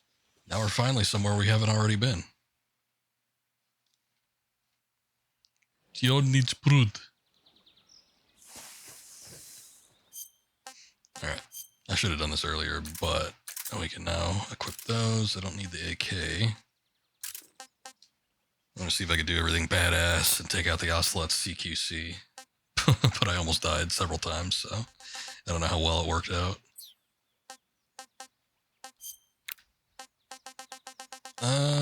Anything else? Can maybe use the bug juice when we're swimming through here because we are going to have a problem. But there is a video that shows them taking off the leeches. I sort of want to see it. There's also I remember a little snake. I don't remember if it was the coral snake or the king snake, though. There it is. Red on black, friend of Jack. Red on yellow, kill a fellow.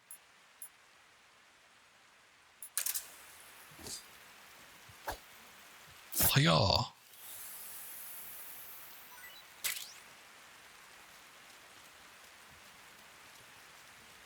Oh, look, there it is. That's red on yellow. That's a kill a fella. Alright, I actually want to save this one. Because I could use that to throw at an enemy. Now, there's also the poison dart frogs, too. I think you can toss those out on enemies as well. Yes, you can.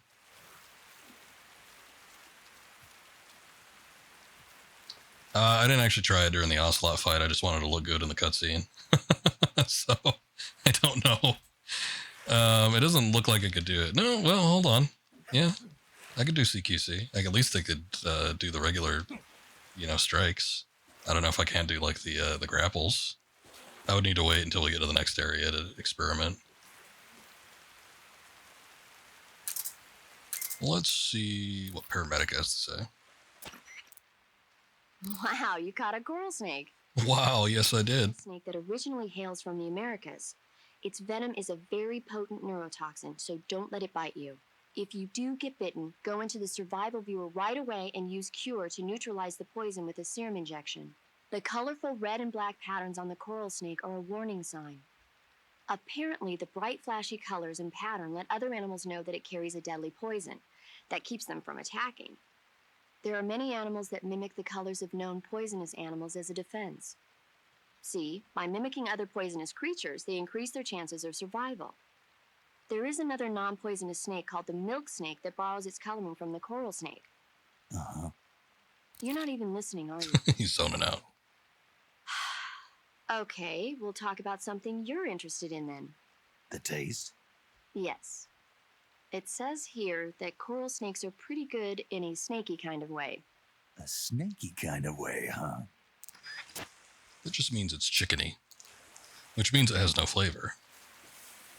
That's right, you're on the yellow kill a fella. Well, you can at least do the strikes, which, seem fine enough, but it is possible that, the grapples are affected. There it is, the old X button. Little kissy sound. Kissy sound, give me the leeches. What was it that was down here? It was something weird.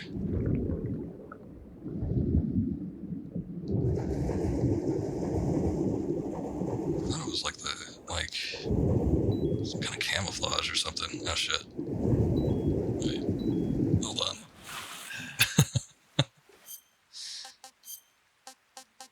Let us eat. Pretty tasty. I think there's one in the next area, but I could have sworn that there was an item down in here too. I feel like with the advantages of new graphics, we should be able to see things at a distance, but I suppose these things are probably supposed to be fairly murky.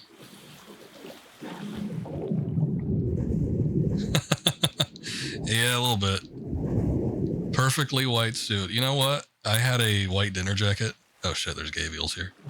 I had a white dinner jacket once, and I used to wear it like to some special occasions. And I remember sitting one time at an event, and a woman was carrying her kid behind me, and she like just passed by real close, and I felt like a thump on my back, and then I could feel her like trying to brush at my back, and I'm like, what the hell's going on? So I look back there, and she's like, I'm sorry. And I look back, I couldn't see it, and I took my jacket off, and there's this big old black footprint right in the dead center of that jacket. I never got it out. I had it dry cleaned a couple times, and I could still see a little bit of the baby's dirty ass footprint still on the back of that. I should have. Did I CQC her? I damn well should have. I was a little bit pissed about that. I'm like, God damn it.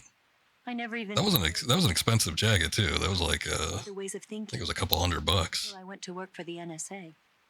And one day, I'd found I'd lost faith in the things I'd been face to the ground. What did you see? What was it? I don't remember if I still have it. I might have given it away or donated it or something. I could see my closet from here.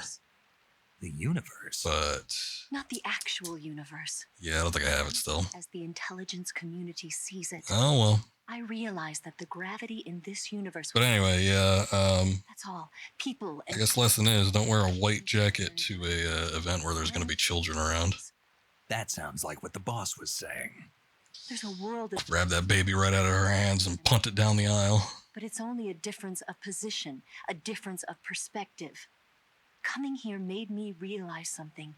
Half of what I'd been told was a complete and utter lie. The other half was a conveniently constructed lie. Where's the truth then? What are you talking about? In the lies. I wasn't listening. Are you lying too? Who knows? I've been trained to make even the most severe falsehood sound like the honest truth. Weren't you? No. I believe because I have to, even if it is a lie. That's part of my mission. I'll have to remember that. If you need me, give me a call on the radio. My frequency is 142.52. I don't, considering that she's like behind enemy lines, you'd think she'd have like a bunch of enemy intel and stuff, but I don't remember her being all that handy. I don't remember her radio calls being all that interesting or all that informative. I think she probably has some insight on some of the bosses, though. We'll see, I guess. I don't want to even like go over that way. I wanted to go. There it is. There's like an area that's got like little logs and shit. There's too many Gavials there. I think that's like a punishment zone if you end up falling from one of those trees. It's like you end up like in the middle of all that.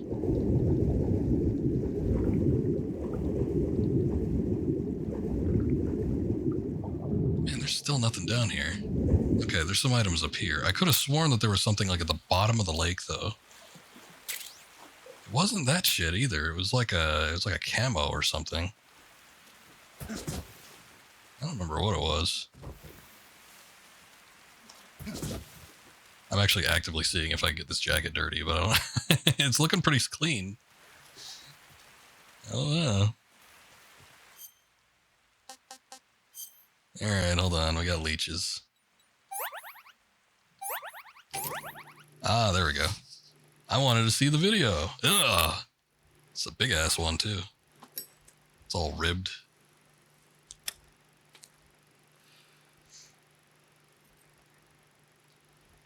I remember I had gotten a shipment of turtles before, and I was noticing, like, it was really hard to see, but I was noticing when I had checked on one, like, weeks after the fact, that there was, like, some, like, little tendril thing hanging off of it, and I'm like, what the hell is that thing? And I take a look at it, and I try to poke at it, and then it, like, moved, and I'm like, holy shit. Like, what is that? And then I finally figured it out that it was leeches. They had shipped the turtles with, like, these leeches attached. I'm sure not on purpose, but it was really gross. I forget what I did to remove them. I didn't burn them off. Might have accidentally hit the turtle that way. I think I could. They were small enough, though. They weren't like these massive things, but I think they were small enough where I just used like a tweezer or something like that. It was really gross, though. And I ended up, I don't know, I think I put them in alcohol or something like that. I forget. What am I trying to do also? There we go. Hey, this works. But I've never really lived in like a swampy area, so I've never had to like deal with them myself. It's kind of gross though. Like, I'm not one of those kinds of people where I'm like, ew, a bug. Like, if I see a bug, I'll just like smash it or whatever. But leeches like are actually really gross looking. Like they just look foul. I'm gonna die.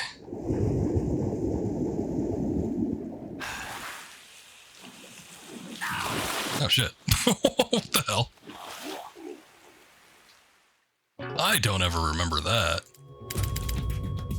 That's a one-hit kill? Oh, first death.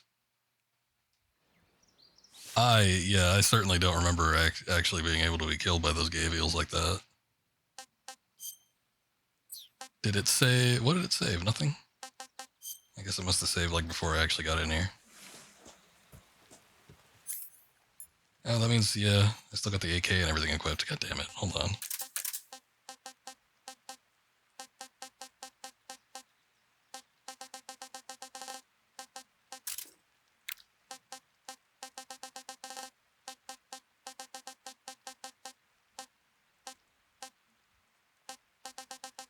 Isn't there something I put on here?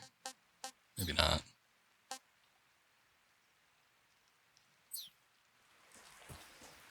Okay, let's do this again. Kill you.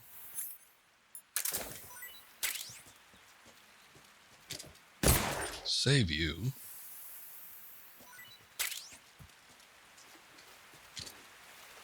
This is the regular ass frog. I don't need that. Where's the poisonous one?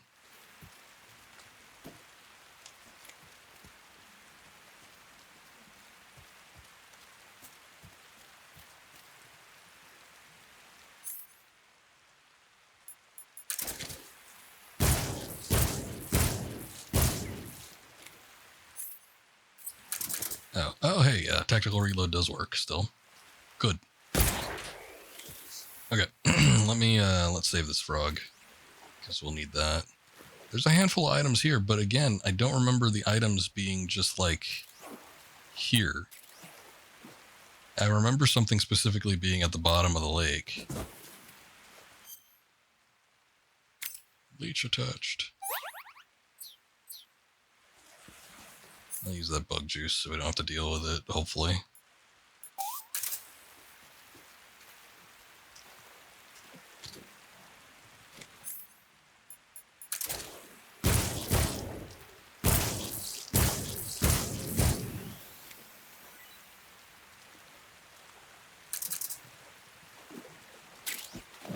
Dive, dive, dive.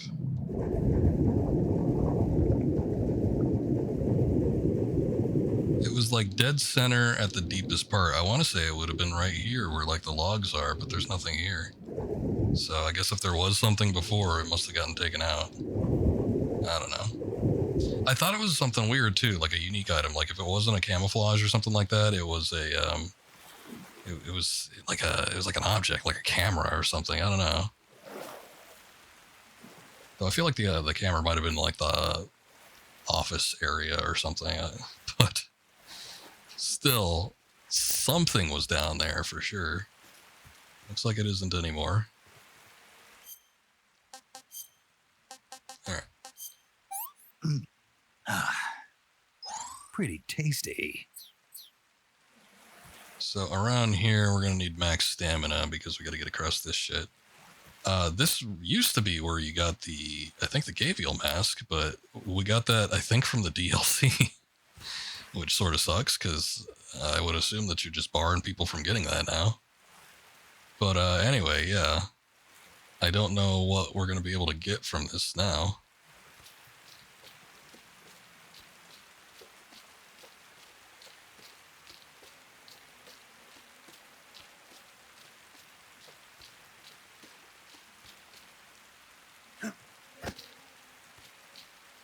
Wrong way.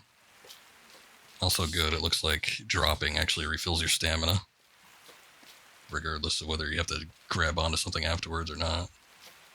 Look, there's more objects down there, but I don't think those would be anything I'd need either.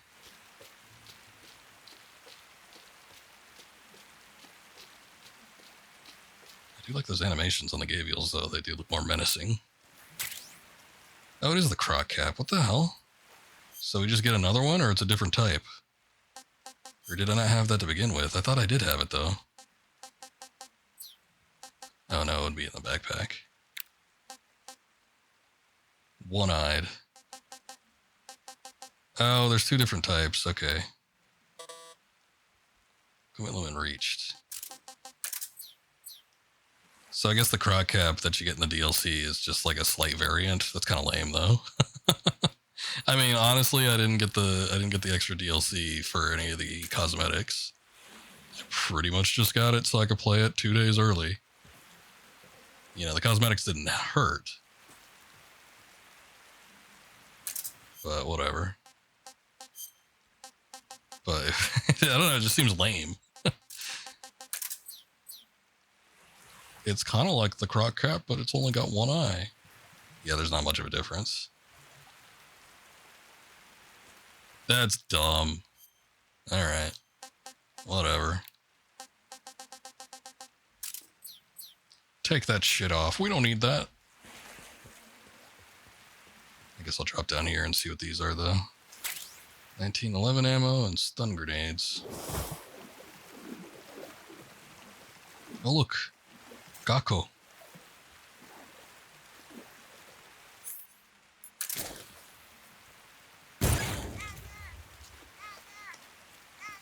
There's supposed to be one of these things in every area.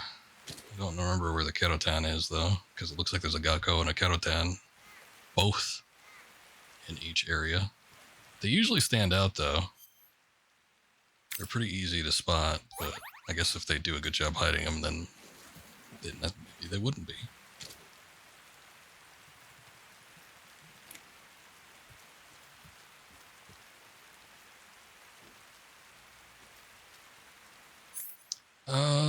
I think you can activate these things by... Yeah. That's pretty bad. You can activate them by shooting them too, but I wanted to see if the knife worked.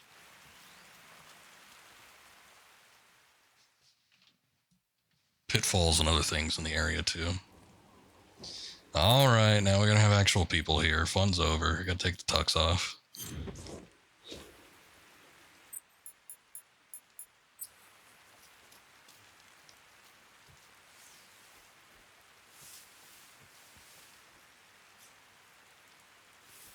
So these things are live. You can turn off their generators. But it is possible just to duck under them. You don't have to do that. I don't think there's any benefit to like leaving them on, though.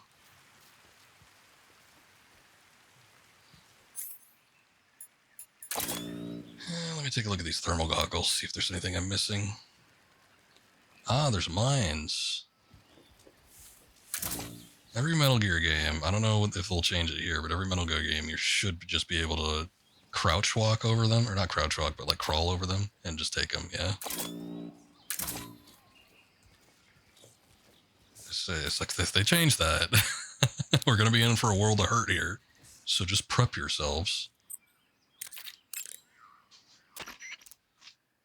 Wow, you caught a coral snake. I already heard this one. I see you've caught a coral snake. I mean, a milk snake. We just talked about the coral snake. Closely resembles. I see you caught another one. It's actually not venomous. Even so, you'll still take damage if it bites you, so don't get too close. So is there a way to tell the difference between a milk snake and a coral snake? It's pretty difficult. They really do look almost exactly alike. I guess if I had to pick something, I'd say it's that the milk snake is much less aggressive. Okay. I just thought of a better way. You're going to love this. What? Eat it. Eat it? Yeah. The guide says milk snakes don't taste very good. Is that right? It doesn't provide much help to me, though, if I'm just going off a visual standpoint. It doesn't, does it? Shoot. I thought I had a good idea. But yeah, that thing we were talking about earlier, red on yellow, kill a fellow. I mean, that is actual, like, fact. It's a little rhyme, but it is factual. And it does help you remember. If it's a milk snake, red on black, friend of Jack, it's not poisonous. So if the banding has red next to black, you're good. But if the banding has red next to yellow, kill a fellow. And it is poisonous. So you gotta watch out for those guys. Snake. It looks like there are claymore mines planted all over. Claymore mines. Claymores are a new type of anti-personnel mine produced in America. The ones you see there must have either been stolen or recovered from a battlefield in Southeast Asia. And what's more, our Russian friends seem to have modified these claymores with a special type of sensor. If you get anywhere near them, bang, you're toast. Watch your step. Claymores can be picked up by crawling over them. If you come across a minefield, try crawling through it. That area is reportedly planted with claymore mines. Yeah, I just like thinking about that. Claymores pack quite a punch. Don't risk heavy injury. Normally they're even lethal.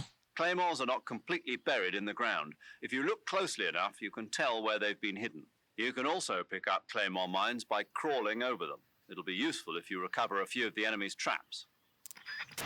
Could use them against them. Snake, be careful.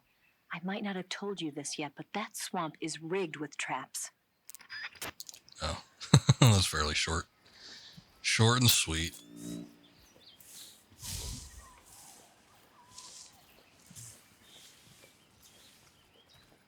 All right, we got another electrical fence over here. Although, where's the generator for this one? Oh, there it is. I was going to say, they all are usually on the left-hand side, but this one was just obscured by the tree.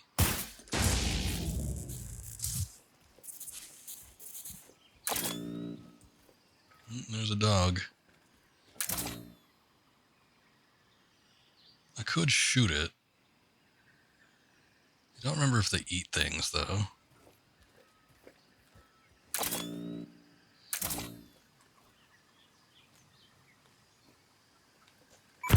Oh, shit. I thought I got all the mines. HQ. Evidently not. This is HQ. That was scary. Holy shit. Alright, hold on. I'm surprised that was it. Signs of an intruder. Commence alert formation. Acknowledged. Sending reinforcements. Use extra caution.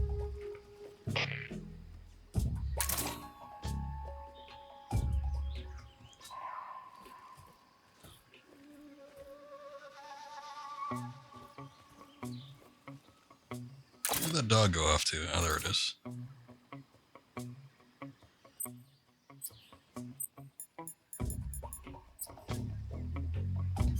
Let's have a look here. I want to see maybe if I can equip, I guess it'd be in the weapons, poison dart frog. I just want to try it because I haven't tried this in a long time, but I want to see if I can poison other enemies.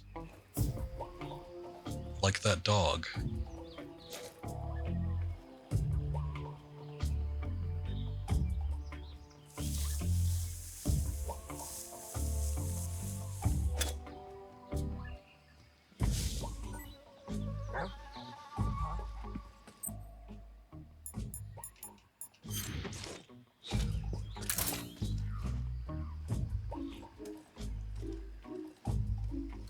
They saw it, but I don't think anything happened.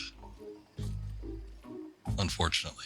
I think when it comes to like most of the hazardous wildlife, you have to actually throw it onto the person, which I don't think it's going to work through the fence here. I would have to have a clear shot. I don't know. I was thinking maybe the dog might eat it or something. I guess it might eat it if it was like a food-based item or something like that, but I don't know. It's been a long time since I've experimented with this game. Since it's a fresh take, I figure I might as well try a couple different things.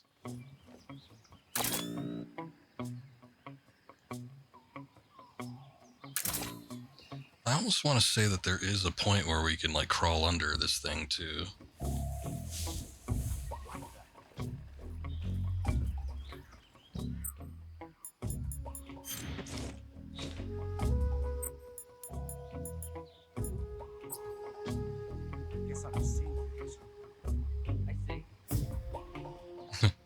Guess I'm just seeing things. I see. Do you though?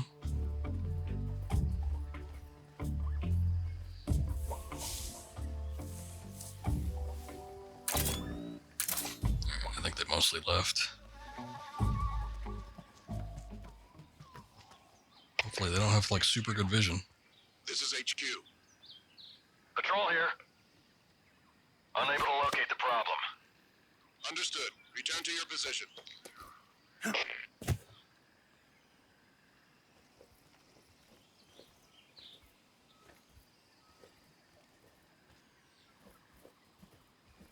Dog's gonna be able to sniff me out. I want to go this way because there used to be like a camouflage you can get from this point over here. And I don't think there was anything like super special on the other side.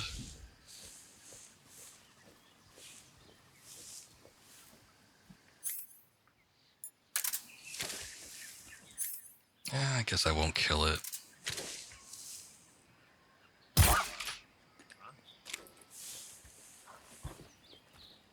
Dog sure did yelp.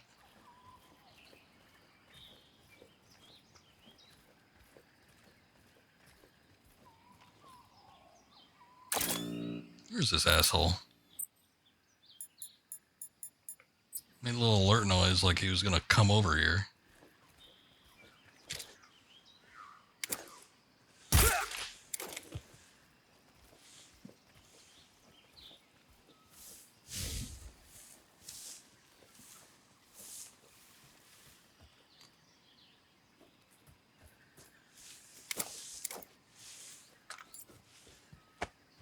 Up you go.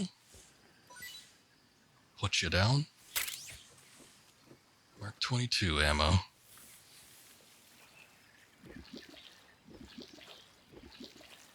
I got more sludgy shit.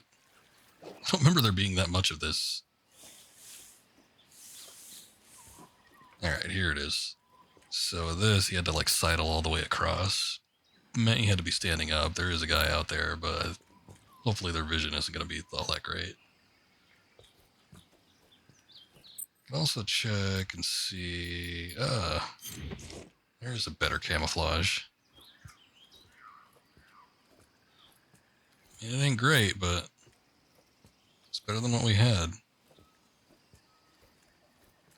I almost kind of want to see if I can crouch into it like a crouch sidle, but oh shit. What the hell was that?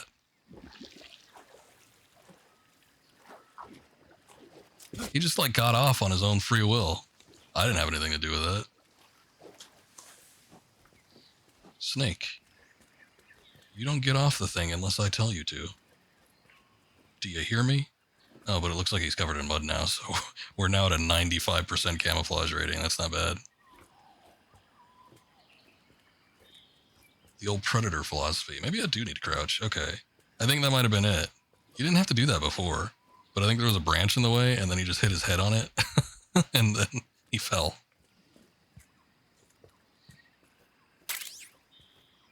Ah, the splitter. The splitter is a good one, so I'm glad I went out of my way to do that.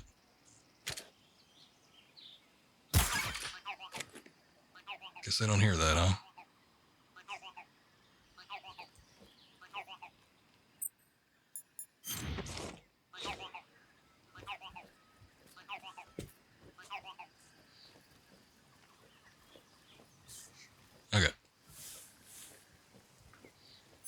part was always kind of tricky. I think the best thing to do is to, like, get the guy on the other side and then CQC this guy.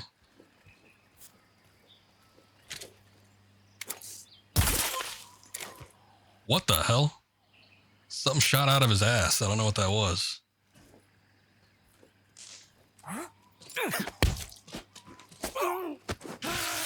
Oh, shit. They got both of us. Are you dead, sir?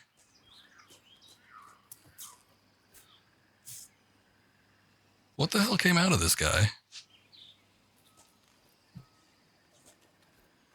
Like, somebody had to have seen that, right? That was weird. Was it his radio, maybe? Like, he just knocked himself unconscious and then the radio, like, went off? It just shot out the backpack or something? I don't know what that was. That was weird.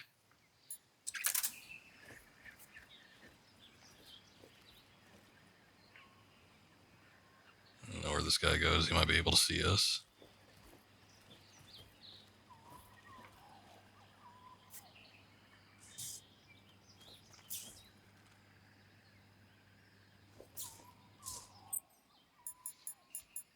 It's gonna be the best of it. You don't know either. Yeah, I'm not sure. It was certainly strange, though.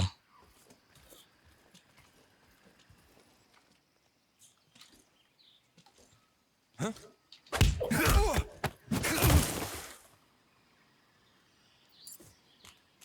Let's see what you got.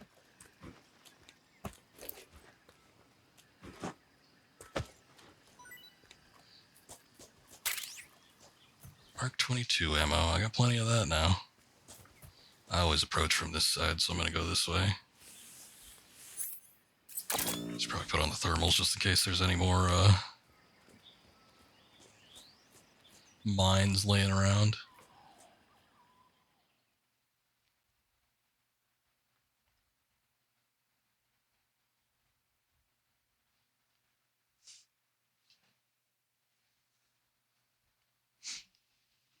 Let me go check something real quick, too. Let this load up. It seems to be taking a sec.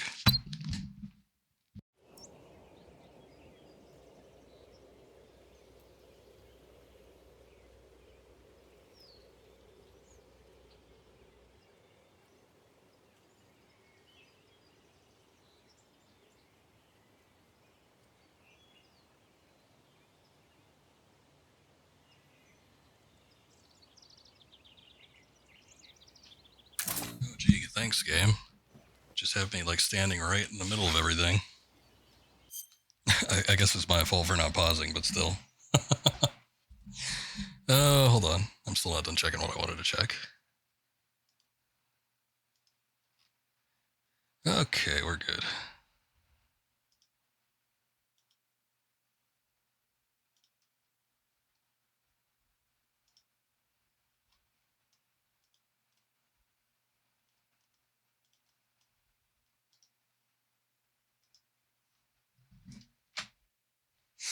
Okay. There it is, the hind. Oh wait, we haven't named it yet. I want to call it a hind because it looks like an ass.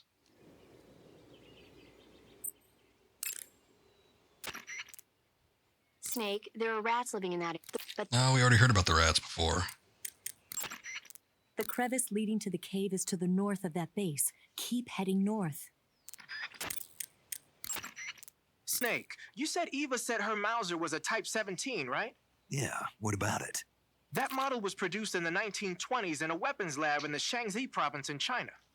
The cartridge part sticks out lower than the original to accommodate 45 caliber rounds. The barrel and chamber are a little bit thicker too. But most telling of all, it's got Chinese characters engraved on both sides of the frame like you saw. And that firing stance Eva was talking about where you hold the gun horizontally, that's a trademark of the Chinese.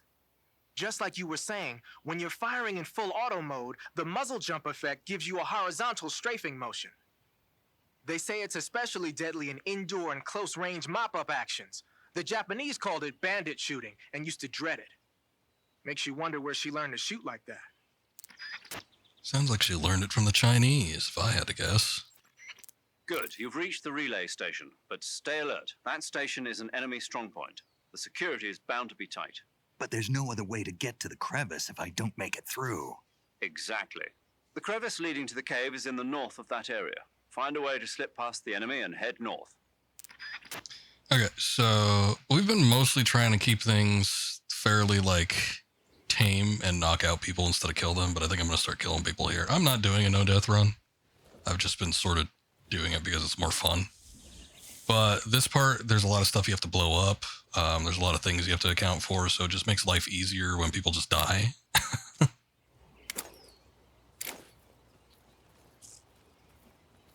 So hopefully they won't send any reinforcements or anything like that, but I think I'm going to make an attempt to just like try to kill all the people that are here, and then we have kind of free reign to do what we want.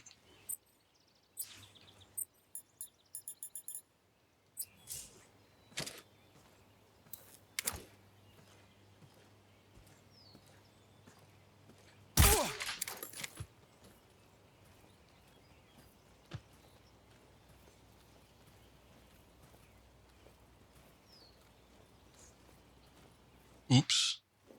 Don't want to let him see me. Shit. His walking animation went so far off to the right, I had no control over that. It just went so far that he ended up just like crashing into it. Alright, here's what I used to do too.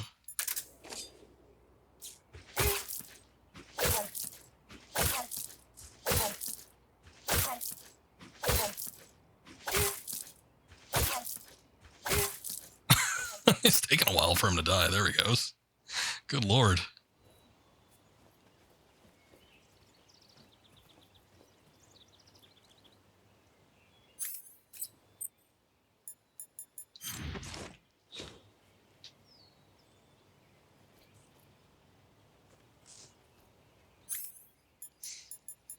All right, let's see.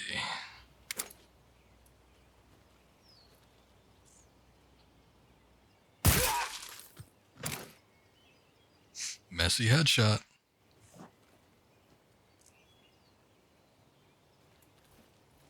This, of course, means that we'll have 5 extra people we got to deal with when it comes to the boss fight with the Sorrow. I don't remember if there's actually anybody in here.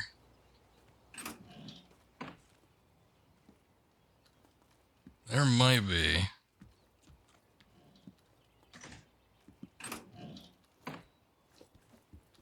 There should be a Caro. Yeah, there it is. The Carotan over there.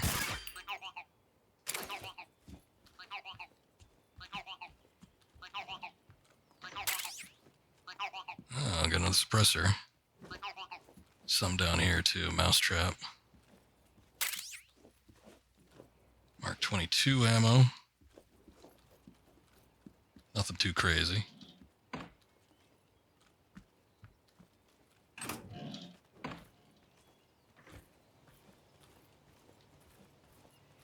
We know that there was a guy next to the helicopter.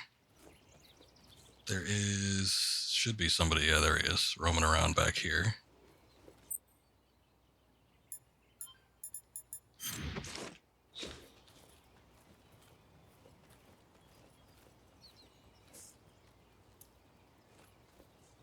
Boy, it doesn't look like there's any crawl through spots on this part.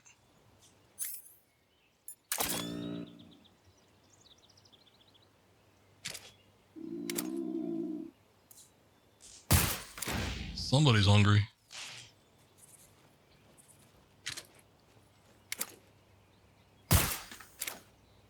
Oh shit, they heard that. God damn it. I didn't think they would. Maybe it makes some more noise when it's like exploding right next to somebody.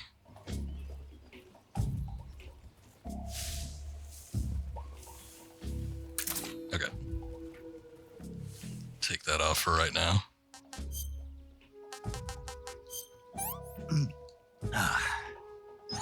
Hey, this works. I feel like his stamina's going down a lot quicker than it does in the original. I almost feel like I never had to eat anything. I'm not saying that was the case, because I definitely would have, but...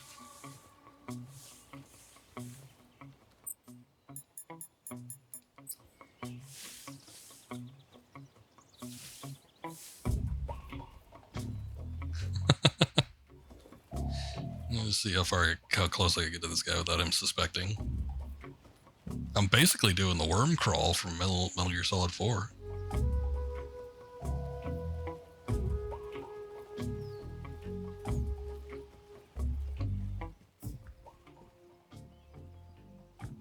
Alright, you're coming with me.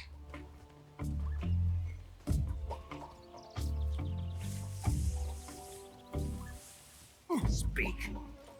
In this area. Yes? Speak. There's something good. Okay. Speak. Tell me more. If you want to learn more, take a look at the survival viewer map. Alright. Thanks, buddy. I'll make sure they don't find you for a while. Okay, I think there's a guy on the fixed gun emplacement back there. Man, I really hope they don't do like reinforcements. I forget which Metal Gear game it was, but there's one where like after a while they just start like pushing people out. They're like, all right, you get in there. Definitely if like somebody fails to report, oh hey, snow camo for my face. If somebody failed to report in Metal Gear Solid 2, they would send somebody in there to investigate, and that made things frustrating. But that's not what I'm thinking of. I feel like there was a game, it might have been like Peace Walker or something, where like just after a while they would just start sending in fresh people just for the hell of it. They're like, okay, let's get somebody else in there. You go check things out.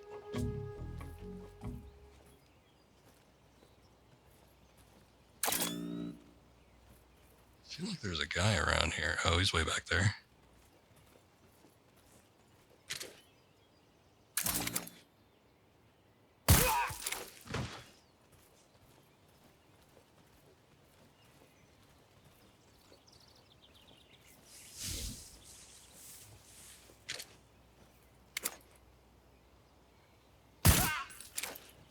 Okay.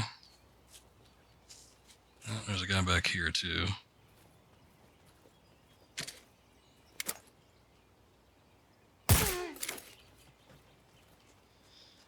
That might be everybody.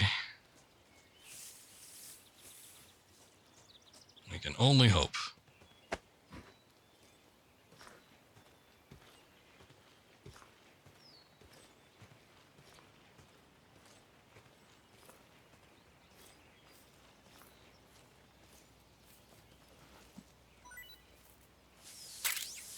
All right.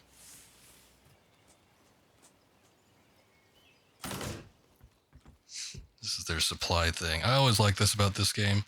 You can find supply caches, which obviously gets you what you need, but if you destroy it, it would also have an effect on the soldiers. No fire. So if you destroy like a weapons cache, they would be without like their primary weapons. They'd usually still have some kind of gun, but they'd have like hand guns instead of like actual rifles. You destroy a communications facility, they can't use their radios. You destroy some kind of stock thing that has like food in it, and they'd be hungry and eat pretty much anything. So you could throw out some like poisonous food and just like kill them that way. So it was great. You could do all sorts of shit. But again, it was one of those things that just made it unique, where you didn't really have options to do that in any other of the Metal Gear games. Just made it unique and also made things different. You can approach things differently.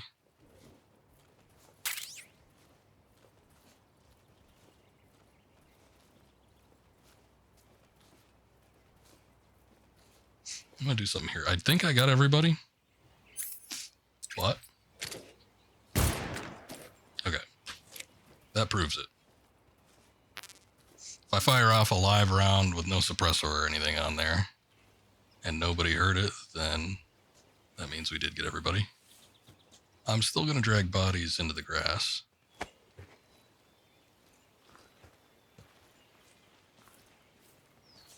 I like being thorough.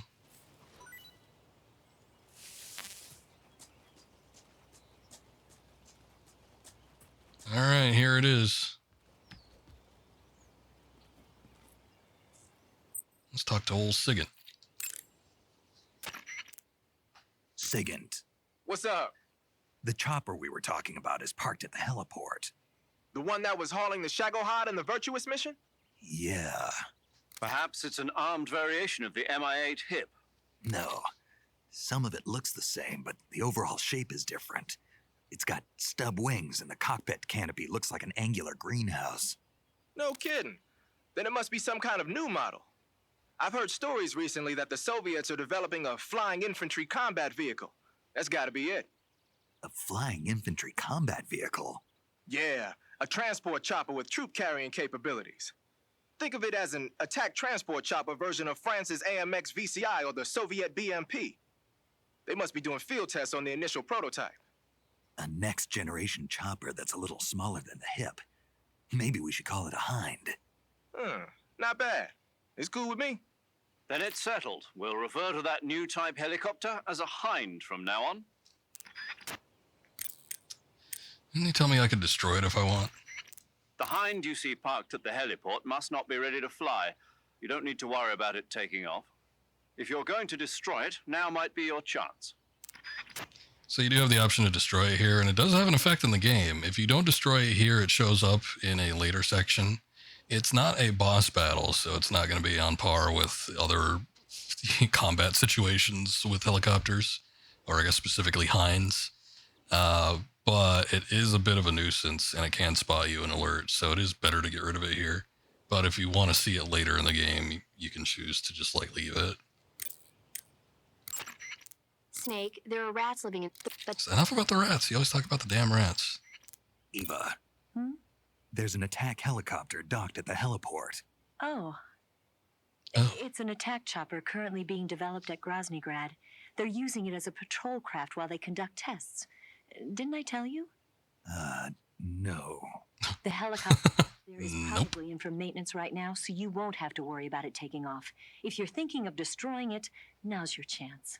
Sounds like a plan, but how? Huh? There's no way I'm going to punch through that armor with an assault rifle. Isn't there a weapon somewhere that can do some real damage? You'll just have to figure that out yourself. There's fixed gun emplacements right next to you. So we can use... I think they could turn these around. Let me see. Jackson, welcome in. Thank you for the raid. I appreciate that. How are you doing? Good to see you.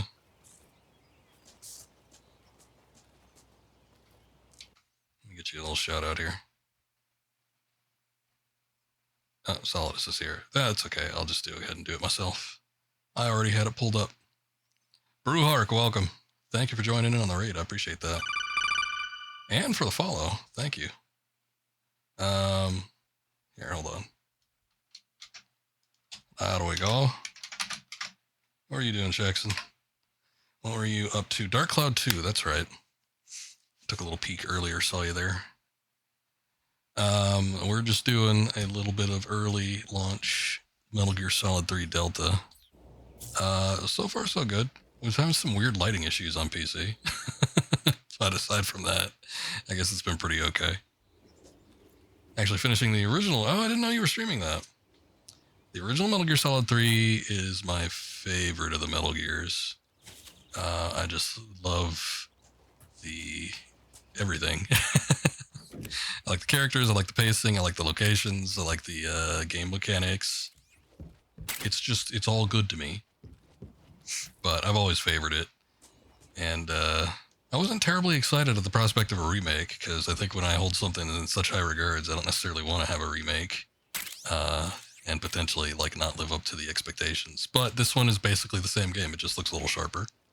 There's been a couple gameplay changes with the mechanics and everything, but it's nothing too major. So yes, the everything is a good description. I was thinking of like, okay, what am I going to name here? Is it, what do I like about it best? Do I like the gameplay? Do I like the, no, I just like everything. We did get, I guess I can't turn those fixed gun emplacements back around to this thing. I thought I could, but no. Oh, this one over here, you can. That's what it was. I don't mind them in the original, but I also go for a very stealthy route. so I tend not to get into too many combat situations. I would bet, like, and if I do get in a combat situation, I usually tend to do first person anyway, which makes things a little bit easier to deal with. But yeah, no, the third person mechanics are nice. The only thing I have a complaint about is that at least when it comes to the tranquilizer, there is a bit of bullet drop, which I don't care for. Actually, let me see. Is there bullet drop with the actual pistol? No. Okay, it's just with the tranq gun then, which annoys me. But you know what's weird? If you go into first person view mode and you shoot with the tranq, it just goes straight. So it's like the physics defy itself based on which like method you're using. I don't get it, but it's kind of funny, I guess. Hey, that window was shot out. You couldn't do that in the original. Wow, the future's now. Anyway, let's destroy this thing.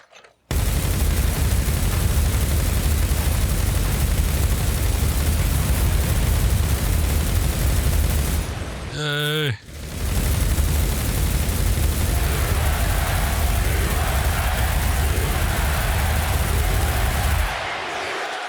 All right.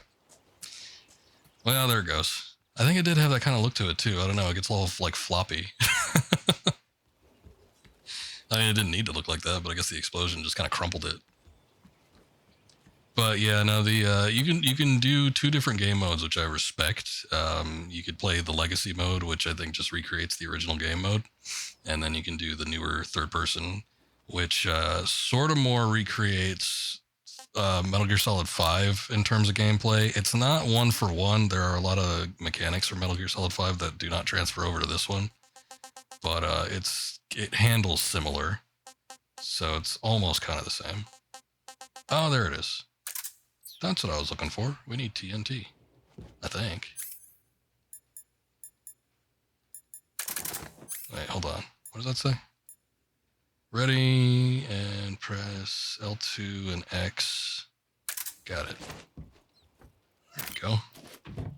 Get out of here, rat. Oh.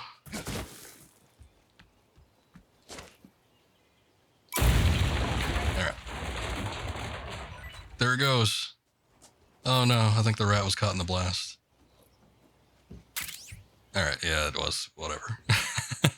As I was saying, though, you can use the TNT to blow up some of the reserves, whether it be food or communications or the weapons, and then everybody in the area will suffer because of it, except for you, because you reap the rewards. You've taken everything already.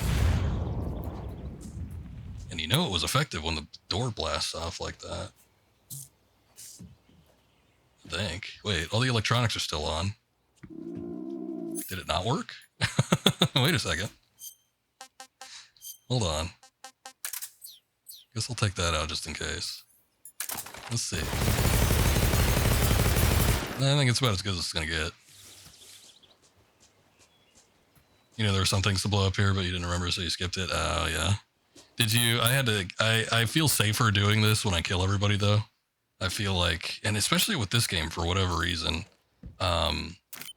it feels like they wake up from getting knocked out quicker in this game than the original. I don't know if it's actually the case or not. But yeah, there's 3 storage facilities here that you can blow up. One has food, this one's got the weapons, and then the other one is the communications. And then if you destroy all 3 of those, then they won't have good guns, they can't use the radios, they won't be able to eat, so they'll just eat whatever shit you throw at them. I can give them all the rotten food I want. Pretty tasty.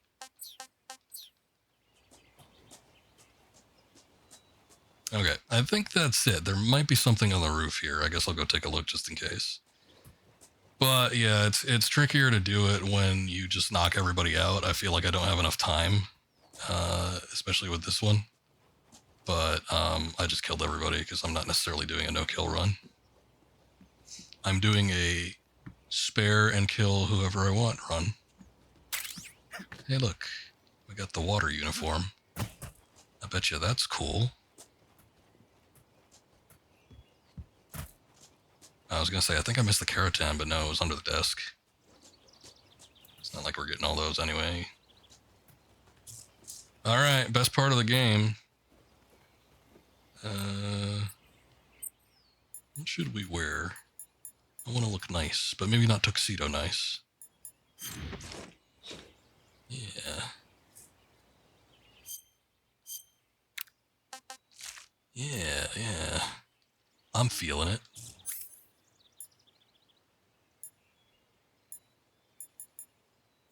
I think I'll try to non-lethal the boss battles. Or at least this upcoming one. There's some fun things you can do here. I'm not going to need that. I don't think throwing a rat at him works. Oh, the easy camo change is real cool, yeah. I was hoping that they'd leave it, like I didn't want it to be automatically applied. I didn't want it to be like Octo Camo from Metal Gear Solid 4, because I think that takes the fun out of it, but I do like the menu navigation. But this one, just being able to press the up button and just select from here makes it real handy. And then it's kind of the same with the inventory. They just use the D-pad for everything. Let's make a save before we get in there. You want to save? Bet your ass I do. I'll save in a new slot, too. Snake, have you seen Earth versus the Spider? Have I? It's about this spider that suddenly mutates into a giant monster. They bring it into the It city, mutates into a giant spider. but it wakes up and starts wrecking the place. So why did the spider turn huge? I told you, it suddenly mutated. Yeah, right. Snake, it's people like you that take all the fun out of watching movies. Always nitpicking and taking things too seriously. Honestly, why even bother? Look, the important thing isn't that it got big. Then what is important? The fact that there's a huge spider destroying the city. Suspend your disbelief. That's the whole point of movies. That sounds like it'd be a movie right up that movie producer's alley. I forget the one, but he's the one that ended up, he wanted to have the giant spider in the Superman movie, and then they wouldn't let him. But he kept pushing it in other movies, and finally he got his chance in Wild Wild West with Will Smith. And there was a giant spider at the end of that movie. I'm sure he was happy.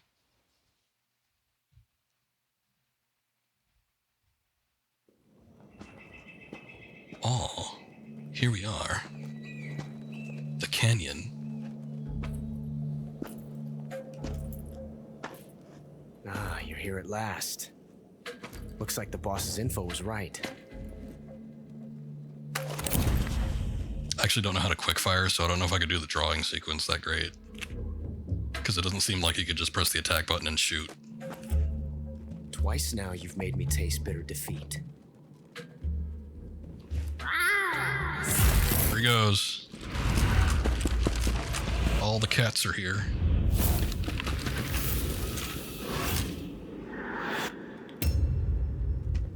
I hate to disappoint the Cobras, but you're mine now. Put those fingers away, mister. All of you, leave us.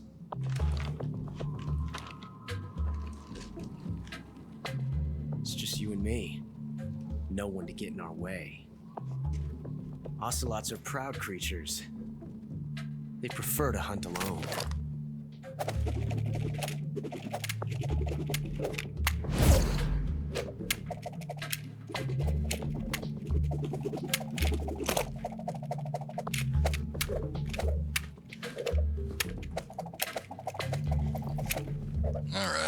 All right. We get it. You can twirl them. Whoop-de-doo. I swear he starts carrying 3 at some point, though. So he's got a max of 18 and somewhere around here.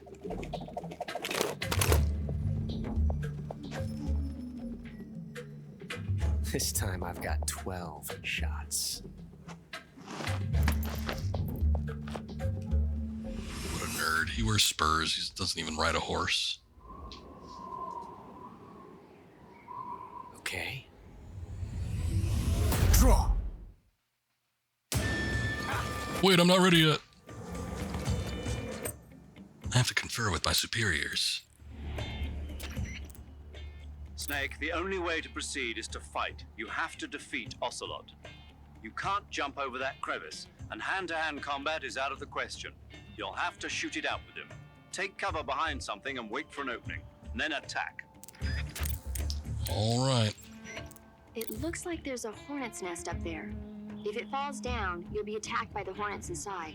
If you get attacked by hornets, swing your survival knife around or use a smoke grenade to drive them off. That's what I was mocking him for doing on the bridge, though. I don't think swinging your knife is going to do anything. That guy is using a single-action army.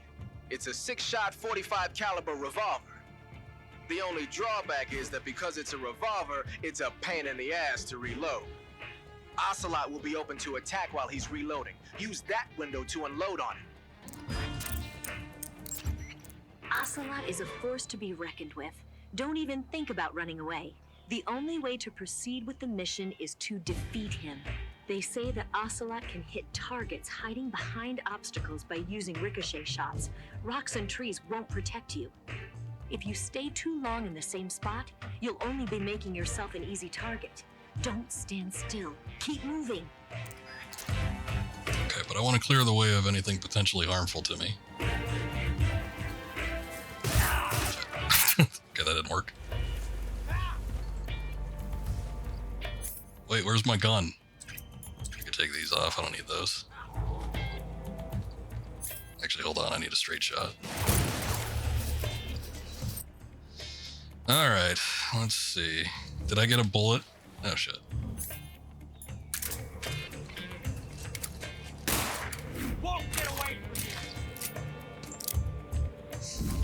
He's reloading. Oh, no, never mind. He's switching guns.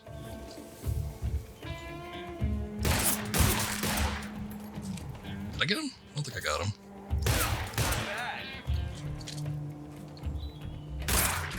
There we go. No, don't back him up. Venom poisoning, what the hell? I was like, I don't even know if I have like an antidote or anything. I guess I do. Oh wait, no. We need serum? Oh, there we go.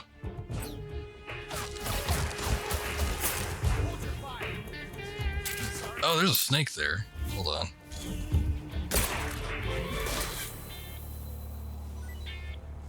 What the hell is that? Hold on. Oh, it's a cobra. Jeez. Might be able to use this. I've never felt a tension like this before. This is where he learns to love reloading during a battle.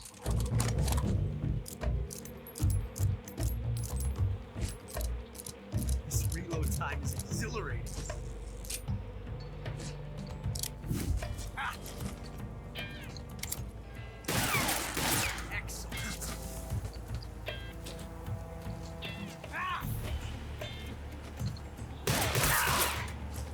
Really want to hit you with this. There we go. Son of a... Okay. I'm satisfied.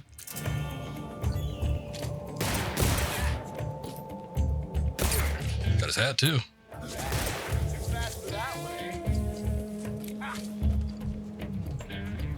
Oh, he killed that snake, and now it's a collectible I can't pick up.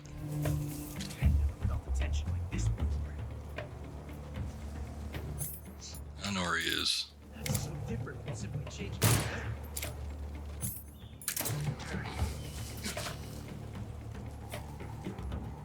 I'm not dirty, you're dirty. reload time is exhilarating. He must be behind the tree. I thought he was behind this other one. Oh, there he is. Quick draw tool.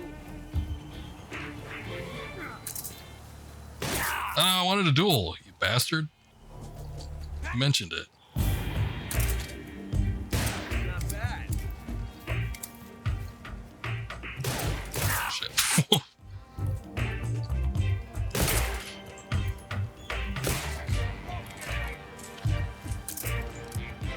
Come, let's duel. I might have ruined it. Oh, shit. I might have ruined it because I just walked across there and he was like, a quick draw duel. I'm like, oh yeah, no, I want to do that. And then when I attempted to walk over there, then I think it was too late. Not bad.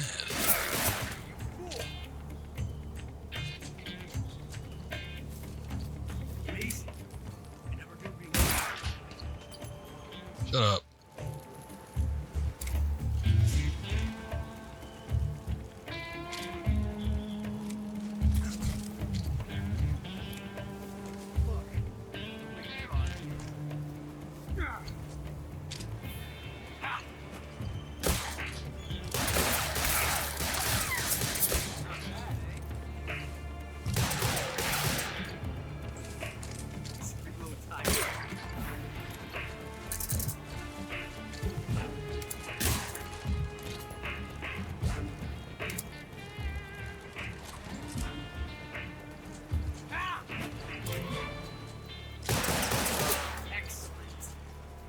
getting quicker. Oh, shit.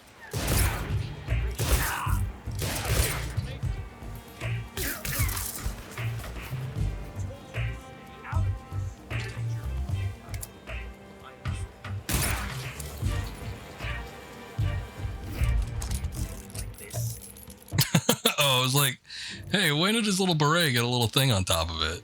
That's just the dart sticking out of his head.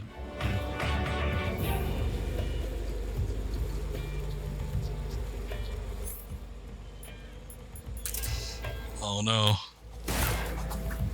We have bees. I think one of those ocelot bastards shot one of those things down at me.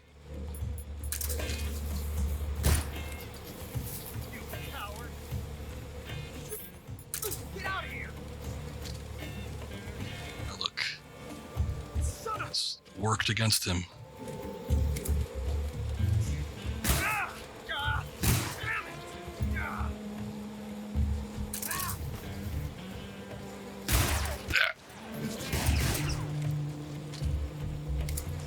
He's not only reloading faster. Yes! He's spinning around faster too. Alright. I can only ever get these when I actually do like the actual quick draw, but I don't know how it's gonna work here. Shit. Come on. I tried going for the head. I guess that wasn't the right idea. But I did draw faster. That just was a bad shot. Alright, hold on. Let's get this out.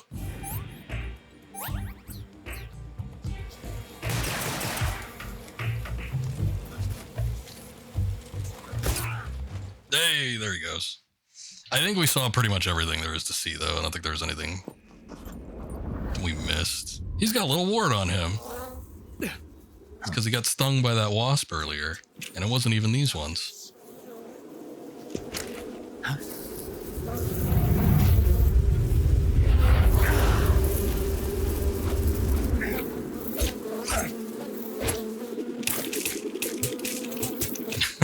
Yep. I'd like to put this to the test one day. I want to swing my guns around some wasps and see if it actively kills them. Oh, let's see his face. Oh, there he is. He's all gross and inflamed.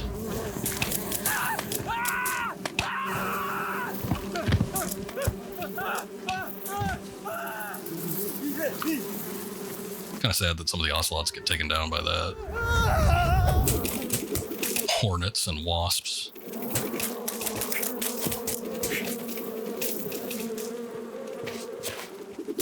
See, if Ocelot was a good commander, he'd teach all of them to do that, to fight wasps. We'll meet again.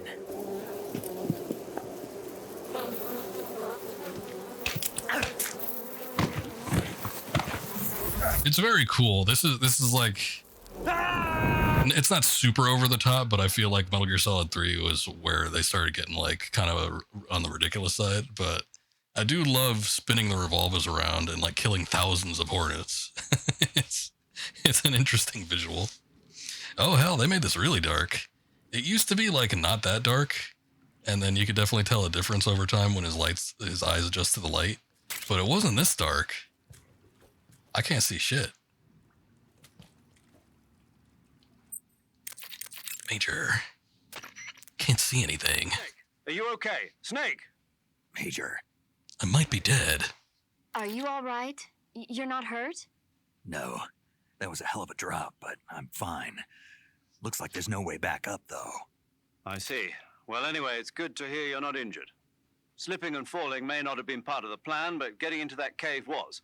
Proceed further into the cave. The cave seems to be structured like a maze, but there's an exit somewhere. Find a way out of the cave and head for the aqueduct. All right, but it might take me a while to get through this cave. Are you hurt? No. Is it the enemy? Did they set a trap for you? Oh, he actually does comment on this. Sure. Then what is it? It's dark in here. Dark? Yeah, there's no light anywhere. I should have brought a flashlight with me. So what you're saying is that it's going to take you a while because you don't have a flashlight? Right. Snake, if you don't have a flashlight, you should be looking for a substitute. I tell you, American soldiers these days rely too much on ready-made equipment. Here we go again. What was that? Nothing. American soldiers rely too much on ready-made equipment. And not only that, they can't seem to grasp that one piece of equipment can have multiple functions. Back when I was in the SAS, we never had that problem. We were trained to use every piece of equipment in as many ways as possible. If you don't have a flashlight, look for something else. You need to develop flexible, innovative thinking if you want to... Hey, are you listening to me? Yeah, of course I am. Isn't he a big Bond fan, though? Carrying with you now. Don't you have anything that can... Bond is nothing but ready-made equipment or whatever. All right, there's a couple different methods for this. I think the most easily accessible one is the cigar. But there's also just letting your eyes adapt. I forget if there was something else. I guess you could use the night vision and the thermal goggles. That helps too. Or was it just the thermal? I forget. But for right now, let's see. Where is that old cigar? Oh, we already had it equipped. Haha. Okay, that does next to nothing. I seem to remember it being more effective before. I guess it wasn't. All sorts of interesting things to eat down here. Actually, you know what? They're just crabs. I don't really need to worry about using bullets. Hiya! Maybe I do. Holy shit. I can't kill them. There we go. I think that was just random chance. Yay. I got the snake all right. Okay, there's a couple different little passages in this area. Actually, it might be brighter in here. Yeah, there we go. But there were a handful of items that you can get. Some of them are actually fairly handy. Like key item wise. I actually do need to let his eyes adjust though. I think it's starting to work. It's sort of easier to navigate.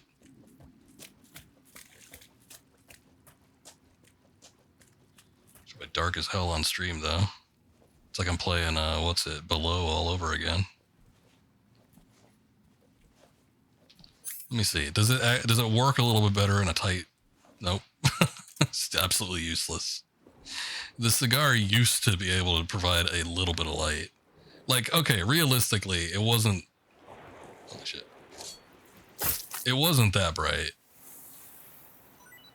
You know, a cigar isn't going to be able to light up a dark area, but game-wise, you know, you could see something. Hey, there's a little duck fella.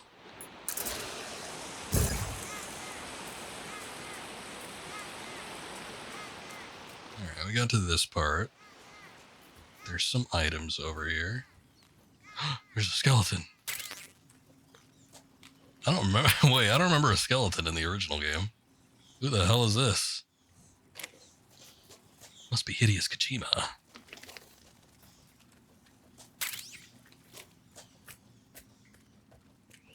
Bug juice. Oh, wait. I don't want to leave just yet.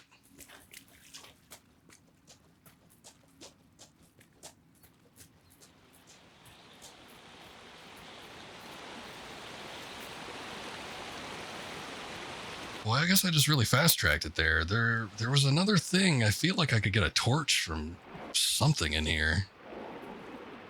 And then I remember going into the water and then getting stuff down there too. But as we saw in like the swamp area, it seems like they just removed some things. So I'm afraid if I go into the water, I'm not actually going to be able to get anything. Oh, some new kind of frog. Gimme. Frog A. Alright, but you can already tell that, like, it's lit up quite a bit. You can actually see what you're doing. It was pitch black. It's kind of crazy. Oh, look. Well, there's more skeletons down here. I do not remember the skeletons. Hold on. Those mushrooms are really bright, too. I don't know what kind of snake that is, but I don't trust it. Let me, if it's poisonous, I might be able to use it. I was quite proud that I was able to throw a snake on Ocelot earlier. So if I could do that again, maybe with the pain, I'll be quite happy.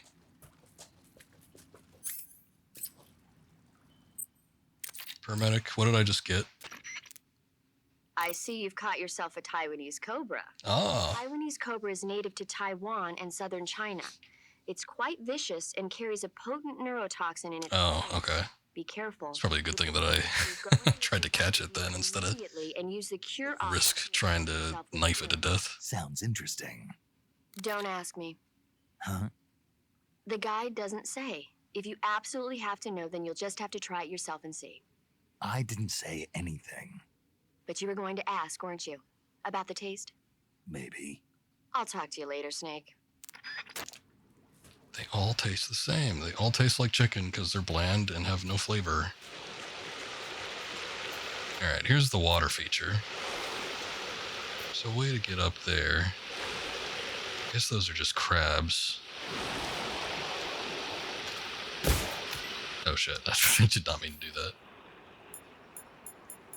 But I had the knife out. Oh, there it is. There's the torch. I knew it was around here somewhere. There is another part where you can swim in the water. And I want to say that there's a little underground cavern that you eventually go up into and you find something else down there too. But I think that's in a different spot. Oh shit. Okay, I guess we'll... Let's just drop. Okay. Oh, look, we got another battery. Nice.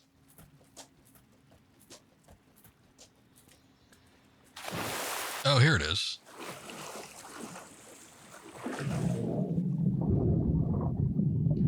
This is the other spot I was thinking of. And look, there's actually something down here. Crabs. But there was also like a water cave. Yeah, there it is. Oh, you can see it's so clear now. I don't remember it being this clear. And there should be something down here. Oh, shit. You also run out of oxygen really quick. I guess it's attached to your stamina, but goddamn. I feel like it goes down too fast. Yeah, let's eat this. Sick. I've eaten rats, I've eaten cats, I've eaten snakes, and they've all gotten a better reception than a Russian ration. Ah, there it is. What is that? It's another ration. Okay, cool. Is that it? I thought it was something else. I think they're playing tricks on me. I swear there was something better, like some kind of camouflage or something. Maybe it's later on.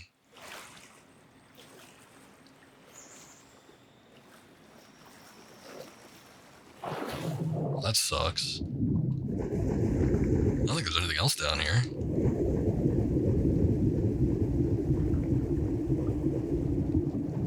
Oh.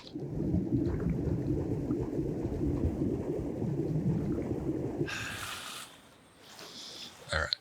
I think we'll just try to get back where we were. I guess the important thing is that we found the torch. This is also the area I was talking about earlier where we could actually have a use for the sonar, because if you start getting attacked by bats, you could just use the sonar and they'll just kind of go away.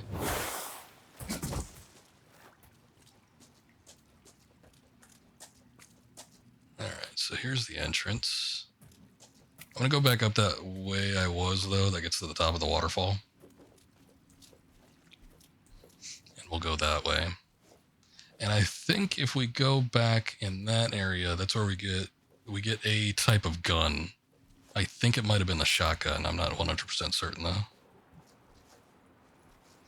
Probably not the best type of weaponry for a sneaking mission, but it's probably handy for certain bosses.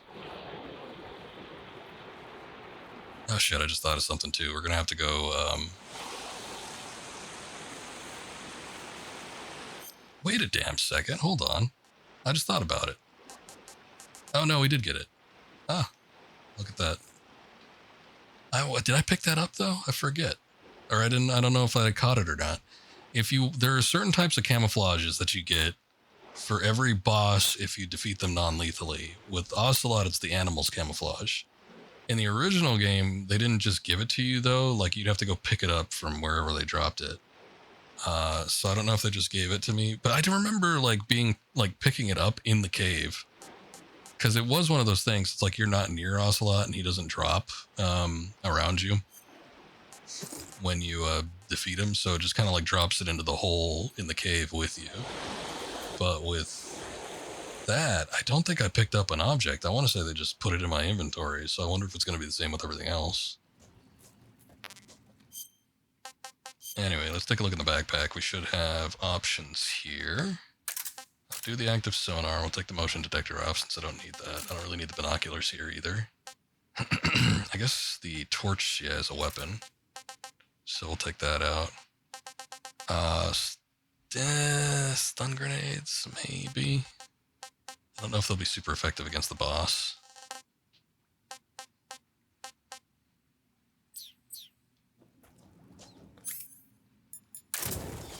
Okay, but now we have the torch. Even the torch doesn't seem to provide that much light. You can wave it around though, and it should like fend off little bats and stuff that try to come near you.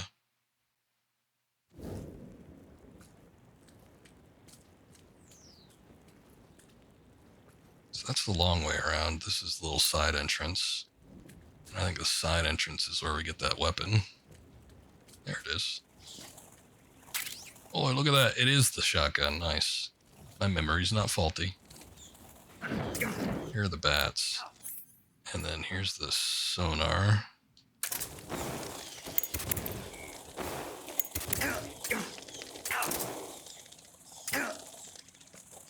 Why is it not working? Press. Oh, I totally misread that. It says press L3. I thought it said press square. There we go. Okay. See, and the bats are gone.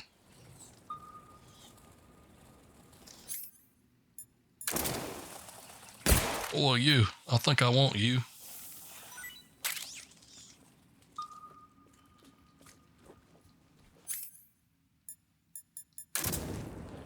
Let's get the torch out.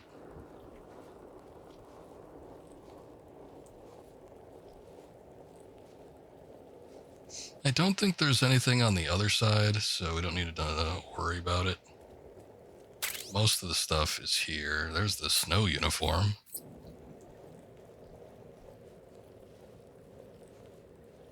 I just think the other side was more of a straight shot. Like you didn't have to crawl through all these holes and everything. You just kind of like walk.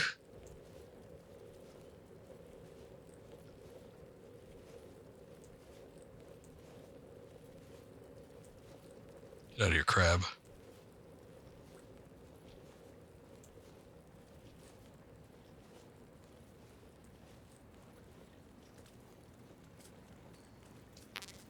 Oh, but there's a fair amount of items, though. I can't pick up any of the ammunition, but at least we got everything else.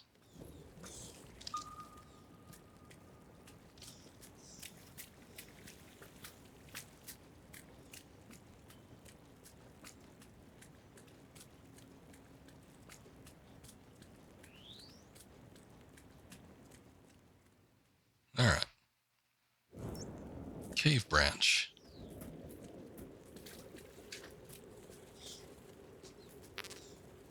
Hey, wait a second. Did we just walk around in a circle? I think that was that skeleton we saw earlier. Watch, let me go back this way, and if there's a path immediately to our right, then I think we just made a circle. Son of a bitch. I don't even remember if I, recall it doing that. I guess it just spits you out somewhere.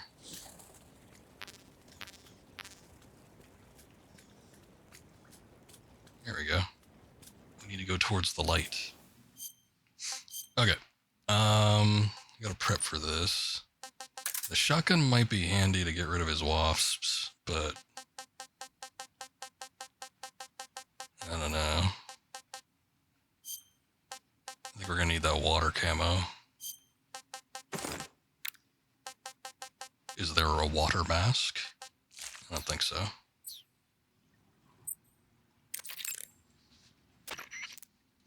You want to save? Hold on a sec. Snake, have you seen 007 From Russia with Love? Oh, yeah. Nah, Love that movie. Like those movies. Real spies are nothing like James Bond. It's pure fantasy. Snake, I don't think the Major's going to like you saying that. And even though it's fiction, I can't help but comparing myself to Bond. What exactly don't you like about James Bond? I mean, is it the fantastic gadgets, the cars, the guns? Major. Snake, wouldn't you like to have a gun shaped like a pen? What good is a pen gonna do me in the jungle? I'd look like a fool. Then what about a snake-shaped gun? You could make it look like you're grappling with a giant snake and then get a shot in on the enemy while they're distracted. Ha! Okay, now you're being ridiculous. I think in that instance, they'd probably just shoot him. Gun that folds up and fits into an attaché case. Will you give it a rest? Oh, I get it. You're worried about how to handle the ladies, aren't you? No. I knew it. To tell you the truth, I don't like the idea of playing hanky-panky with enemy femme fatales either. But that's part of Bond's appeal. You could learn a thing or two from him. I mean, what about this Eva? What are you planning to do with her? I don't even trust her yet. No, that's not what I mean. You can't let yourself get involved. This is a game of spy versus spy. She's using you just as much as you're using her. I realize that. You've got to grab the initiative, and to do that, you have to get the upper hand in the relationship. That's what a spy is supposed to do. Get the upper hand. I don't think I'm cut out for that mission. Maybe if you change your code name to 00 Snake. Major. 007 is the biggest thing to come out of England since the Mayflower. I wouldn't be surprised if they made 20 more of those movies. Didn't you know? The Major is a huge James Bond fan. Don't get him I was worked going to say, I think at the time of release, they might have had 20 coming out at that point. You don't realize this, but now that you've got him started talking about Bond, I'm going to have to listen to him lecture for... I think 20 was Casino Royale. Radio. You have my Maybe. It's too bad you can't enjoy such a great movie, though. I guess I'm just one of those people who can't enjoy spy flicks. Dr. No was okay. I think it set the stage. It was a weird one to start on, though, for the MGM series. But I don't think they... Like, Casino Royale, I think, was the first novel that Ian Fleming wrote, but they couldn't adapt it because somebody else, I forget, did that Casino Royale movie from, like, the early 60s. That had, like, Woody Allen in it. He was, like, Bond's cousin or something like that. And they made it, like, an absolute farce, but, like, technically, I think that was the first Bond movie. And then when MGM wanted to do a more serious series, I use that loosely, they did Dr. No instead. I guess Dr. No introduced, like... No, I guess it didn't in the novels. I don't know. Didn't necessarily introduce Spectre, but they introduced Spectre that way.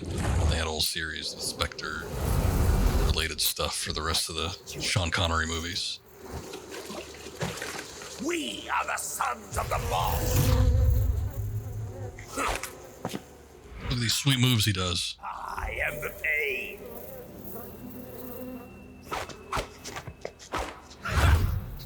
I will guide you to a world of anguish beyond your imagination.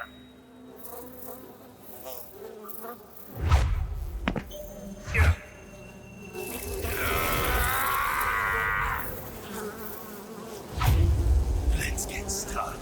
Yeah, that doesn't look that great, but these big bee orbs. Did he coat me? You bastard. He coated me with the icky.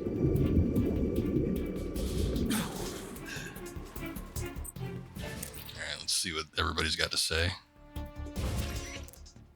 Snake, as long as the Pain is using his hornets to protect his body, you won't be able to damage him with gun attacks. You'll need to use a grenade to get rid of the hornet swarm first. Throw a grenade at him. The shotgun should work as well. Get rid of those. I was right, the shotgun does work. And then attack him with a gun. Snake, watch out for those bullet bees. Bullet bees are the name the Pain gives the special hornets he raises inside his own body. And if they get into your body, your wounds will become worse and worse until you get rid of them. If you're afflicted by bullet bees, go into the survival viewer immediately and use Cure to dig them out with your knife. Once the bullet bees are out, don't forget to apply styptic and disinfectant to the wound. All right. The Pain is said to possess the power to control his hornets at will. Watch out for insect-based attacks, especially his so-called bullet bees. The Pain has the power to control swarms of hornets at will. Watch out for his hornet-based attacks. Everybody's saying the same damn thing.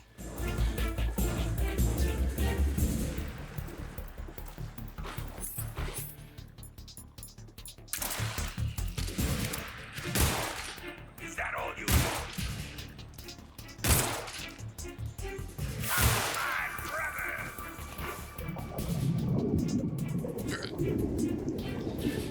He's not terrible, but you gotta watch out for him. And then if he throws the jar of shit on you, that does get the hornets swarming after you a little bit quicker.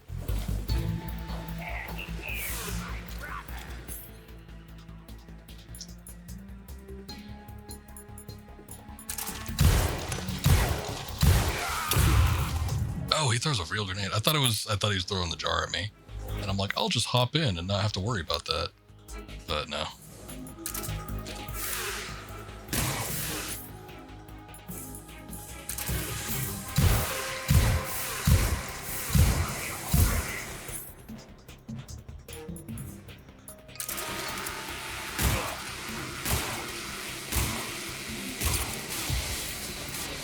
He uses his bees to throw grenades at you.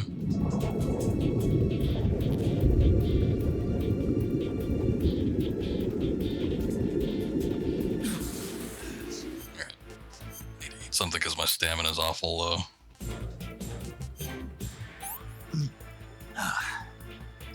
Can't complain. Guess I'll eat that since I killed it. This is horrible.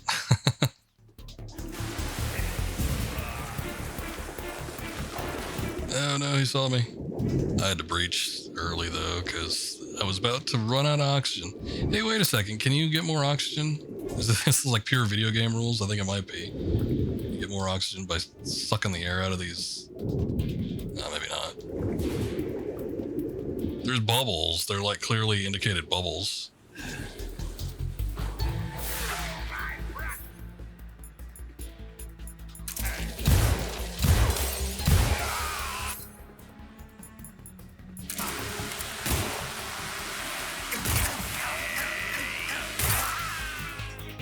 Wow, that was quick.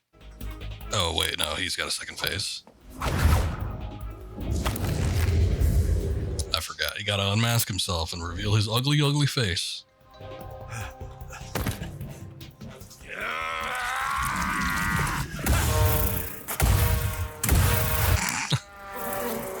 It looks just as ridiculous in 2025.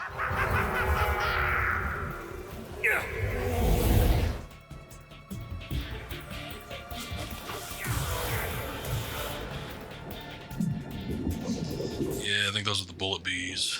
We got him down halfway, though.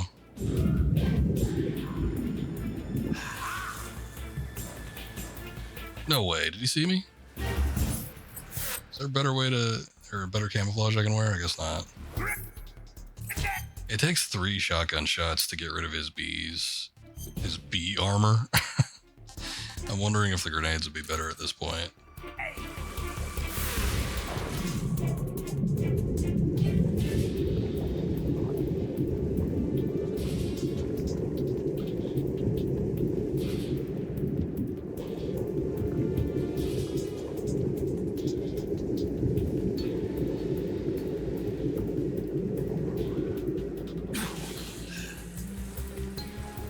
I don't see how he's on me.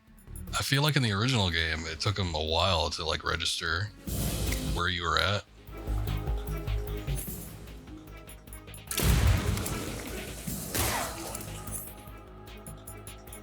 Grenade doesn't even work all that well.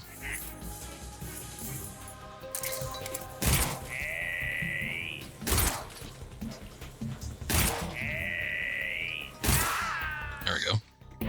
The second half was a lot quicker. Pain relief, says the achievement. The pain. The pain. The pain!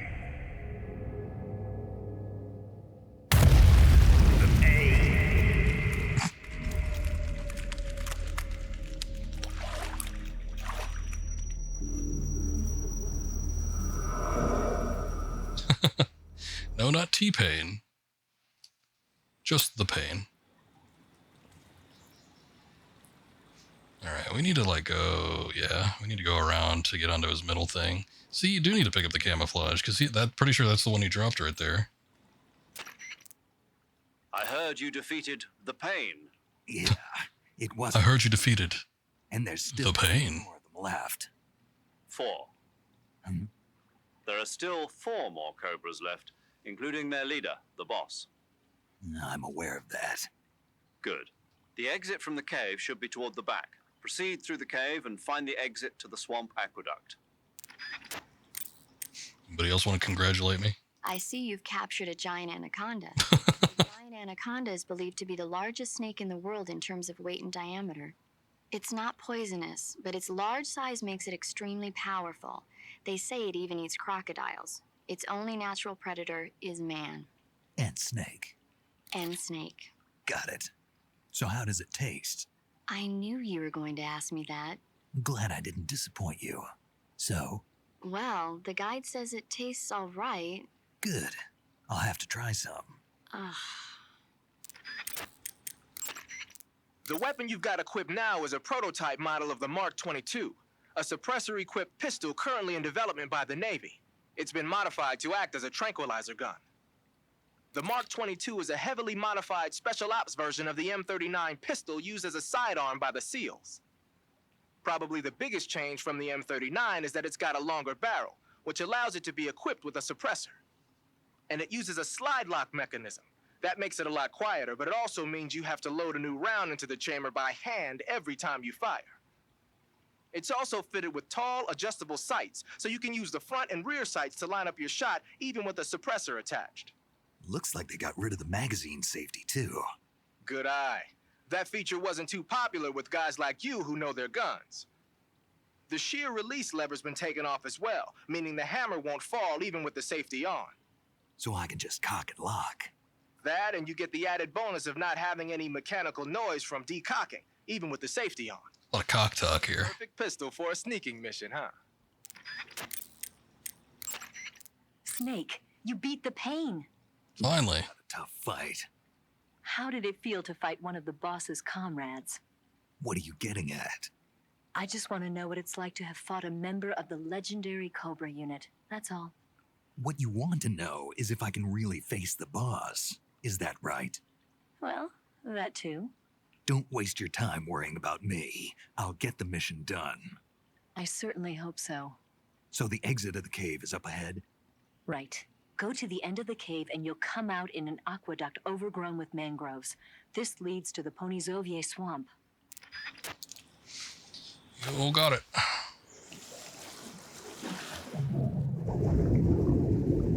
Should get one of these fishes too. Myself something to eat.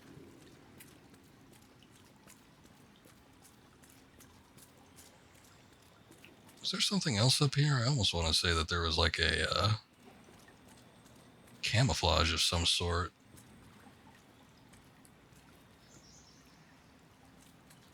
Looks like there's 2 different routes too. Anyway, I need to go over here.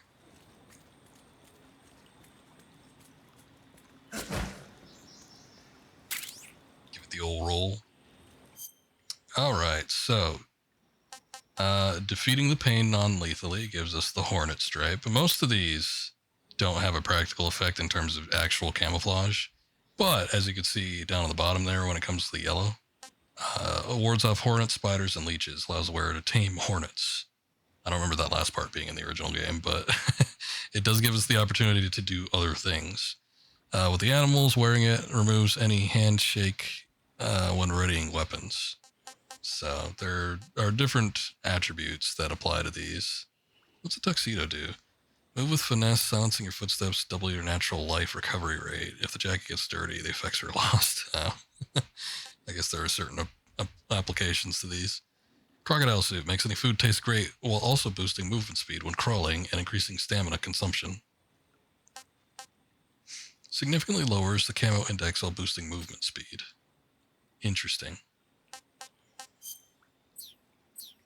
But anyway, Now that we have this, I don't know, it could be useful in certain situations, I suppose. If there's any hornets around.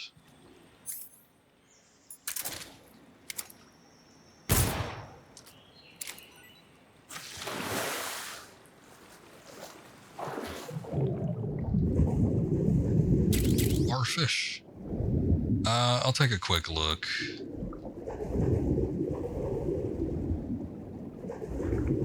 I wanted to say that there was another, like, water camo that you can get in this area here. Oh, shit.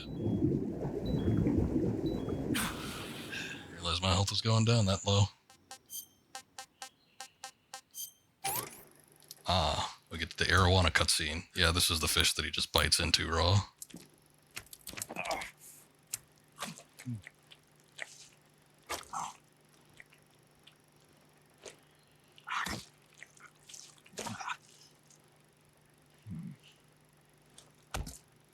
I'm done with you now.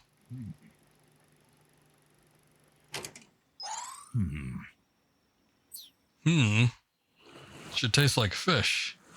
You would think that'd be good. The water's pretty crystal clear. I think if there was anything down here, I'd be able to see it, but yeah, I don't see anything. Oh, look, there's something. What's this?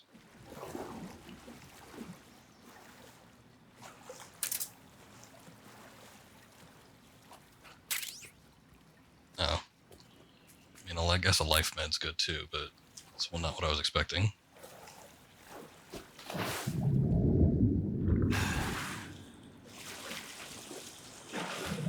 Actually, let me duck under the water here because it is going to be quicker.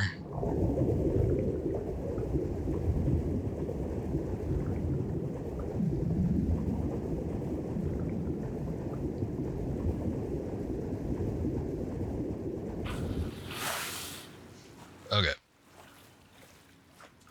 I don't think there's anything else.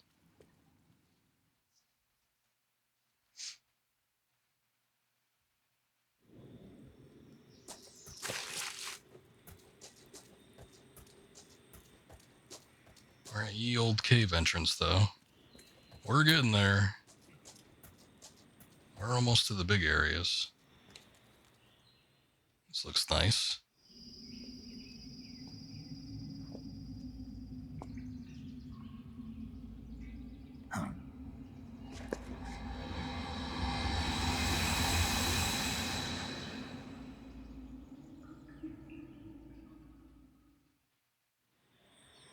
Some type of flying machine. You want to save? Hold on a sec. Snake, have you heard of The Last War? Nope, doesn't ring a bell. It's a Japanese movie where the world ends in a nuclear war. Tensions between East and West reach the breaking point, and before anyone can stop it, they launch the ICBMs. Humanity is wiped out by a war that no one wanted. The movie depicts that destruction from the eyes of ordinary people. Their simple daily lives are torn apart by the terrible power of a war that has nothing to do with them. Everybody's afraid of the next big war, but there's only so much that one person can do. That's why the people who have the power to stop it have to. True words, true words. Alright. We've been playing a while. Almost for 6 hours. So I think we're going to call it here. But good stuff so far. Again, it's not terribly different from the original. It's just got a fresh coat of paint, which is exactly what I was expecting.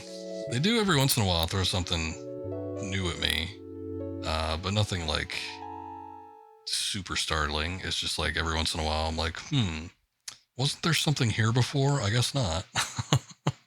I don't know. It could be faulty memory too. It's been a couple of years since I've played Snake Eater. And granted, I have played the game a lot.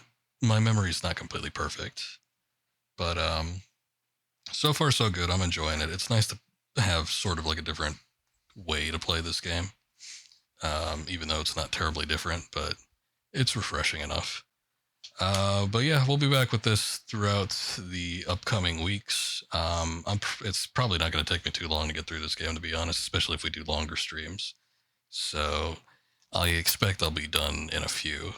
I will be back tomorrow, though, and we will be doing probably more of this, maybe something else. And we'll see if maybe, I don't know, might do some multiplayer or something like that. We'll see how it goes. But yeah, so far so good. Digging it. And if I don't stream more Metal Gear Delta tomorrow, then I will be on it next week. So we'll just see how it goes. Let's go ahead and check out 420 Benny. Oh, thank you again to Shax and Kitsune for the raid earlier. Anybody that stuck around from that. Make sure you guys go follow Shaxon. That's SHAXN Kitsune. Hopefully you know how to spell that one. And good variety streamer.